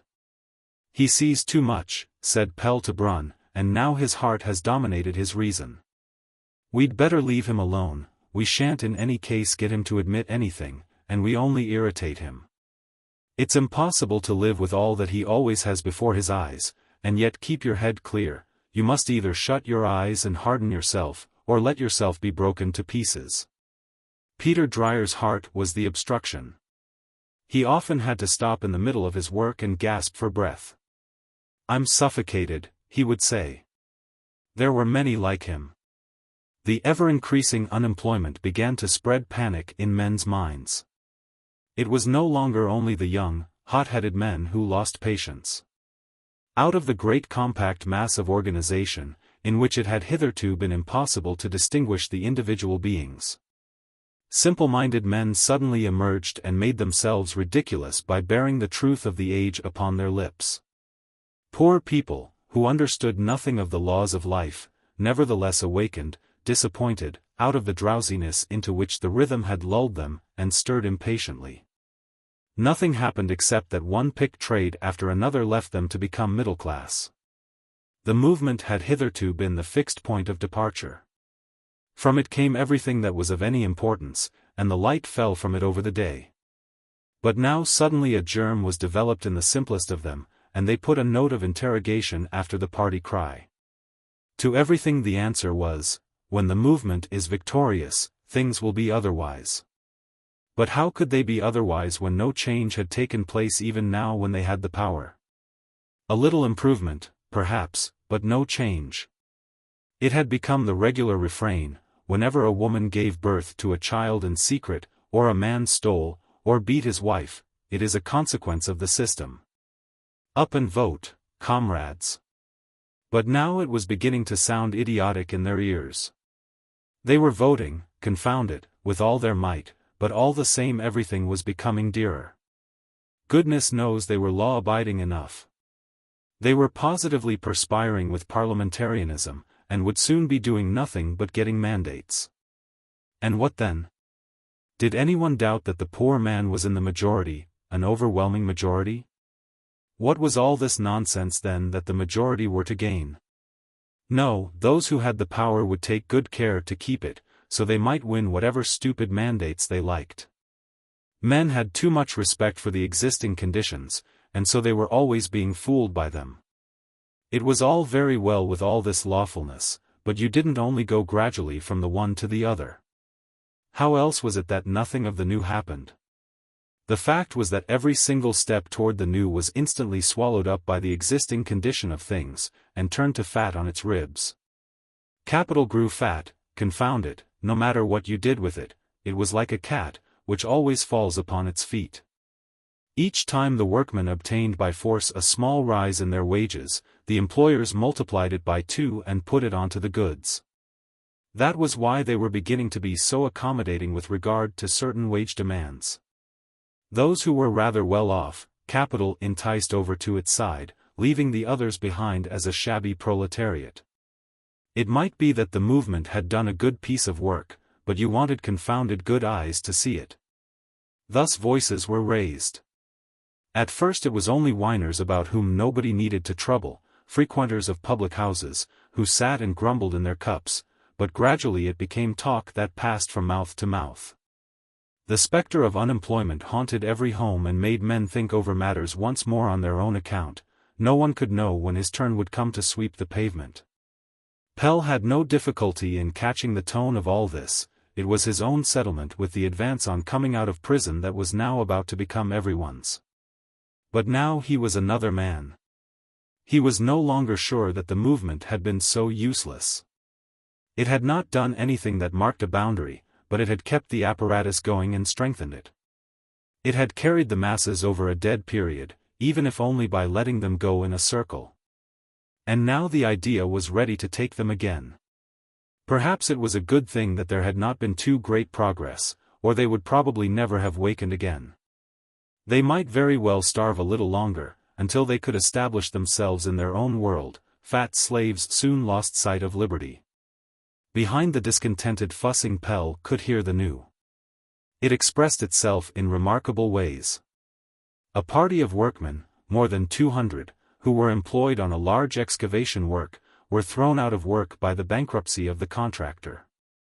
A new contractor took over the work, but the men made it a condition for beginning work again that he should pay them the wages that were due to them, and also for the time they were unemployed.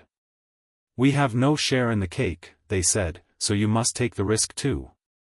They made the one employer responsible for the other, and capriciously refused good work at a time when thousands were unemployed. Public opinion almost lost its head, and even their own press held aloof from them. But they obstinately kept to their determination, and joined the crowd of unemployed until their unreasonable demand was submitted to. Pelle heard a new tone here.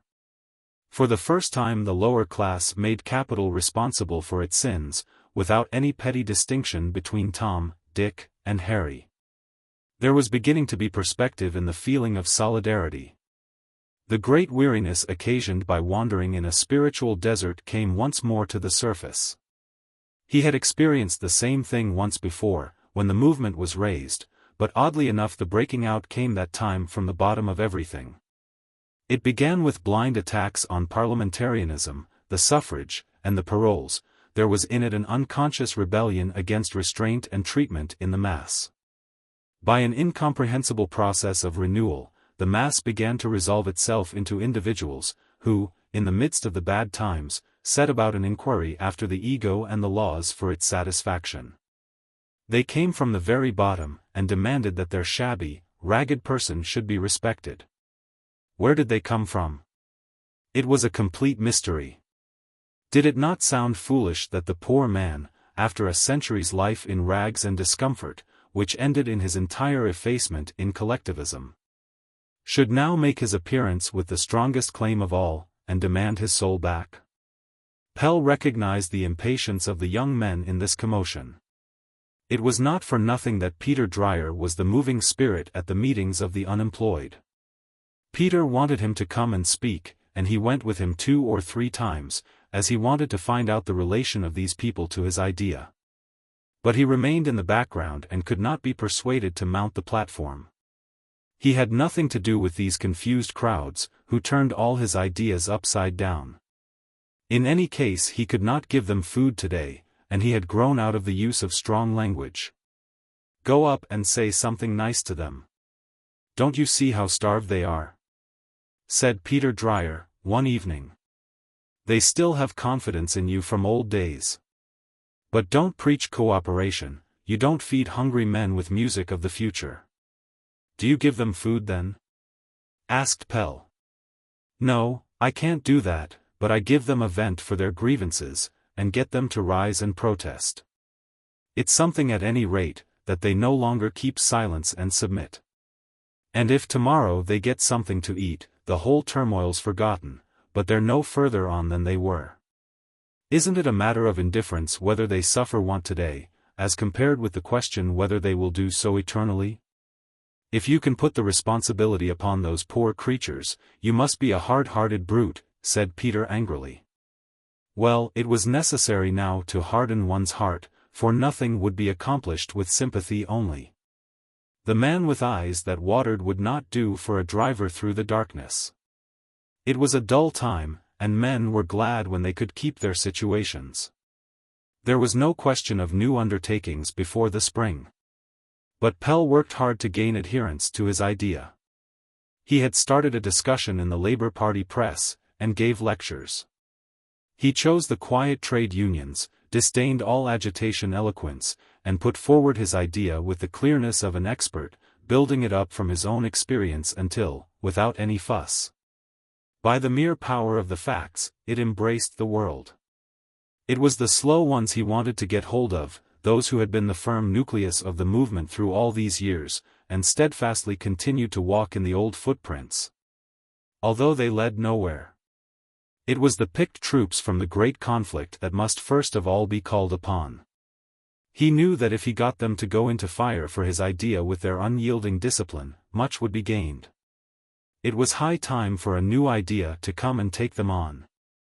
They had grown weary of this perpetual goose-step, the movement was running away from them. But now he had come with an idea of which they would never grow weary, and which would carry them right through. No one would be able to say that he could not understand it, for it was the simple idea of the home carried out so as to include everything.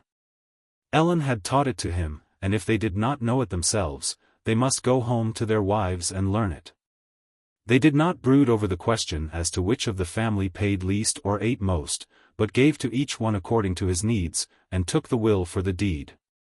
The world would be like a good, loving home, where no one oppressed the other, nothing more complicated than that.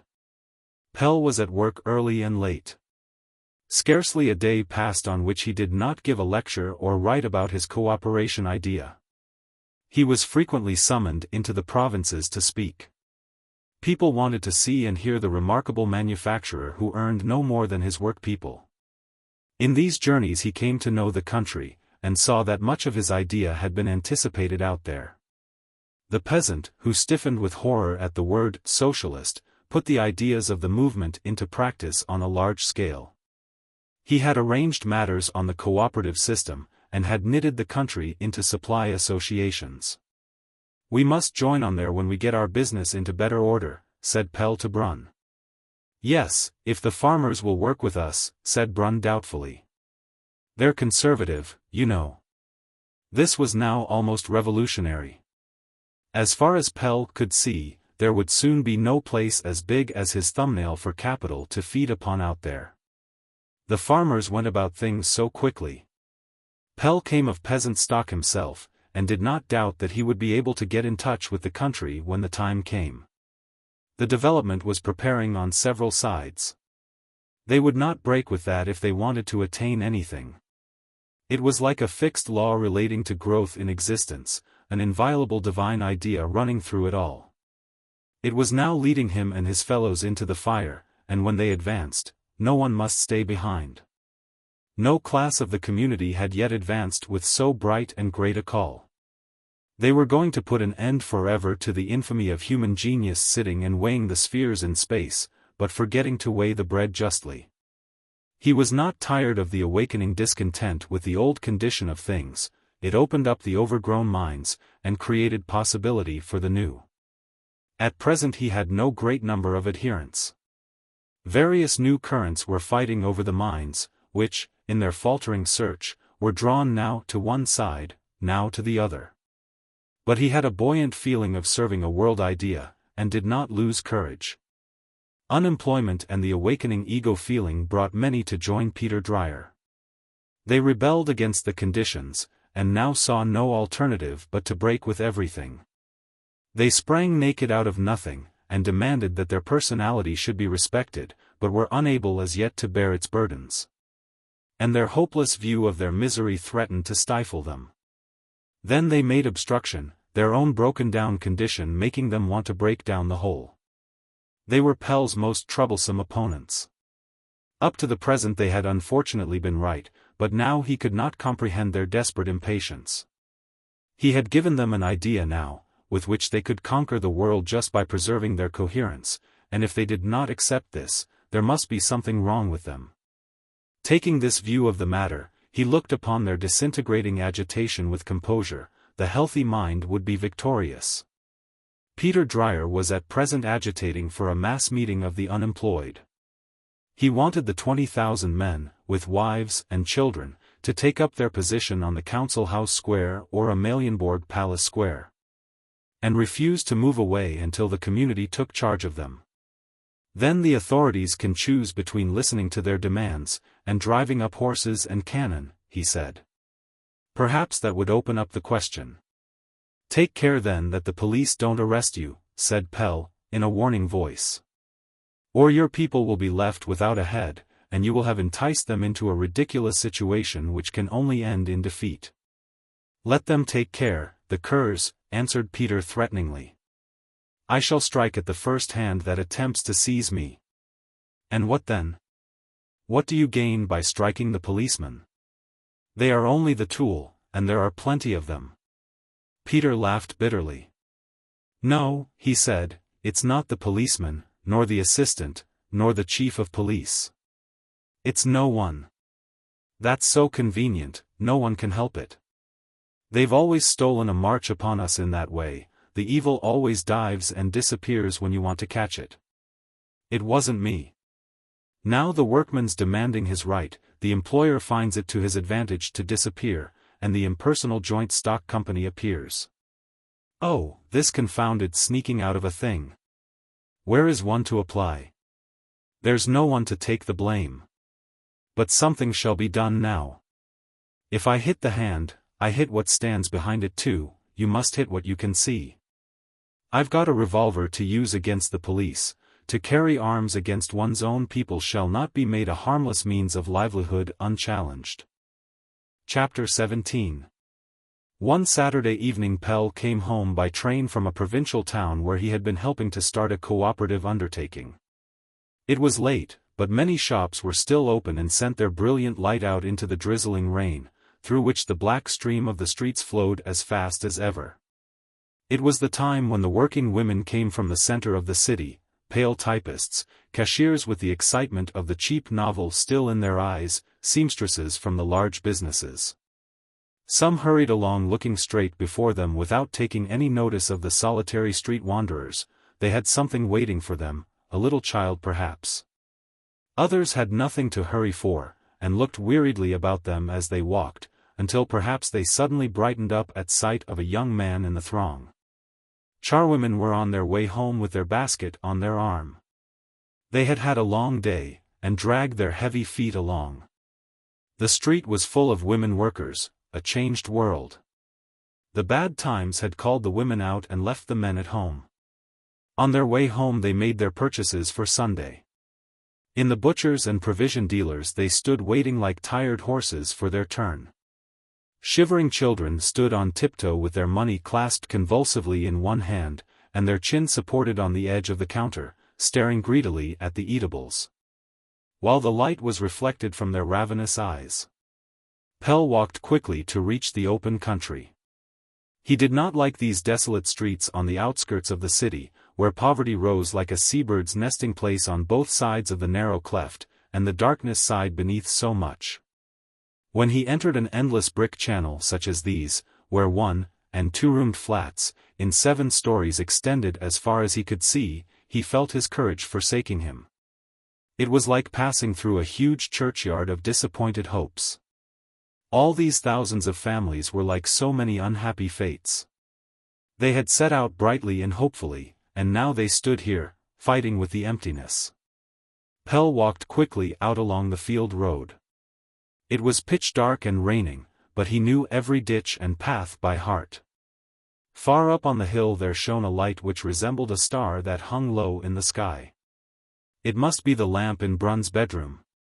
He wondered at the old man being up still, for he was soon tired now that he had given up the occupation of a long lifetime, and generally went to bed early. Perhaps he had forgotten to put out the lamp. Pelle had turned his coat collar up about his ears, and was in a comfortable frame of mind. He liked walking alone in the dark. Formerly its yawning emptiness had filled him with a panic of fear, but the prison had made his mind familiar with it. He used to look forward to these lonely night walks home across the fields. The noises of the city died away behind him, and he breathed the pure air that seemed to come straight to him out of space. All that a man cannot impart to others arose in him in these walks. In the daily struggle he often had a depressing feeling that the result depended upon pure chance.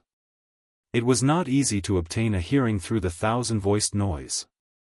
A sensation was needed in order to attract attention, and he had presented himself with only quite an ordinary idea, and declared that without stopping a wheel it could remodel the world.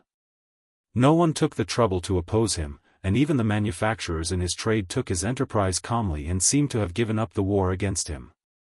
He had expected great opposition, and had looked forward to overcoming it, and this indifference sometimes made him doubt himself. His invincible idea would simply disappear in the motley confusion of life. But out here in the country, where night lay upon the earth like great rest, his strength returned to him. All the indifference fell away, and he saw that like the piers of a bridge, his reality lay beneath the surface. Insignificant though he appeared, he rested upon an immense foundation. The solitude around him revealed it to him and made him feel his own power. While they overlooked his enterprise, he would make it so strong that they would run their head against it when they awoke. Pelle was glad he lived in the country, and it was a dream of his to move the workmen out there again some day. He disliked the town more and more, and never became quite familiar with it. It was always just as strange to go about in this humming hive, where each seemed to buzz on his own account, and yet all were subject to one great will, that of hunger. The town exerted a dull power over men's minds, it drew the poor to it with lies about happiness, and when it once had them, held them fiendishly fast. The poisonous air was like opium. The most miserable beings dream they are happy in it, and when they have once got a taste for it, they had not the strength of mind to go back to the uneventful everyday life again.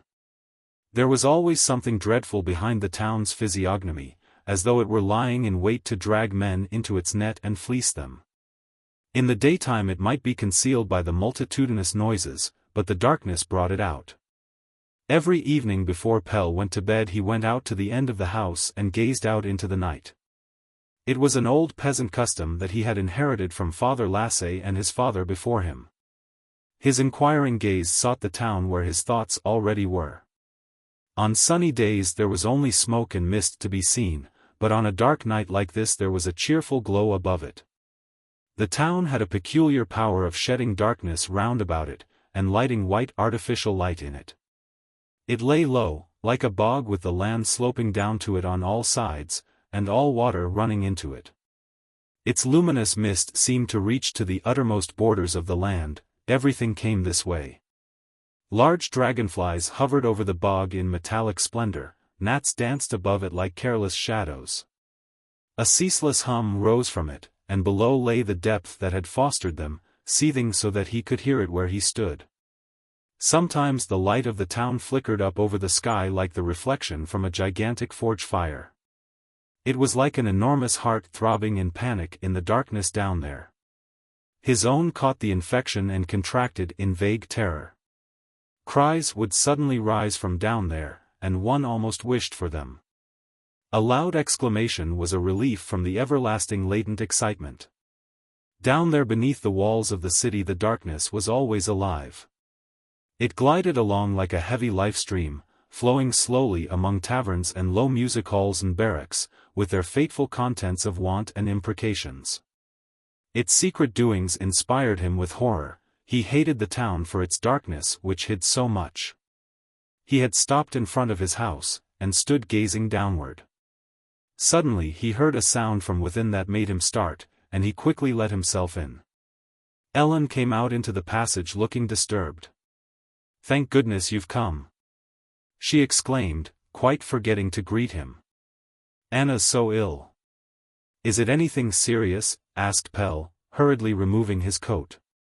"It's the old story. I got a carriage from the farm to drive in for the doctor. It was dear, but Brun said I must. She's to have hot milk with EMS salts and soda water. You must warm yourself at the stove before you go up to her, but make haste. She keeps on asking for you." The sick room was in semi-darkness, Ellen having put a red shade over the lamp, so that the light should not annoy the child. Brun was sitting on a chair by her bed, watching her intently as she lay muttering in a feverish doze. He made a sign to Pelle to walk quietly. "She's asleep," he whispered. The old man looked unhappy. Pelle bent silently over her. She lay with closed eyes, but was not asleep. Her hot breath came in short gasps. As he was about to raise himself again, she opened her eyes and smiled at him. "What's the matter with sister? Is she going to be ill again?" he said softly. "I thought the sun had sent that naughty bronchitis away." The child shook her head resignedly. "Listen to the cellar man," she whispered. He was whistling as hard as he could down in her windpipe, and she listened to him with a serious expression. Then her hand stole up and she stroked her father's face as though to comfort him. Brun, however, put her hand down again immediately and covered her up close. "We very nearly lost that doll," he said seriously. He had promised her a large doll if she would keep covered up. "Shall I still get it?" she asked in gasps, gazing at him in dismay. "Yes, of course you'll get it, and if you make haste and get well, you shall have a carriage too with India rubber tires." Here Ellen came in. "Mr. Brun," she said, "I've made your room all ready for you." She laid a quieting hand upon the child's anxious face. The librarian rose unwillingly. "That's to say Mr. Brun is to go to bed," he said half in displeasure. Well, good night then. I rely upon your waking me if things become worse." "How good he is," said Ellen softly. "He's been sitting here all the time to see that she kept covered up. He's made us afraid to move because she's to be kept quiet. But he can't help chattering to her himself whenever she opens her eyes." Ellen had moved Lasse Frederick's bed down into their bedroom and put up her own here so as to watch over the child. "Now you should go to bed," she said softly to Pelle. "You must be tired to death after your journey, and you can't have slept last night in the train either." He looked tired, but she could not persuade him. He meant to stay up there. "I can't sleep anyhow as things are," he whispered, "and tomorrow's Sunday." "Then lie down on my bed. It'll rest you a little." He lay down to please her, and stared up at the ceiling while he listened to the child's short, rattling respiration. He could hear that she was not asleep. She lay and played with the rattling sound, making the cellarman speak sometimes with a deep voice, sometimes with a high one. She seemed quite familiar with this dangerous chatter, which had already cost her many hours of illness and sounded so painful to Pelle's ear. She bore her illness with the wonderful resignation that belonged to the dwellers in the back streets. She did not become unreasonable or exacting, but generally lay and entertained herself. It was as though she felt grateful for her bed. She was always in the best spirits when she was in it. The sun out here had made her very brown, but there must be something in her that it had not prevailed against. It was not so easy to move away from the bad air of the back streets. Whenever she had a fit of coughing, Pelle raised her into a sitting posture and helped her to get rid of the phlegm. She was purple in the face with coughing, and looked at him with eyes that were almost starting out of her head with the violent exertion. Then Ellen brought her the hot milk and EMS salts, and she drank it with a resigned expression and lay down again. "It's never been so bad before," whispered Ellen, "so what can be the use? Perhaps the country air isn't good for her." "It ought to be though," said Pelle, "or else she's a poor little poison thing." Ellen's voice rang with the possibility of their moving back again to the town for the sake of the child. To her the town air was not bad, but simply milder than out here. Through several generations she had become accustomed to it and had overcome its injurious effects. To her it seemed good as only the air of home can be. She could live anywhere, but nothing must be said against her childhood's home. Then she became eager. The child had wakened with their whispering, and lay and looked at them. "I shan't die, shall I?" she asked. They bent over her. "Now you must cover yourself up and not think about such things," said Ellen anxiously. But the child continued obstinately. "If I die, will you be as sorry about me as you were about Johanna?" she asked anxiously, with her eyes fixed upon them. Pelle nodded. It was impossible for him to speak. "Will you paint the ceiling black to show you're sorry about me? Will you, father?" she continued inexorably, looking at him. "Yes, yes," said Ellen desperately, kissing her lips to make her stop talking. The child turned over contentedly, and in another moment she was asleep. "She's not hot now," whispered Pelle. "I think the fever's gone." His face was very grave. Death had passed its cold hand over it. He knew it was only in jest, but he could not shake off the impression it had made. They sat silent, listening to the child's breathing, which was now quiet. Ellen had put her hand into Pelle's, and every now and then she shuddered. They did not move, but simply sat and listened, while the time ran singing on. Then the cock crew below, and roused Pelle. It was 3 o'clock, and the child had slept for 2 hours. The lamp had almost burned dry, and he could scarcely see Ellen's profile in the semi-darkness. She looked tired. He rose noiselessly and kissed her forehead. "Go downstairs and go to bed," he whispered, leading her toward the door. Stealthy footsteps were heard outside. It was Brun, who had been down to listen at the door. He had not been to bed at all. The lamp was burning in his sitting room, and the table was covered with papers. He had been writing. He became very cheerful when he heard that the attack was over. "I think you ought rather to treat us to a cup of coffee," he answered, when Ellen scolded him because he was not asleep. Ellen went down and made the coffee, and they drank it in Brun's room. The doors were left ajar so that they could hear the child.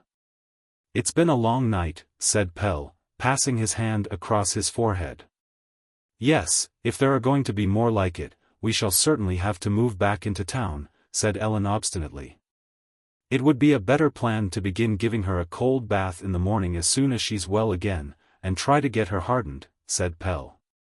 "Do you know," said Ellen, turning to Brun, "Pelle thinks it's the bad air and the good air fighting for the child, and that's the only reason why she's worse here than in town." "So it is," said Brun gravely, "and a sick child like that gives one something to think about." Chapter 18. The next day they were up late. Ellen did not wake until about 10, and was quite horrified. But when she got up she found the fire on and everything in order, for Lasse Frederick had seen to it all. She could start on breakfast at once. Sister was quite bright again, and Ellen moved her into the sitting room and made up a bed on the sofa, where she sat packed in with pillows, and had her breakfast with the others. "Are you sorry sister's getting well, old man?" asked Boy Comfort. "My name isn't Old Man.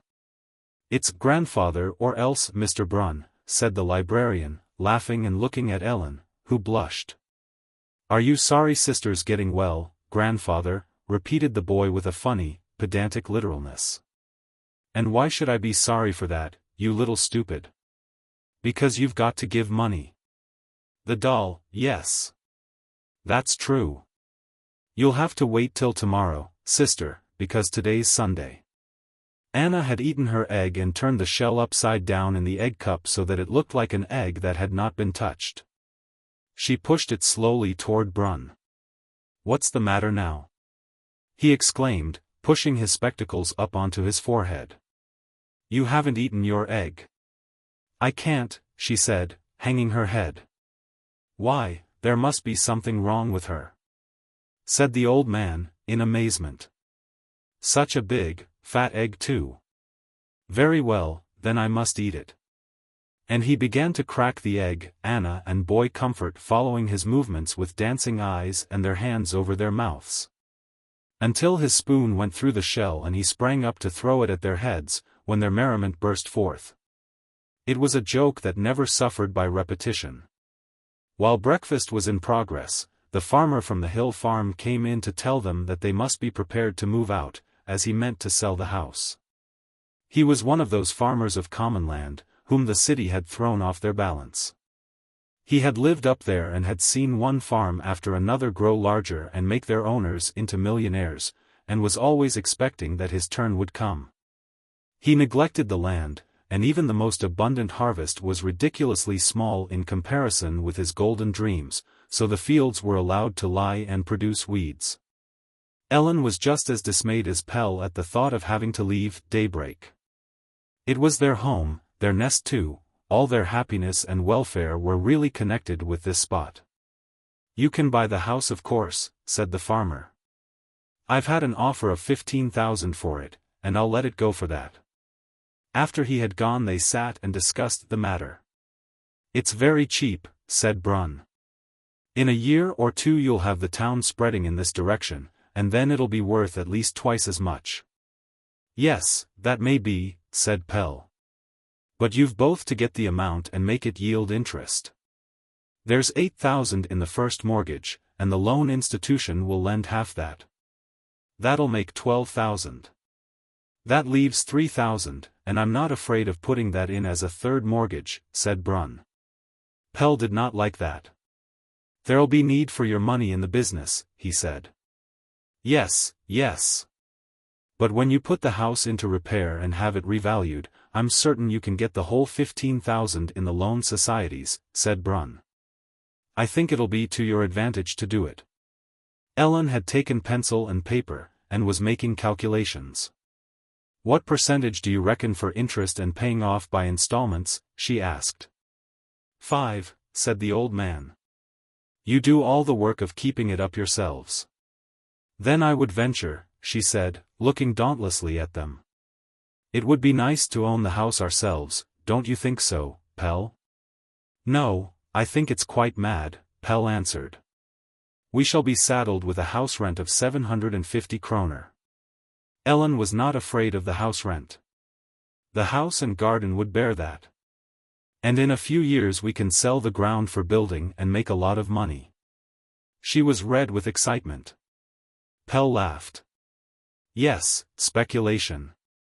Isn't that what the hill farmer has gone to pieces over? Pell had quite enough on his hands and had no desire to have property to struggle with. But Ellen became only more and more bent upon it. Then buy it yourself, said Pell, laughing. I've no desire to become a millionaire. Ellen was quite ready to do it. But then the house'll be mine, she declared. And if I make money on it, I must be allowed to spend it just as I like. It's not to go into your bottomless common cash box. The men laughed.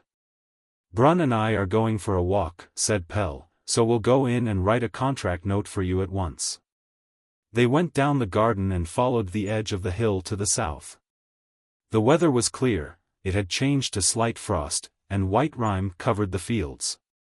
Where the low sun's rays fell upon them, the rime had melted and the withered green grass appeared. It's really pretty here, said Brun. See how nice the town looks with its towers, only one shouldn't live there. I was thinking of that last night when the child was lying there with her cough. The workpeople really get no share of the sun, nor do those who in other respects are decently well off. And then I thought I'd like to build houses for our people on the ridge of the hill on both sides of daybreak.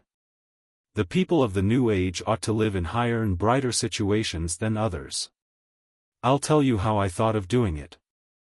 I should in the meantime advance money for the plots, and the business should gradually redeem them with its surplus.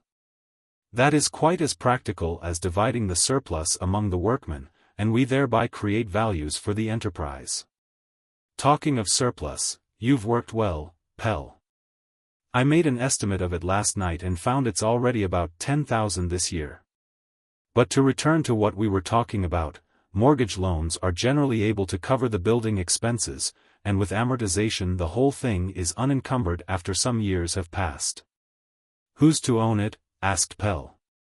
He was chewing a piece of grass and putting his feet down deliberately like a farmer walking on plowed land.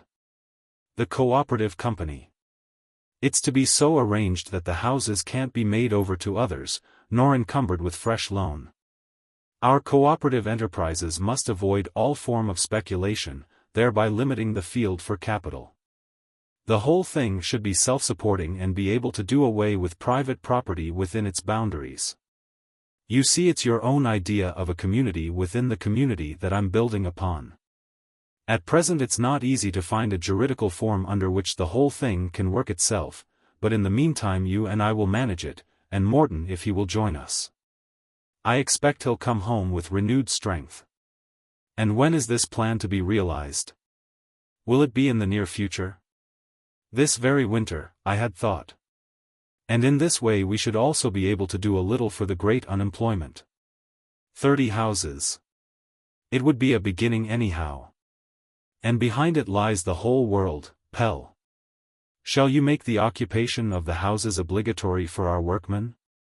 Yes, cooperation makes it an obligation. You can't be half outside and half inside. Well, what do you think of it? It's a strong plan, said Pell. We shall build our own town here on the hill. The old man's face shone with delight. There's something in me after all, eh? There's old business blood in my veins too. My forefathers built a world for themselves, and why should I do less than they? I ought to have been younger, Pell. They walked round the hill and came to the farm from the other side. The whole piece wouldn't really be too large if we're to have room to extend ourselves, said Pell, who was not afraid of a large outlay when it was a question of a great plan. I was thinking the same thing, answered Bran. How much is there here? A couple of 100 acres? There'll be room for 1,000 families if each of them is to have a fair-sized piece of land. They then went in and took the whole for 250,000. But Ellen, exclaimed Pell, when they were on their way home again. How are we going to come to terms with her? Bless my soul. Why, it was her business we went upon. And now we've done business for ourselves. Well, I suppose she'll give in when she hears what's been done. I'm not so sure of that, said Pell, laughing. Perhaps when you tackle her. Well, did you get the house? Asked Ellen, from the house door, where she was standing to receive them. Yes, we got much more, said Brun airily. We bought the whole concern. Is that a fact, Pell? Pell nodded. What about my house then? She asked slowly. Well, we bought that together with all the rest, said Brun. But as far as that goes it can easily be separated from the rest, only it's rather soon to break up the cooperation before it started. He waited a little, expecting that Ellen would say something, and when she continued silent he went on, rather shortly, well, then there's nothing more to be said about that? Fair play's a jewel, and tomorrow I'll make arrangements for the conveyance of the house to you for the 15,000.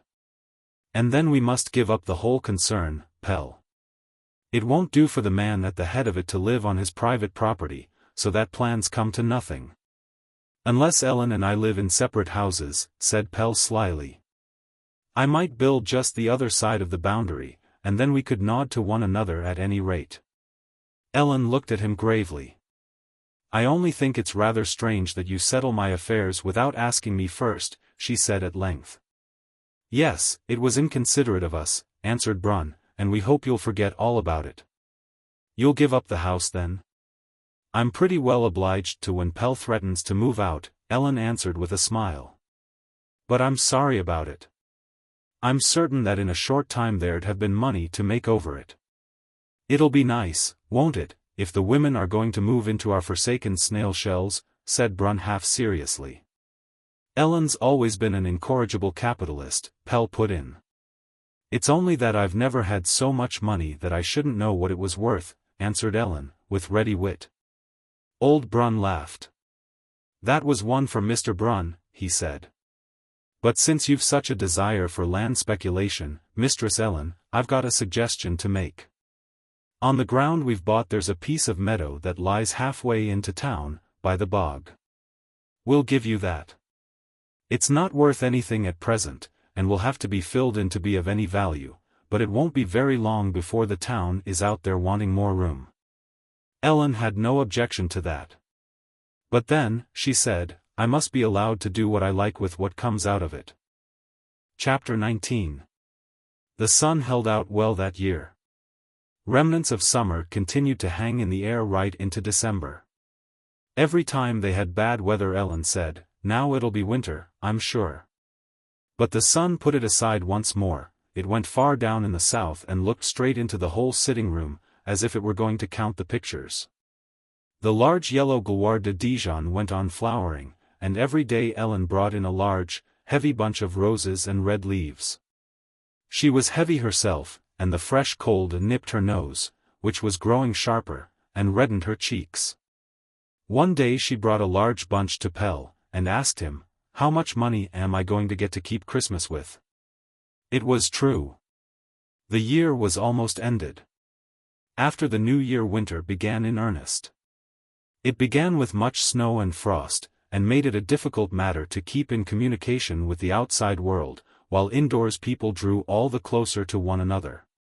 Anna should really have been going to school now, but she suffered a good deal from the cold and was altogether not very strong. So Pelle and Ellen dared not expose her to the long waiting through the snow, and taught her themselves.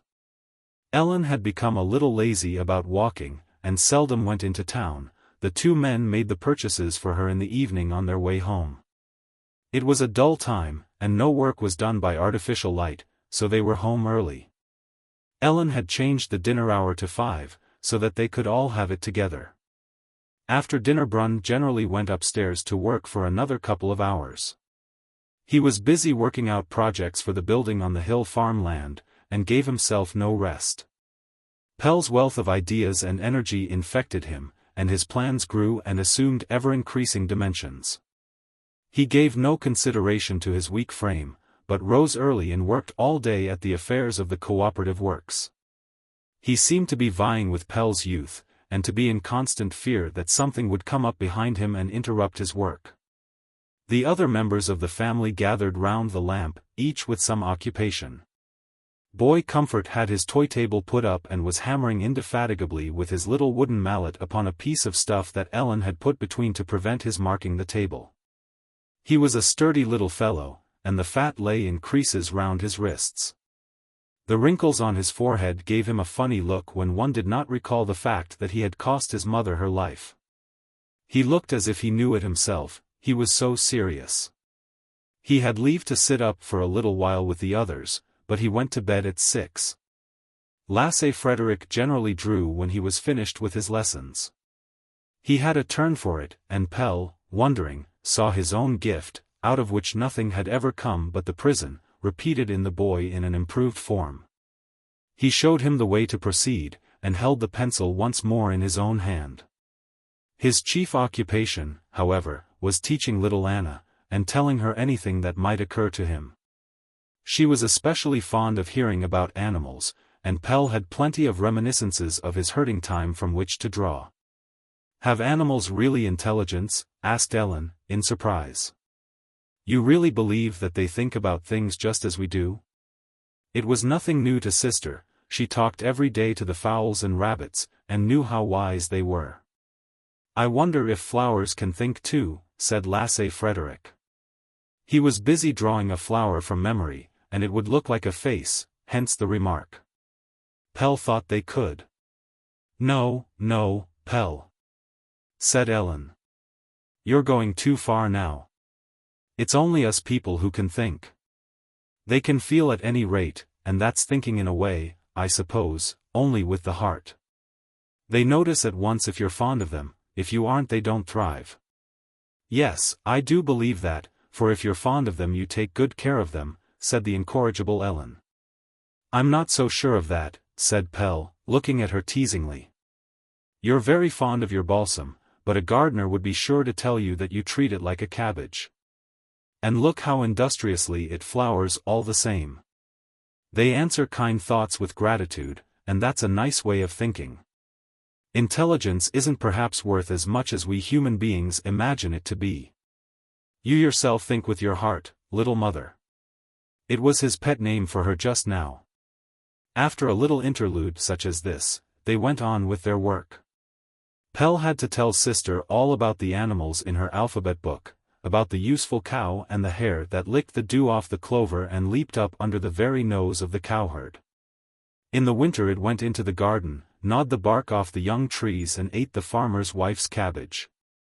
"Yes, I must acknowledge that," Ellen interposed, and then they all laughed, for Puss had just eaten her kale. Then the child suddenly left the subject, and wanted to know whether there had always been a Copenhagen. Pelle came to a standstill for a moment, but by a happy inspiration dug Bishop Absalom out of his memory. He took the opportunity of telling them that the capital had a population of 500,000. "Have you counted them, father?" exclaimed sister, in perplexity, taking hold of his sleeve. "Why, of course father hasn't, you little donkey," said Lasse Frederick. "One might be born while he was counting." Then they were at the cock again, which both began and ended the book. He stood and crowed so proudly and never slept. He was a regular prig, but when sister was diligent he put a one-oar piece among the leaves. But the hens laid eggs, and it was evident that they were the same as the flowers. For when you were kind to them and treated them as if they belonged to the family, they were industrious in laying. But if you built a model house for them and treated them according to all established rules, they did not even earn as much as would pay for their food. At Uncle Collie's there was a hen that came into the room among all the children and laid its egg under the bed every single day all through the winter, when no other hens were laying. Then the farmer of Stone Farm bought it to make something by it. He gave 20 kroner for it and thought he had got a gold mine. But no sooner did it come to Stone Farm than it left off laying winter eggs, for there it was not one of the family, but was only a hen that they wanted to make money out of. "Mother's balsam flowers all the winter," said sister, looking fondly at the plant. "Yes, that's because it sees how industrious we all are," said Lasse Frederick mischievously. "Will you be quiet?" said Pelle, hitting out at him. Ellen sat knitting some tiny socks. Her glance moved lingeringly from one to another of them, and she smiled indulgently at their chatter. They were just a lot of children. "Mother, may I have those for my doll?" asked Anna, taking up the finished sock. "No, little sister's to have them when she comes." "If it is a girl," put in Lasse Frederick. "When's little sister coming?" "In the spring when the stork comes back to the farm, he'll bring her with him." "Pooh! The stork," said Lasse Frederick contemptuously. "What a pack of nonsense." Sister too was wiser than that. When the weather was fine she fetched milk from the farm, and had learned a few things there. "Now you must go to bed, my child," said Ellen, rising. "I can see you're tired." When she had helped the child into bed she came back and sat down again with her knitting. "Now I think you should leave off work for today," said Pelle. "Then I shouldn't be ready in time," answered Ellen, moving her knitting needles more swiftly. "Send it to a machine knitter. You don't even earn your bread anyhow with that handicraft, and there must be a time for work and a time for rest, or else you'd not be a human being." "Mother can make 3 or an hour by knitting," said Lasse Frederick, who had made a careful calculation. What did it matter?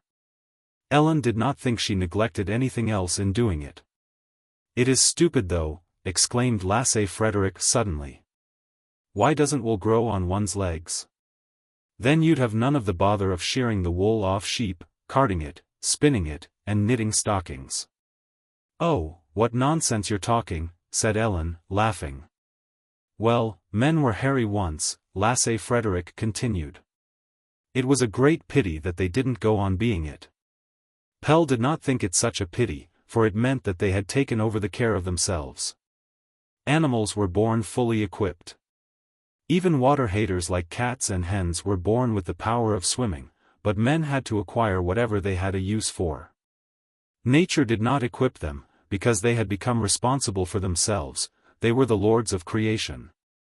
"But then the poor ought to be hairy all over their bodies," Ellen objected. "Why doesn't nature take as much care of the poor as of the animals? They can't do it themselves." "Yes, but that's just what they can do," said Pelle, "for it's they who produce most things. Perhaps you think it's money that cultivates the land, or weaves materials, or drags coal out of the earth. It had to leave that alone. All the capital in the world can't so much as pick up a pin from the ground if there are no hands that it can pay to do it. If the poor were born hairy, it would simply stamp him as an inferior being.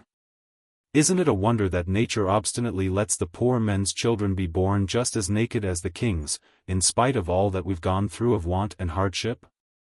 If you exchange the prince's and the beggar's newborn babies, no one can say which is which.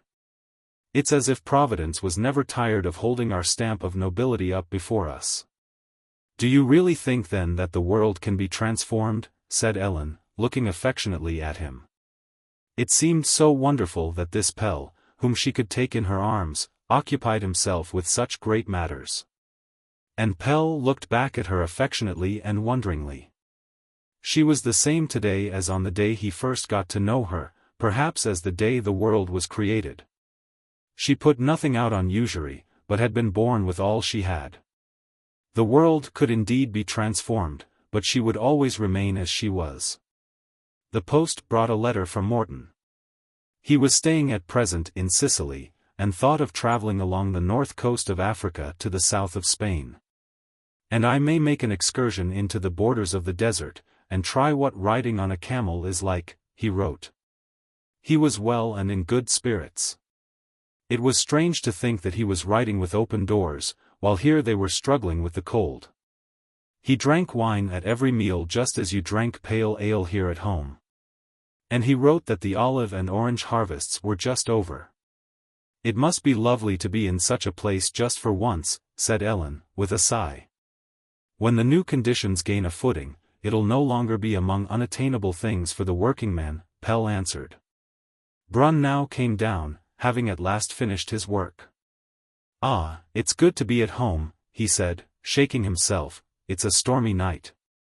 Here's a letter from Morton, said Pell, handing it to him. The old man put on his spectacles. Chapter 20.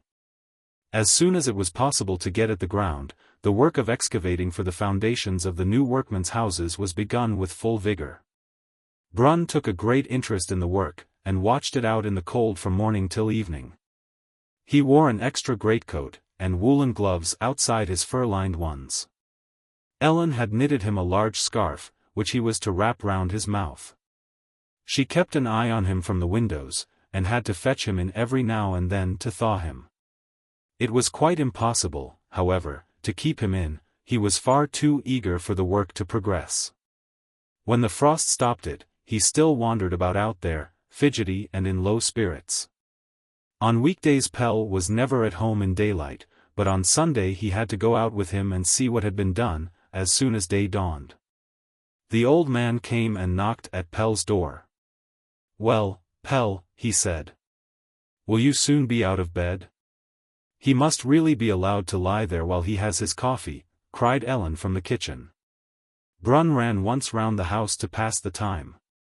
He was not happy until he had shown it all to Pell and got him to approve of the alterations. This was where he had thought the road should go.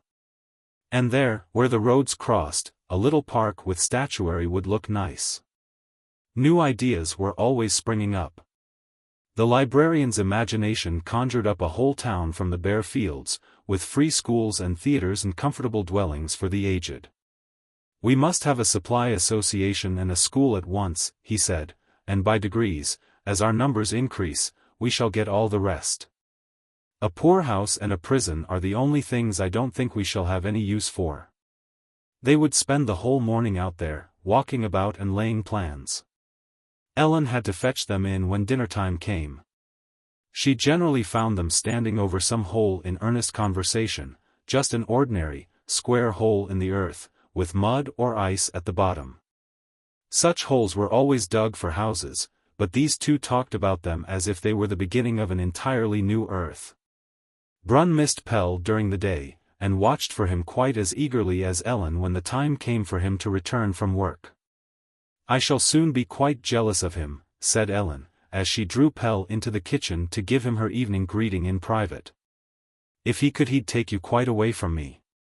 When Pell had been giving a lecture, he generally came home after Brun had gone to rest, and in the morning when he left home the old man was not up. Brun never went to town.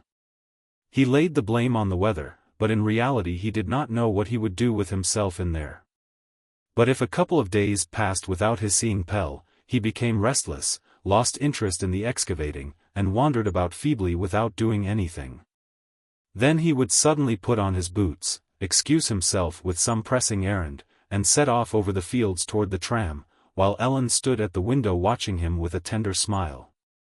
She knew what was drawing him. One would have thought there were ties of blood between these two, so dependent were they on one another. "How's the old man?" was Pell's first question on entering. And Brun could not have followed Pell's movements with tenderer admiration in his old days if he had been his father. While Pell was away the old man went about as if he were always looking for something. Ellen did not like his being out among the navvies in all kinds of weather. In the evening the warmth of the room affected his lungs and made him cough badly. "It'll end in a regular cold," she said. She wanted him to stay in bed for a few days and try to get rid of the cold before it took a firm hold. It was a constant subject of argument between them, but Ellen did not give in until she got her way. When once he had made this concession to the cold, it came on in earnest. The warmth of bed thawed the cold out of his body and made both eyes and nose run. "It's a good thing we got you to bed in time," said Ellen. "And now you won't be allowed up until the worst cold weather is over, even if I have to hide your clothes." She tended him like a child and made camel tea for him from flowers that she had gathered and dried in the summer. When once he had gone to bed he quite liked it and took delight in being waited on, discovering a need of all kinds of things, so as to receive them from Ellen's hands. "Now you're making yourself out worse than you are," she said, laughing at him. Brun laughed too. "You see, I've never been petted before," he said. "From the time I was born, my parents hired people to look after me, that's why I'm so shriveled up. I've had to buy everything. Well, there's a certain amount of justice in the fact that money kills affection, or else you'd both eat your cake and have it." "Yes, it's a good thing the best can't be had for money," said Ellen, tucking the clothes about his feet. He was propped up with pillows, so that he could lie there and work. He had a map of the hill farm land beside him, and was making plans for a systematic laying out of the ground for building. He wrote down his ideas about it in a book that was to be appended to the plans. He worked from sunrise until the middle of the day, and during that time it was all that Ellen could do to keep the children away from him. Boy Comfort was on his way up to the old man every few minutes. In the afternoon, when she had finished in the kitchen, she took the children up for an hour. They were given a picture book and were placed at Brun's large writing table, while Ellen seated herself by the window with her knitting and talked to the old man. From her seat she could follow the work out on the field, and had to give him a full description of how far they had got with each plot. There were always several hundred men out there standing watching the work, a shivering crowd that never diminished. They were unemployed who had heard that something was going on out here, and long before the dawn of day they were standing there in the hope of coming in for something. All day they streamed in and out, an endless chain of sad men. They resembled prisoners condemned hopelessly to tread a huge wheel. There was a broad track across the fields where they went. Brun was troubled by the thought of these thousands of men who came all this way to look for a day's work and had to go back with a refusal. "We can't take more men on than there are already," he said to Pelle, "or they'll only get in one another's way. But perhaps we could begin to carry out some of our plans for the future. Can't we begin to make roads and such like, so that these men can get something to do?" No, Pelle dared not agree to that. "In the spring we shall want capital to start the tanners with a cooperative tannery," he said. "It'll be agreed on in their union at an early date, on the presupposition that we contribute money. And I consider it very important to get it started. Our opponents find fault with us for getting our materials from abroad. It's untenable in the long run, and must come to an end now. As it is, the factory's hanging in the air, they can cut us off from the supply of materials, and then we're done. But if we only have our own tannery, the one business can be carried out thoroughly and can't be smashed up, and then we're ready to meet a lockout in the trade." "The hides," interpolated Brun. "There we come to agriculture. That's already arranged cooperatively, and will certainly not be used against us. We must anyhow join in there as soon as ever we get started, buy cattle and kill ourselves, so that besides the hides we provide ourselves with good, cheap meat." Yes, but the tannery won't swallow everything. We can afford to do some road making." "No, we can't," Pelle declared decisively. "Remember, we've also got to think of the supply associations, or else all our work is useless. The one thing leads to the other. There's too much depending on what we're doing, and we mustn't hamper our undertaking with dead values that will drag it down. First the men and then the roads. The unemployed today must take care of themselves without our help." "You're a little hard, I think," said Brun, somewhat hurt at Pelle's firmness, and drumming on the quilt with his fingers. "It's not the first time that I've been blamed for it in this connection," answered Pelle gravely, "but I must put up with it." The old man held out his hand. "I beg your pardon." It wasn't my intention to find fault with you because you don't act thoughtlessly. Of course we mustn't give up the victory out of sympathy with those who fight. It was only a momentary weakness, but a weakness that might spoil everything, that I must admit. But it's not so easy to be a passive spectator of these topsy-turvy conditions. It's affirmed that the workmen prefer to receive a starvation allowance to doing any work, and judging by what they've hitherto got out of their work it's easy to understand that it's true. But during the month that the excavations here have been going on, at least 1,000 unemployed have come every day ready to turn to, and we pay them for refraining from doing anything. They can at a pinch receive support, but at no price obtain work. It's as insane as it's possible to be. You feel you'd like to give the machinery a little push and set it going again. It wants a good big push, said Pell. They're not trifles that are in the way. They look absurdly small, at any rate. The workmen are not in want because they're out of work, as our social economists want us to believe, but they're out of work because they're in want. What a putting of the cart before the horse. The procession of the unemployed is a disgrace to the community, what a waste, also from a purely mercantile point of view, while the country and the nation are neglected. If a private business were conducted on such principles, it would be doomed from the very first.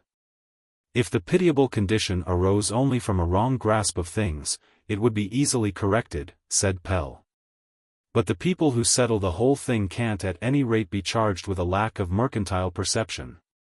It would be a good thing if they had the rest in as good order. Believe me, not a sparrow falls to the ground unless it is to the advantage of the money power. If it paid, in a mercantile sense, to have country and people in perfect order, it would take good care that they were so. But it simply can't be done. The welfare of the many and the accumulation of property by the few are irreconcilable contradictions. I think there is a wonderful balance in humanity, so that at any time it can produce exactly enough to satisfy all its requirements, and when one claims too much, others let go. It's on that understanding indeed that we want to remove the others and take over the management. Yes, yes. I didn't mean that I wanted to protect the existing state of affairs. Let those who make the venture take the responsibility. But I've been wondering whether we couldn't find a way to gather up all this waste so that it should benefit the cooperative works. How could we? We can't afford to give occupation to the unemployed. Not for wages. But both the movement and the community have begun to support them, and what would be more natural than that one required work of them in return?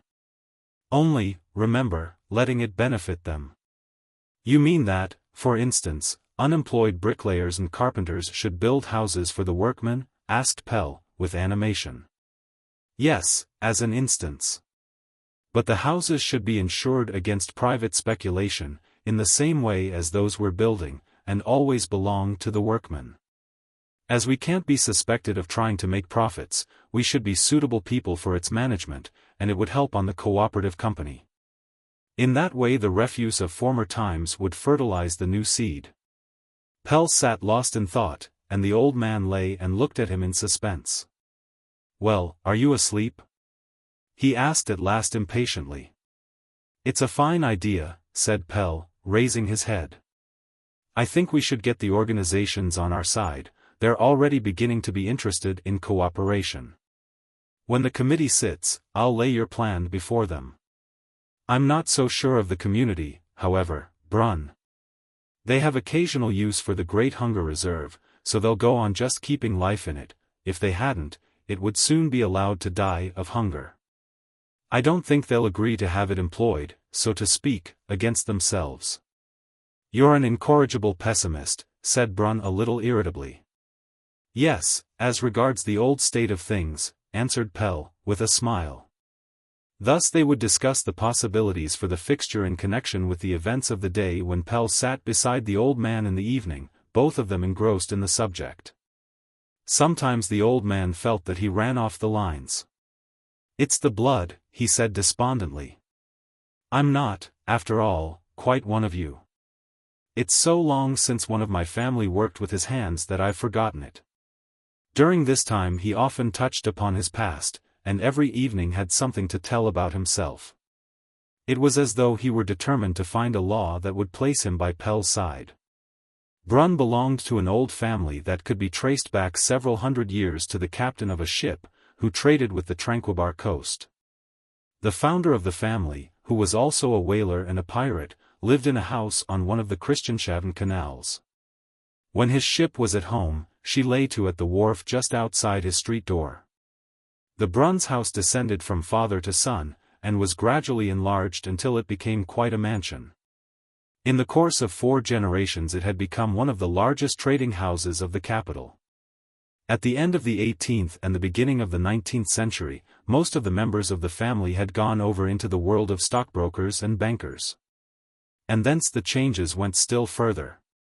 Brun's father, the well-known Cornelius Brun, stuck to the old business, his brothers making over their share to him and entering the diplomatic service.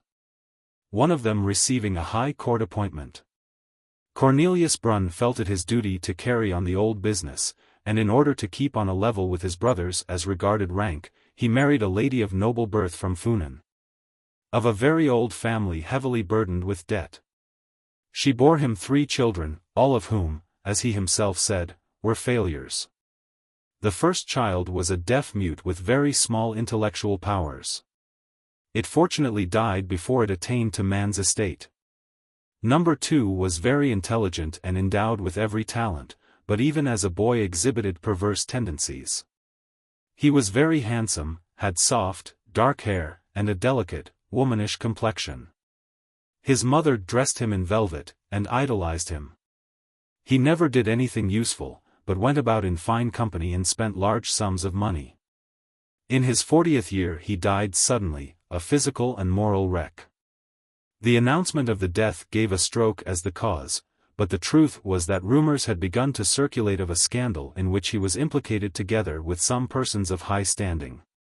It was at the end of the 70s, at the time when the lower class movement began to gather way. An energetic investigation was demanded from below, and it was considered inadvisable to hush the story up altogether. For fear of giving support to the assertion of the rottenness and one-sidedness of the existing conditions. When an investigation became imminent, and it was evident that Brun would be offered up upon the altar of the multitude in order to shield those who stood higher, Cornelius Brun put a pistol into his son's hand, or shot him. The librarian was unable to say which. Those were 2 of the fruits upon the decaying family tree, said Brun bitterly, and it can't be denied that they were rather worm-eaten. The 3rd was myself. I came 15 years after my youngest brother. By that time my parents had had enough of their progeny. At any rate, I was considered from the beginning to be a hopeless failure, even before I had had an opportunity of showing anything at all. Perhaps they felt instinctively that I should take a wrong direction too. In me too the disintegrating forces predominated. I was greatly deficient, for instance, in family feeling. I remember when still quite little hearing my mother complain of my plebeian tendencies. I always kept with the servants, and took their part against my parents. My family looked more askance at me for upholding the rights of our inferiors than they had done at the idiot who tore everything to pieces, or the spendthrift who made scandals and got into debt. And I dare say with good reason. Mother gave me plenty of money to amuse myself with, probably to counteract my plebeian tendencies. But I had soon done with the pleasures and devoted myself to study. Things of the day did not interest me, but even as a boy I had a remarkable desire to look back. I devoted myself especially to history and its philosophy. Father was right when he derided me and called it going into a monastery. At an age when other young men are lovers, I could not find any woman that interested me, while almost any book tempted me to a closer acquaintance. For a long time he hoped that I would think better of it and take over the business, and when I definitely chose study, it came to a quarrel between us. When the business comes to an end, there's an end of the family, he said, and sold the whole concern. He had been a widower then for several years, and had only me. But during the 5 years that he lived after selling the business we didn't see one another. He hated me because I didn't take it over, but what could I have done with it? I possessed none of the qualities necessary for the carrying on of business in our day, and should only have ruined the whole thing. From the time I was 30, my time has been passed among bookshelves, and I've registered the lives and doings of others. It's only now that I've come out into the daylight and am beginning to live my own life, and now it'll soon be ended. It's only now that life's beginning to be worth living, said Pell, so you've come out just at the right time. Ah, no, said Brun despondently. I'm not in the ascendant. I meet young men and my mind inclines to them, but it's like evening and morning meeting in the same glow during the light nights. I've only got my share in the new because the old must bend to it, so that the ring may be completed. You go in where I go out. It must have been a melancholy existence to be always among books, without a creature that cared for you, put in Ellen. Why didn't you marry? Surely we women aren't so terrible that there mightn't have been one that you liked? No, you'd think not, but it's true nevertheless, answered Brun, with a smile. The antipathy was mutual too. It's always like that.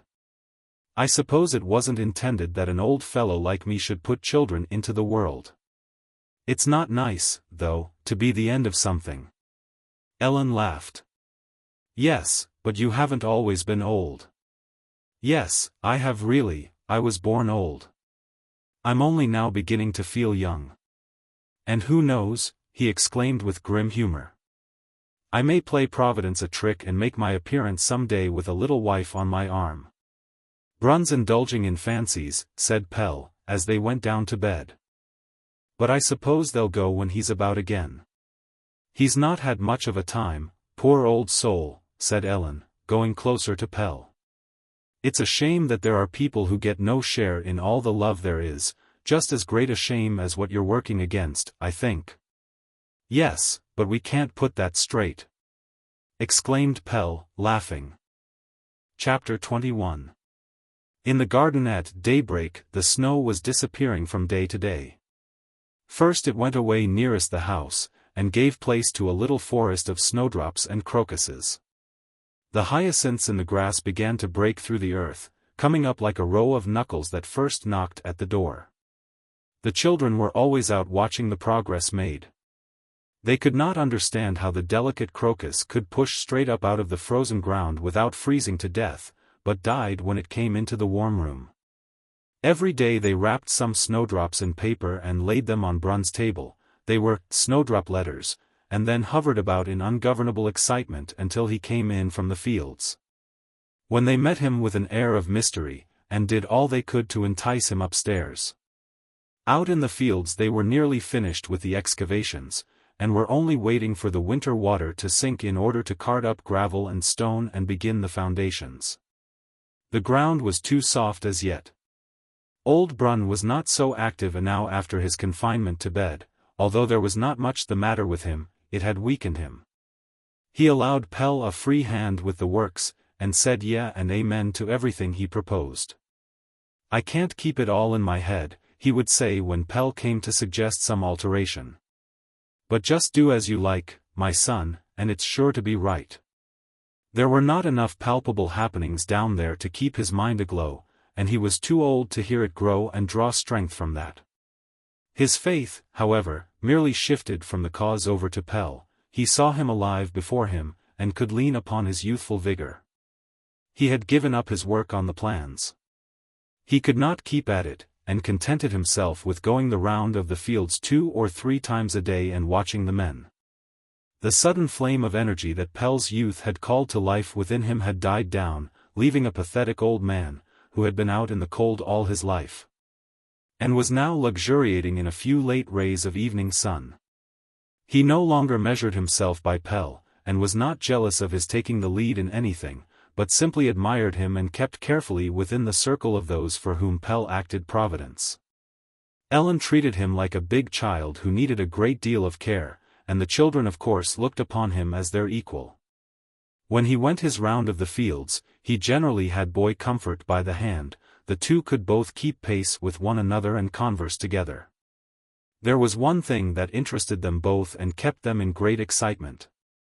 The stork was expected every day back at the hill farm, and when it came it would bring a baby to Mother Ellen. The expectation was not an unmixed pleasure. The stork always bit the mother in the leg when he came with a baby for her. Boy Comfort's own mother died of the bite. He was wise enough to know that now.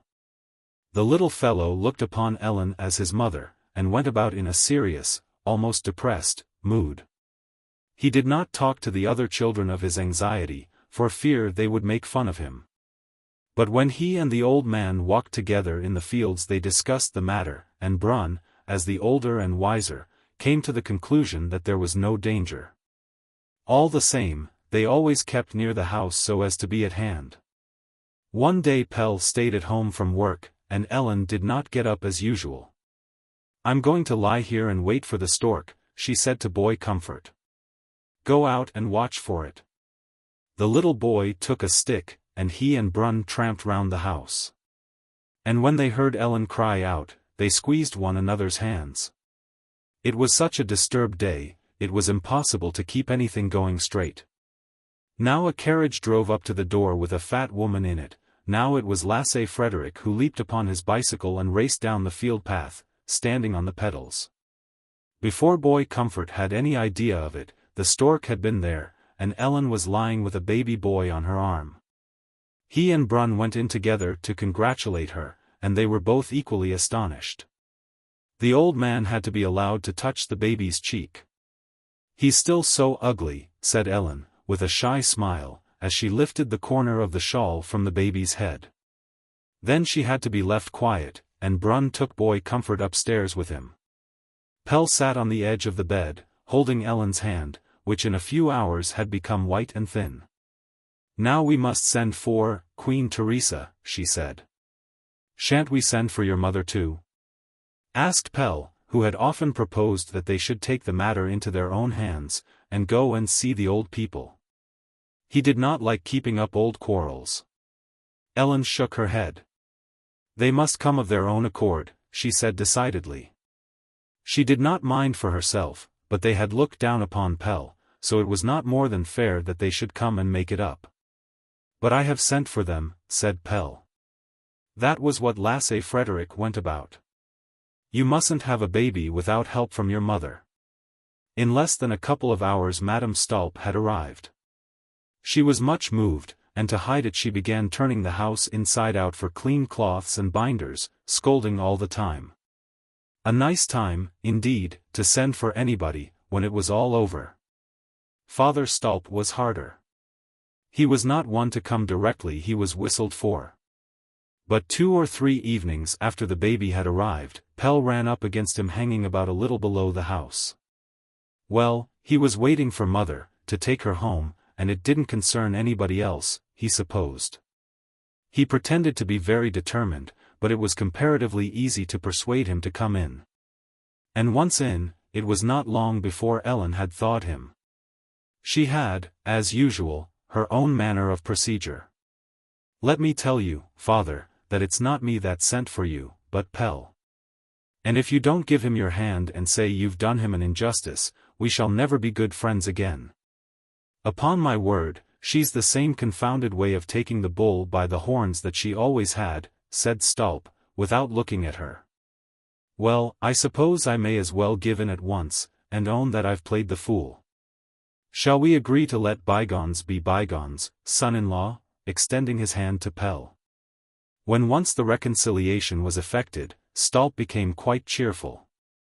"I never dreamt I should see you so soon, least of all with a baby," he said contentedly, stroking Ellen's face with his rough hand. "No, she's always been his darling, and Father's often been tired of it," said Madame Stulp. "But men make themselves so hard." "Rubbish, Mother," growled Stulp. "Women will always talk nonsense." Time had left its mark upon them both. There had been a certain amount of unemployment in his trade, and Stulp was getting on in years and had a difficulty in keeping up with the young men on the scaffolding. Their clothes showed that they were not so prosperous as formerly, but Stulp was still chairman of his trade union and a highly respected man within the movement. "And now, my boy," he said suddenly, placing his hands on Pell's shoulders, "You must explain to me what it is you're doing this time. I hear you've begun to stir up men's feelings again." Pell told him about his great plan for cooperative works. The old man knew indeed a good deal about it. It appeared that he had followed Pell's movements from a distance. "That's perhaps not so out of the way," he said. "We might squeeze capital out of existence just as quietly, if we all bestirred ourselves. But you must get the movement to join you. And it must be made clear that everyone who doesn't support his own set is a blackleg." "I have got a connection, but it goes rather slowly," said Pell. "Then we must stir them up a little. I say, that queer fellow, Brun, I think you call him, doesn't he live with you?" "He isn't a queer fellow," said Pell, laughing. "We can go up and see him." Brun and Stolp very soon found something to talk about. They were of the same age, and had witnessed the first days of the movement, each from his own side. Madame Stolp came several times and pulled her husband by the coat. "They ought to be going home." "Well, it's not worth while to quarrel with your own wife," said Stolp at last. "But I shall come again. I hear you're building out here, and I should like to see what our own houses'll be like." "We've not begun yet," answered Pell. "But come out on Sunday, and Brun and I will show it all to you." "I suppose it's masters who'll get it?" asked Stolp. "No, we thought of letting the unemployed have the work if they could undertake it, and have a man to put at the head," said Brun. "Perhaps you could undertake it?" "Why, of course I can," answered Stolp, with a feeling of his own importance. "I'm the man to build houses for workmen. I was member of the party when it numbered only one man." "Yes, Stolp's the veteran of the movement," said Pell. "Upon my word, it'd be awfully nice if it was me," exclaimed Stolp when Pell accompanied the old couple down to the tram. "I'll get together a set of workmen that have never been equaled. And what houses we shall put up! There won't be much papier-mâché there." Chapter 22. It still sometimes happened that Pell awoke in the night not knowing where he was. He was oppressed with a stifling anxiety, dreaming that he was in prison, and fancying he could still smell the rank, moldy odor of the cell. He gradually came to his senses and knew where he was. The sounds of breathing around him, and the warm influence of the darkness itself, brought him back to his home. He sat up joyfully, and struck a match to get a glimpse of Ellen and the little ones. He dared not go to sleep again, for sleep would instantly take him back to the prison, so he dressed quietly and stole out to see the day awaken. It was strange with these dreams, for they turned everything upside down. In the prison he always dreamed he was free and living happily, nothing less would do there. There the day was bad and the night good, and here it was the reverse. It was as though something within one would always have everything. That must be the soul, he thought as he wandered eastward to meet the first gleam of day. In the country at home, the old people in his childhood believed that dreams were the soul wandering about by itself. Some had seen it as a white mouse creeping out of the sleeper's mouth to gather fresh experiences for him. It was true, too, that through dreams the poor man had hitherto had everything. They carried him out of his prison. Perhaps the roles were exchanged during the darkness of night. Perhaps the rich man's soul came during the night and slipped into the poor man's body to gather suffering for his master. There was spring in the air. As yet it was only perceptible to Pell in a feeling of elation, a desire to expand and burst all boundaries. He walked with his face toward the opening day, and had a feeling of unconquerable power. Whence this feeling came he knew not, but it was there. He felt himself as something immense that was shut into a small space and would blow up the world if it were let loose. He walked on quickly. Above his head rose the first lark. Slowly the earth drew from its face the wonderful veil of rest and mystery that was night. Perhaps the feeling of strength came from his having taken possession of his spirit and commanding a view of the world. The world had no limits, but neither had his powers. The force that could throw him out of his course did not exist. In his own footfall he heard the whole future. The movement would soon be concluded, and it had taken in the fact that the whole thing must be included. There was still a little difficulty. From that side they still made it a condition for their cooperation that Pell should demand a public recognition of his good character. Pell laughed and raised his face to the morning breeze, which came like a cold shiver before the sunrise. Outsider. Yes, there was some truth in it. He did not belong to the existing state of things. He desired no civil rights there. That he was outside was his stamp of nobility. His relations to the future were contained in that fact. He had begun the fight as one of the lowest of the people, and as such he would triumph. When he rose there should no longer be a pariah caste. As he walked along with the night behind him and his face to the light, he seemed to have just entered into youth with everything before him, everything to look forward to. And yet he seemed to have existed since the morning of time, so thoroughly did he know the world of darkness that he left. Was not man a wonderful being, both in his power to shrink up and become nothing, and in his power to expand and fill everything? He now understood Uncle Collie's smile on all occasions. He had armed himself with it in order that life should not draw too deep furrows in his gentle nature. The poor man had been obliged to dull himself. He would simply bleed to death if he gave himself up to stern reality. The dullness had been like a hard shell that protected the poor. And now they came with their heart quite safe in spite of everything. They could very well lead when times were good. Pell had always a vague feeling of being chosen. Even as a child it made him look with courage in the face of a hard world, and filled his bare limbs with elasticity. Poor and naked he came into the world, apparently without a gift of any kind. And yet he came as a bright promise to the elderly, work-bowed Father Lasse. Light radiated from him, insignificant and ordinary though he was. God had given him the spark, the old man always said, and he always looked upon the boy as a little miracle of heaven. The boy Pell wondered a little at it, but was happy in his father's pleasure.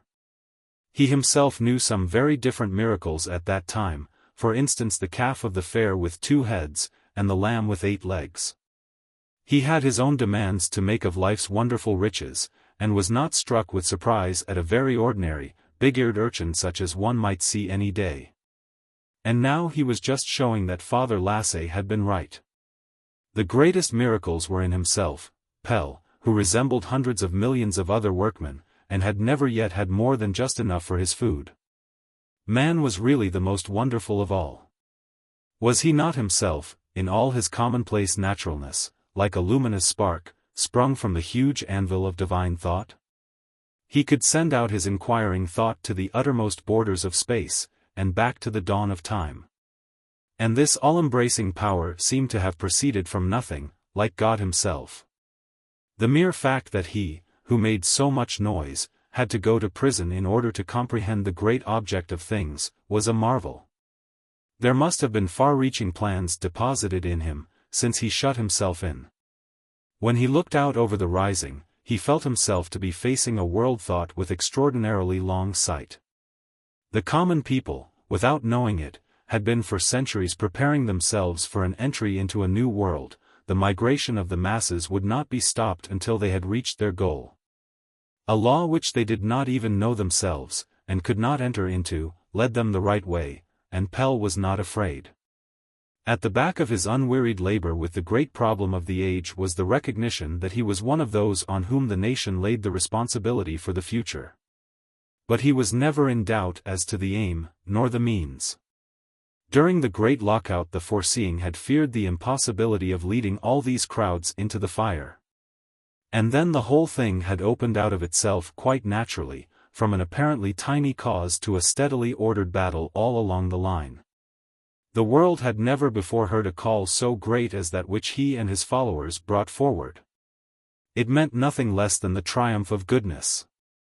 He was not fond of using great words, but at the bottom of his heart he was convinced that everything bad originated in want and misery. Distrust and selfishness came from misusage. They were man's defense against extortion. And the extortion came from insecure conditions, from reminders of want or unconscious fear of it. Most crimes could easily be traced back to the distressing conditions, and even where the connection was not perceptible he was sure that it nevertheless existed. It was his experience that everyone in reality was good, the evil in them could nearly always be traced back to something definite, while the goodness often existed in spite of everything. It would triumph altogether when the conditions became secure for everybody. He was sure that even the crimes that were due to abnormity would cease of themselves when there were no longer hidden reminders of misery in the community. It was his firm belief that he and his followers should renew the world, the common people should turn it into a paradise for the multitude, just as it had already made it a paradise for the few. It would require a great and courageous mind for this, but his army had been well tested. Those who, from time immemorial, had patiently borne the pressure of existence for others, must be well fitted to take upon themselves the leadership into the new age. Pell at last found himself in Strand Road, and it was too late to return home. He was ravenously hungry and bought a couple of rolls at a baker's, and ate them on his way to work. At midday Brun came into the works to sign some papers and go through accounts with Pell. They were sitting up in the office behind the shop. Pell read out the items and made remarks on them, while the old man gave his half attention and merely nodded. He was longing to get back to daybreak. "You won't mind making it as short as possible," he said, "for I don't feel quite well." The harsh spring winds were bad for him and made his breathing difficult. The doctor had advised a couple of months in the Riviera, until the spring was over, but the old man could not make up his mind. He had not the courage to set out alone. The shop bell rang, and Pell went in to serve. A young sunburnt man stood on the other side of the counter and laughed. "Don't you know me?" he asked, holding out his hand to Pell. It was Carl, the youngest of the 3 orphans in the Arkansas.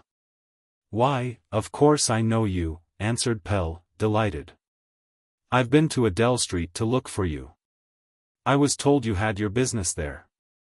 That had been a long time ago. Now Carl Anker was manager of a large supply association over on Funen. He had come over to order some boots and shoes from Pell for the association. "It's only a trial," he said. "If it succeeds I'll get you a connection with the cooperative association, and that's a customer that takes something, I can tell you." Pell had to make haste to take down the order, as Carl had to catch a train. "It's a pity you haven't got time to see our works," said Pell. "Do you remember little Paul from the park? The factory girl's child that she tied to the stove when she went to work? He's become a splendid fellow. He's my head man in the factory. He'd like to see you." When Carl was gone and Pell was about to go into Brun in the office, he caught sight of a small, somewhat deformed woman with a child, walking to and fro above the workshop windows, and taking stolen glances down. They timidly made way for people passing, and looked very frightened. Pell called them into the shop.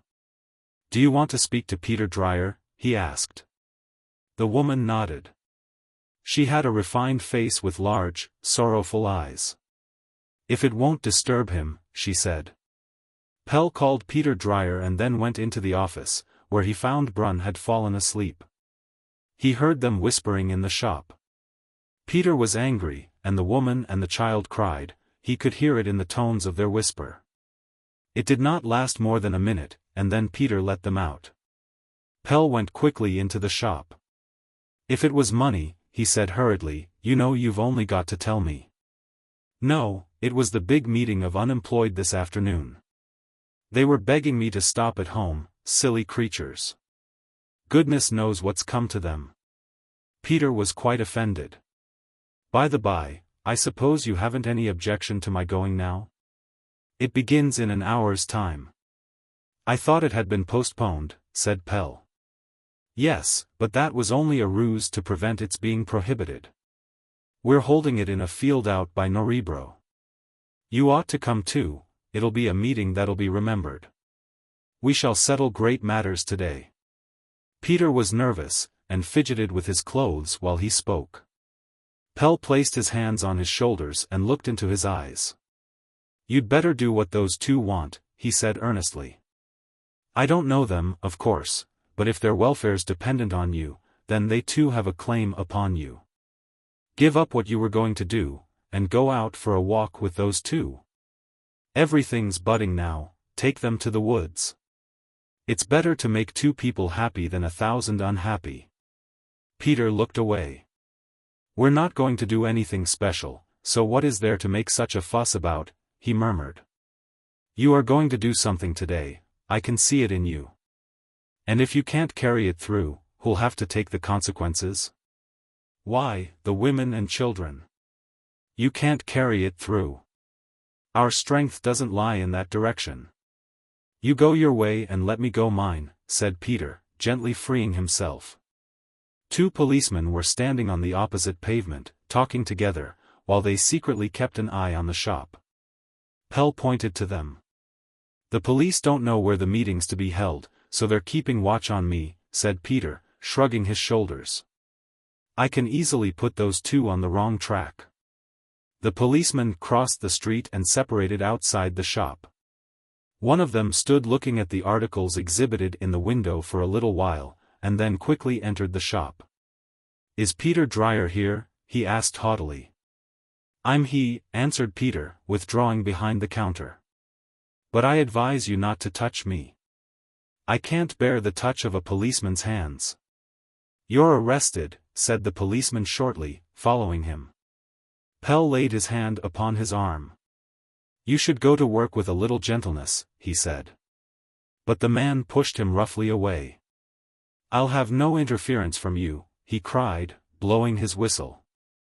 Peter started, and for a moment his thoughts were at a standstill. Then he leaped like a cat over the iron railing of the workshop steps.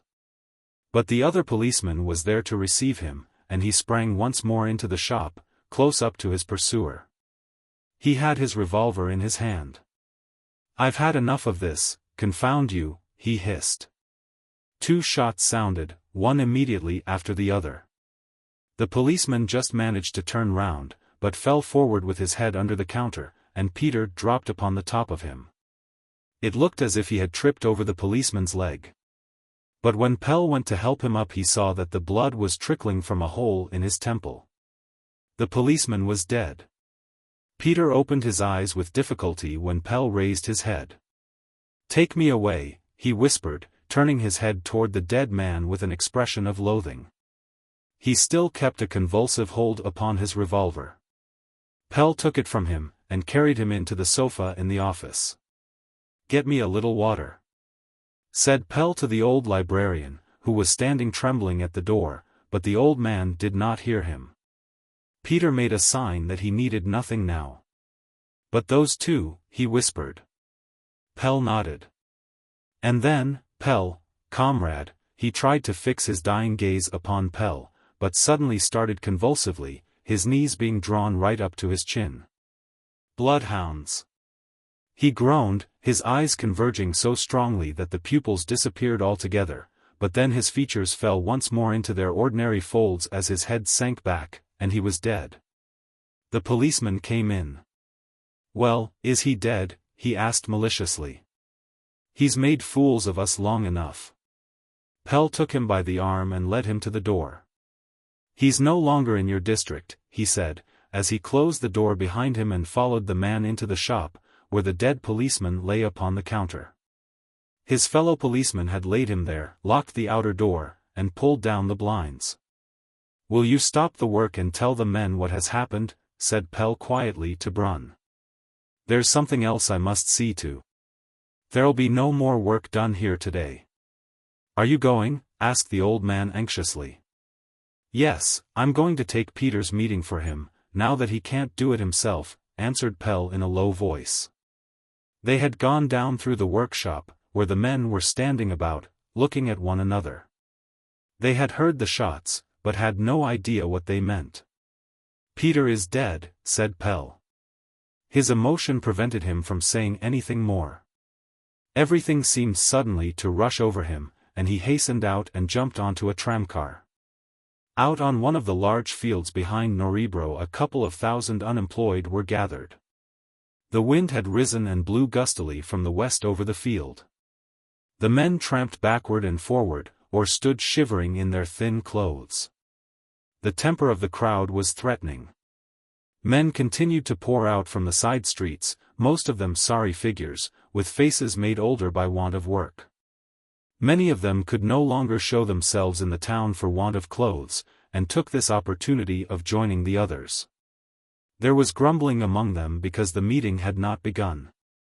Men asked one another what the reason was, and no one could tell. Suppose Peter Dreyer had cheated them too, and had gone over to the corporation.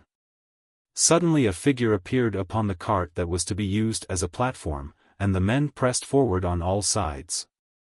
Who in the world was it? It was not Peter Dreyer. Pell? What Smith? Oh, him from the great struggle, the lightning. Was he still to the fore? Yes, indeed he was. Why, he'd become a big manufacturer and a regular pillar of society. What in the world did he want here? He had plenty of cheek. Suddenly a storm of shouts and hisses broke out, mingled with a little applause. Pell stood looking out over the crowd with an expression of terrible earnestness. Their demonstration against him did not move him, he was standing here in the stead of a dead man. He still felt Peter's heavy head on his arm. When comparative quiet was restored he raised his head.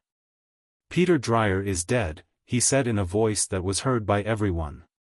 Whispers passed through the crowd, and they looked questioningly at one another as though they had not heard correctly. He saw from their expression how much would go to pieces in their lives when they believed it. "It's a lie," suddenly cried a voice, relieving the tension. "You're hired by the police to entice us round the corner, you sly fellow." Pell turned pale. "Peter Dreyer is lying in the factory with a bullet through his head," he repealed inexorably. "The police were going to arrest him, and he shot both the policeman and himself." For a moment all the life in the crowd seemed to be petrified by the pitiless truth, and he saw how they had loved Peter Dreyer. Then they began to make an uproar, shouting that they would go and speak to the police, and some even turned to go. "Silence, people," cried Pell in a loud voice. "Are you grown men and yet will get up a row beside the dead body of a comrade?" "What do you know about it?" answered one. "You don't know what you're talking about." "I do know at any rate that at a place out by Vesterbro there sits a woman with a child, waiting for Peter, and he will not come. Would you have more like them? What are you thinking of, wanting to jump into the sea and drown yourselves because you're wet through? Will those you leave behind be well off? For if you think so, it's your duty to sacrifice yourselves. But don't you think rather that the community will throw you into a great common pit, and leave your widows and fatherless children to weep over you? It's all very well for you to talk." Someone shouted. "Yours are safe enough. I'm busy making yours safe for you, and you want to spoil it by stupidity. It's all very well for me to talk, you say. But if there's any one of you who dares turn his face to heaven and say he has gone through more than I have, let him come up here and take my place." He was silent and looked out over the crowd. Their wasted faces told him that they were in need of food, but still more of fresh hope. Their eyes gazed into uncertainty. A responsibility must be laid upon them, a great responsibility for such prejudiced beings, if possible, great enough to carry them on to the goal. "What is the matter with you?" he went on. "You suffer want, but you've always done that without getting anything for it, and now when there's some purpose in it, you won't go any further. We aren't just from yesterday, remember. Wasn't it us who fought the great battle to its end together? Now you scorn it and the whole movement and say they've brought nothing. But it was then we broke through into life and won our right as men. Before that time we have for centuries borne our blind hope safely through oppression and want. Is there any other class of society that has a marching route like ours? Forced by circumstances, we prepared for centuries of wandering in the desert and never forgot the country. The good God had given us some of his own infinite long-suffering to carry us through the toilsome time. And now, when we are at the border, you've forgotten what we were marching for, and sacrificed the whole thing if only you can be changed from thin slaves to fat slaves. There are no slaves here," was the threatening cry on all sides. "You're working horses, in harness and with blinkers on. Now you demand good feeding. When will the scales fall from your eyes, so that you take the responsibility upon yourselves? You think you're no end of fine fellows when you dare to bare your chest to the bayonets, but are we a match for brutality? If we were, the future would not be ours." "Are you scoffing at Peter Dreyer?" asked a sullen voice. "No, I am not." Peter Dreyer was one of those who go on in advance, and smear the stones on the road with their heart's blood, so that the rest of us may find our way. But you've no right to compare yourselves with him. He sank under the weight of a tremendous responsibility, and what are you doing? If you want to honor Peter's memory as it deserves, go quietly home, and join the movement again. There you have work to do that will transform the world when you all set about it. What will it matter if your strength ebbs and you suffer hunger for a little longer while you're building your own house? You were hungry too when you were building for others. You referred to Peter Dreyer, but we are none of us great martyrs, we are everyday, ordinary men, and there's where our work lies. Haven't the thousands who have suffered and died in silence a still greater claim to be followed? They have gone down peacefully for the sake of the development, and have the strongest right to demand our belief in a peaceable development. It is just we that come from the lowest stratum who must preserve the historic development. Never has any movement had so long and sad a previous history as ours. Suffering and want have taught us to accept the leadership, when the good has justice done to it, and you want to throw the whole thing overboard by an act of violence. They listened to him in silence now. He had caught their minds, but it was not knowledge they absorbed. At present they looked most like weary people who are told that they still have a long way to go. But he would get them through. "Comrades," he cried earnestly, "perhaps we who are here shall not live to see the new, but it's through us that it'll someday become reality. Providence has stopped at us, and has appointed us to fight for it. Is that not an honor? Look. We come right from the bottom of everything, entirely naked. The old doesn't hang about our clothes, for we haven't any, we can clothe ourselves in the new. The old God, with his thousands of priests as a defense against injustice, we do not know, the moral of war we have never understood, we who have always been its victims. We believe in the good, because we know that without the victory of goodness there will be no future. Our mind is light and can receive the light. We will lift up our little country and show that it has a mission on the earth. We who are little ourselves will show how the little ones keep up and assert themselves by the principle of goodness. We wish no harm to anyone, therefore the good is on our side. Nothing can in the long run keep us down. And now go home. Your wives and children are perhaps anxious on your account." They stood for a moment as though still listening, and then dispersed in silence. When Pell sprang down from the cart, Morton came up and held out his hand. "You are strong, Pell," he said quietly. "Where have you come from?" exclaimed Pell in glad surprise. "I came by the steamer this afternoon, and went straight up to the works. Brun told me what had happened and that you were here. It must have been a threatening meeting. There was a detachment of police over there in one of the side streets. What was going on? They'd planned some demonstration or other, and would in that case have met with harsh treatment, I suppose," said Pell gravely. "It was well you got them to change their minds.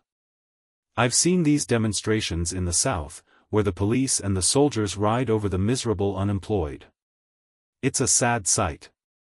They walked up across the fields toward daybreak. "To think that you're home again," said Pell, with childlike delight. "You never wrote a word about coming." "Well, I'd meant to stay away another couple of months. But one day I saw the birds of passage flying northward across the Mediterranean, and I began to be so homesick. It was just as well I came too, for now I can see Brun before he goes." "Oh, is he going away, after all?" "That's been settled very quickly. This morning he couldn't make up his mind. It's this about Peter. The old man's fallen off very much in the last 6 months. But let's walk quicker. I'm longing to see Ellen and the children. How's the baby? He's a little fatty, said Pell proudly. 9 pounds without his clothes. Isn't that splendid?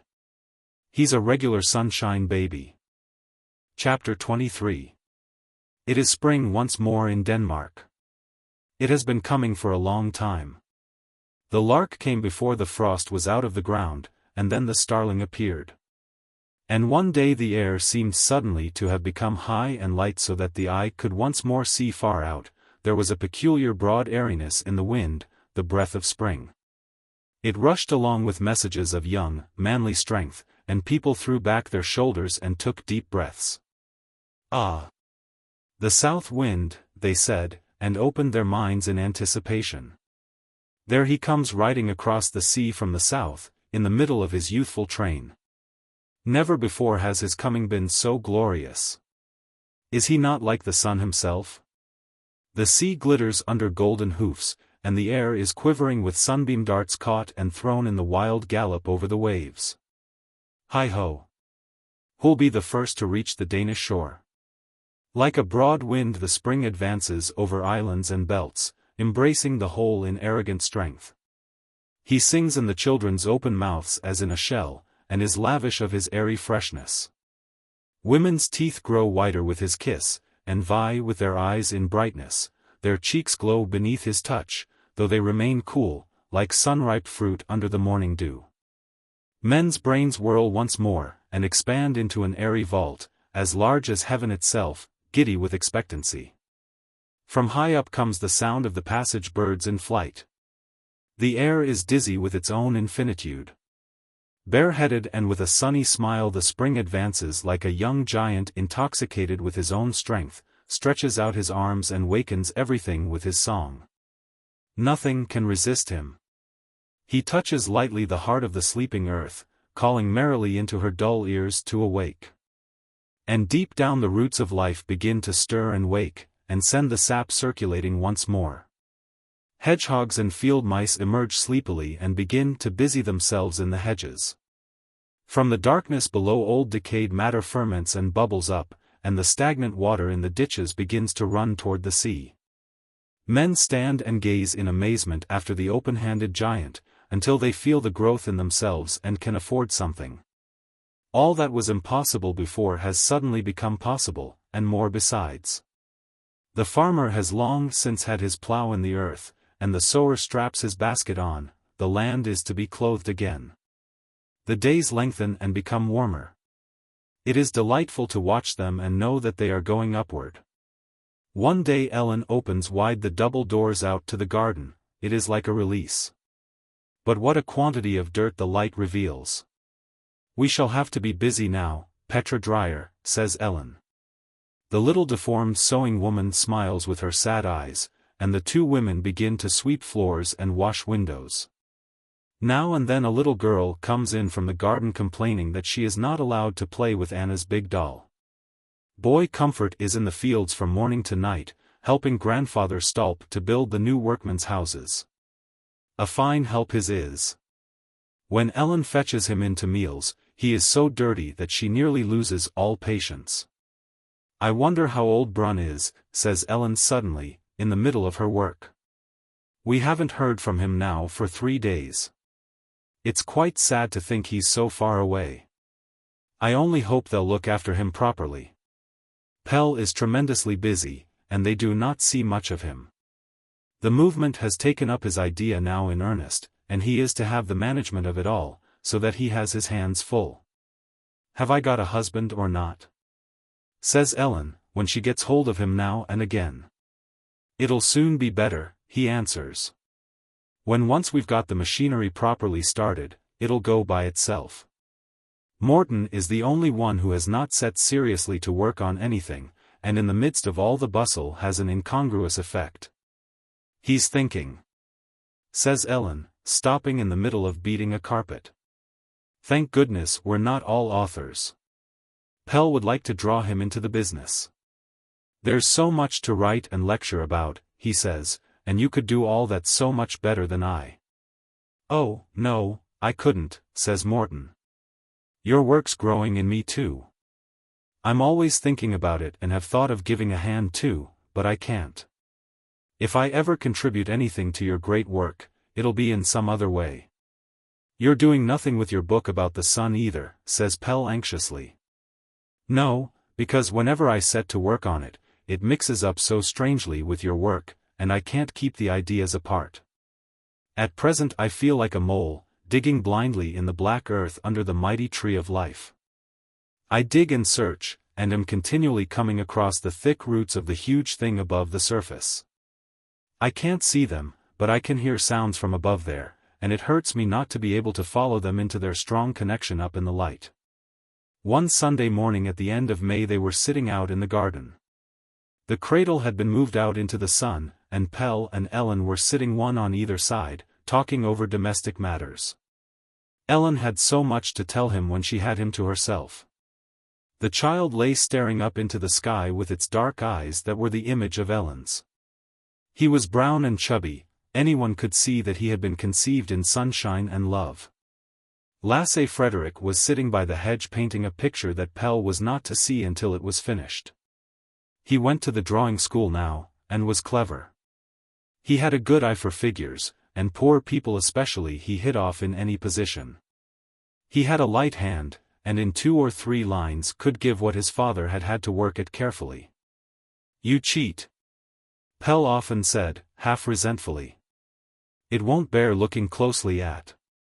He had to admit, however, that it was a good likeness. "Well, can't I see the picture soon?" he called across. He was very curious. "Yes, it's finished now," said Lasse Frederick, coming up with it.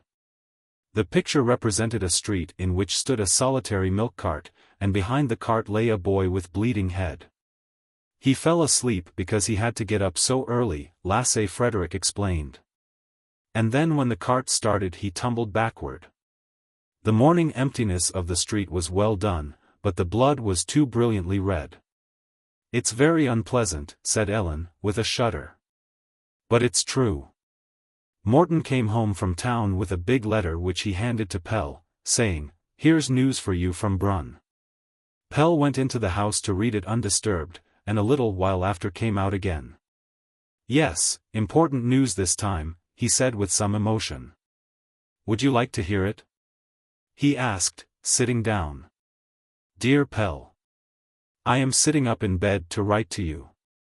I am poorly, and have been for some days, but I hope it is nothing serious. We all have to die some day, but I should like to start on the great voyage round the world from your home. I long to see daybreak and all of you, and I feel very lonely. If the business could do without you for a few days, I should be so glad if you would come down here. Then we could go home together, for I should not like to venture on the journey by myself. The sun is just going down, and sends its last rays in to me. It has been grey and gloomy all day, but now the sun has broken through the clouds, and kisses the earth and me, poor old man, too, in farewell. It makes me want to say something to you, Pell, for my day was like this before I knew you, endlessly long and grey. When you are the last member of a dying family, you have to bear the grey existence of the others too. I have often thought how wonderful the hidden force of life is. Intercourse with you has been like a lever to me, although I knew well that I should not accomplish anything more, and had no one to come after me. I feel, nevertheless, through you, in alliance with the future. You are in the ascendant and must look upon me as something that is vanishing. But look how life makes us all live by using us each in his own way. Be strong in your faith in the future, with you lies the development. I wish with all my heart that I were an awakening proletary and stood in the dawn of day, but I am nevertheless glad because my eyes will be closed by the new in you.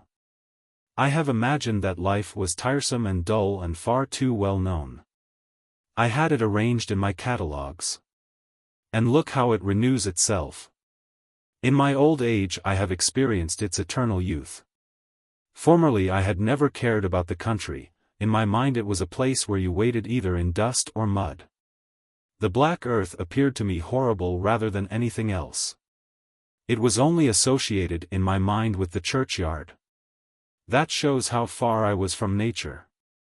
The country was something that farmers moved about in, those big, voracious creatures, who almost seemed like a kind of animal trying to imitate man. Rational beings could not possibly live out there. That was the view in my circle, and I had myself a touch of the same complaint, although my university training of course paraphrased and veiled it all to some extent. All this about our relations to nature seemed to me very interesting aesthetically, but with more or less of a contradictory, not to say hostile, character. I could not understand how anyone could see anything beautiful in a plowed field or a dike. It was only when I got to know you that something moved within me and called me out. There was something about you like the air from out there. Now I also understand my forefathers. Formerly they seemed to me only like thick-skinned boors, who scraped together all the money that 2 generations of us have lived upon without doing a pennyworth of good. They enabled us, however, to live life, I have always thought, and I considered it the only excuse for their being in the family, coarse and robust as they were. Now I see that it was they who lived, while we after them, with all our wealth, have only had a bed in life's inn. For all this I thank you. I am glad to have become acquainted through you with men of the new age, and to be able to give my fortune back. It was made by all those who work, and gathered together by a few. My giving it back is merely a natural consequence. Others will come to do as I am doing, either of their own free will or by compulsion, until everything belongs to everybody. Then only can the conflict about human interests begin. Capitalism has created wonderful machines, but what wonderful men await us in the new age. Happy the man who could have lived to see it. I have left all my money to you and Morton. As yet there is no institution that I could give it to, so you must administer it in the name of cooperation. You too are the best guardians of the poor, and I know you will employ it in the best manner. I place it with confidence in your hands.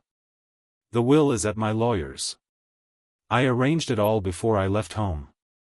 My greetings to all at daybreak, Ellen, the children, and Morton. If the baby is christened before I get home, remember that he is to be called after me. But I am hoping that you will come. Ellen drew a deep breath when Pell had finished the letter. I only hope he's not worse than he makes out, she said. I suppose you'll go? Yes, I'll arrange what's necessary at the works tomorrow early, and take the morning express. Then I must see to your things, exclaimed Ellen, and went in.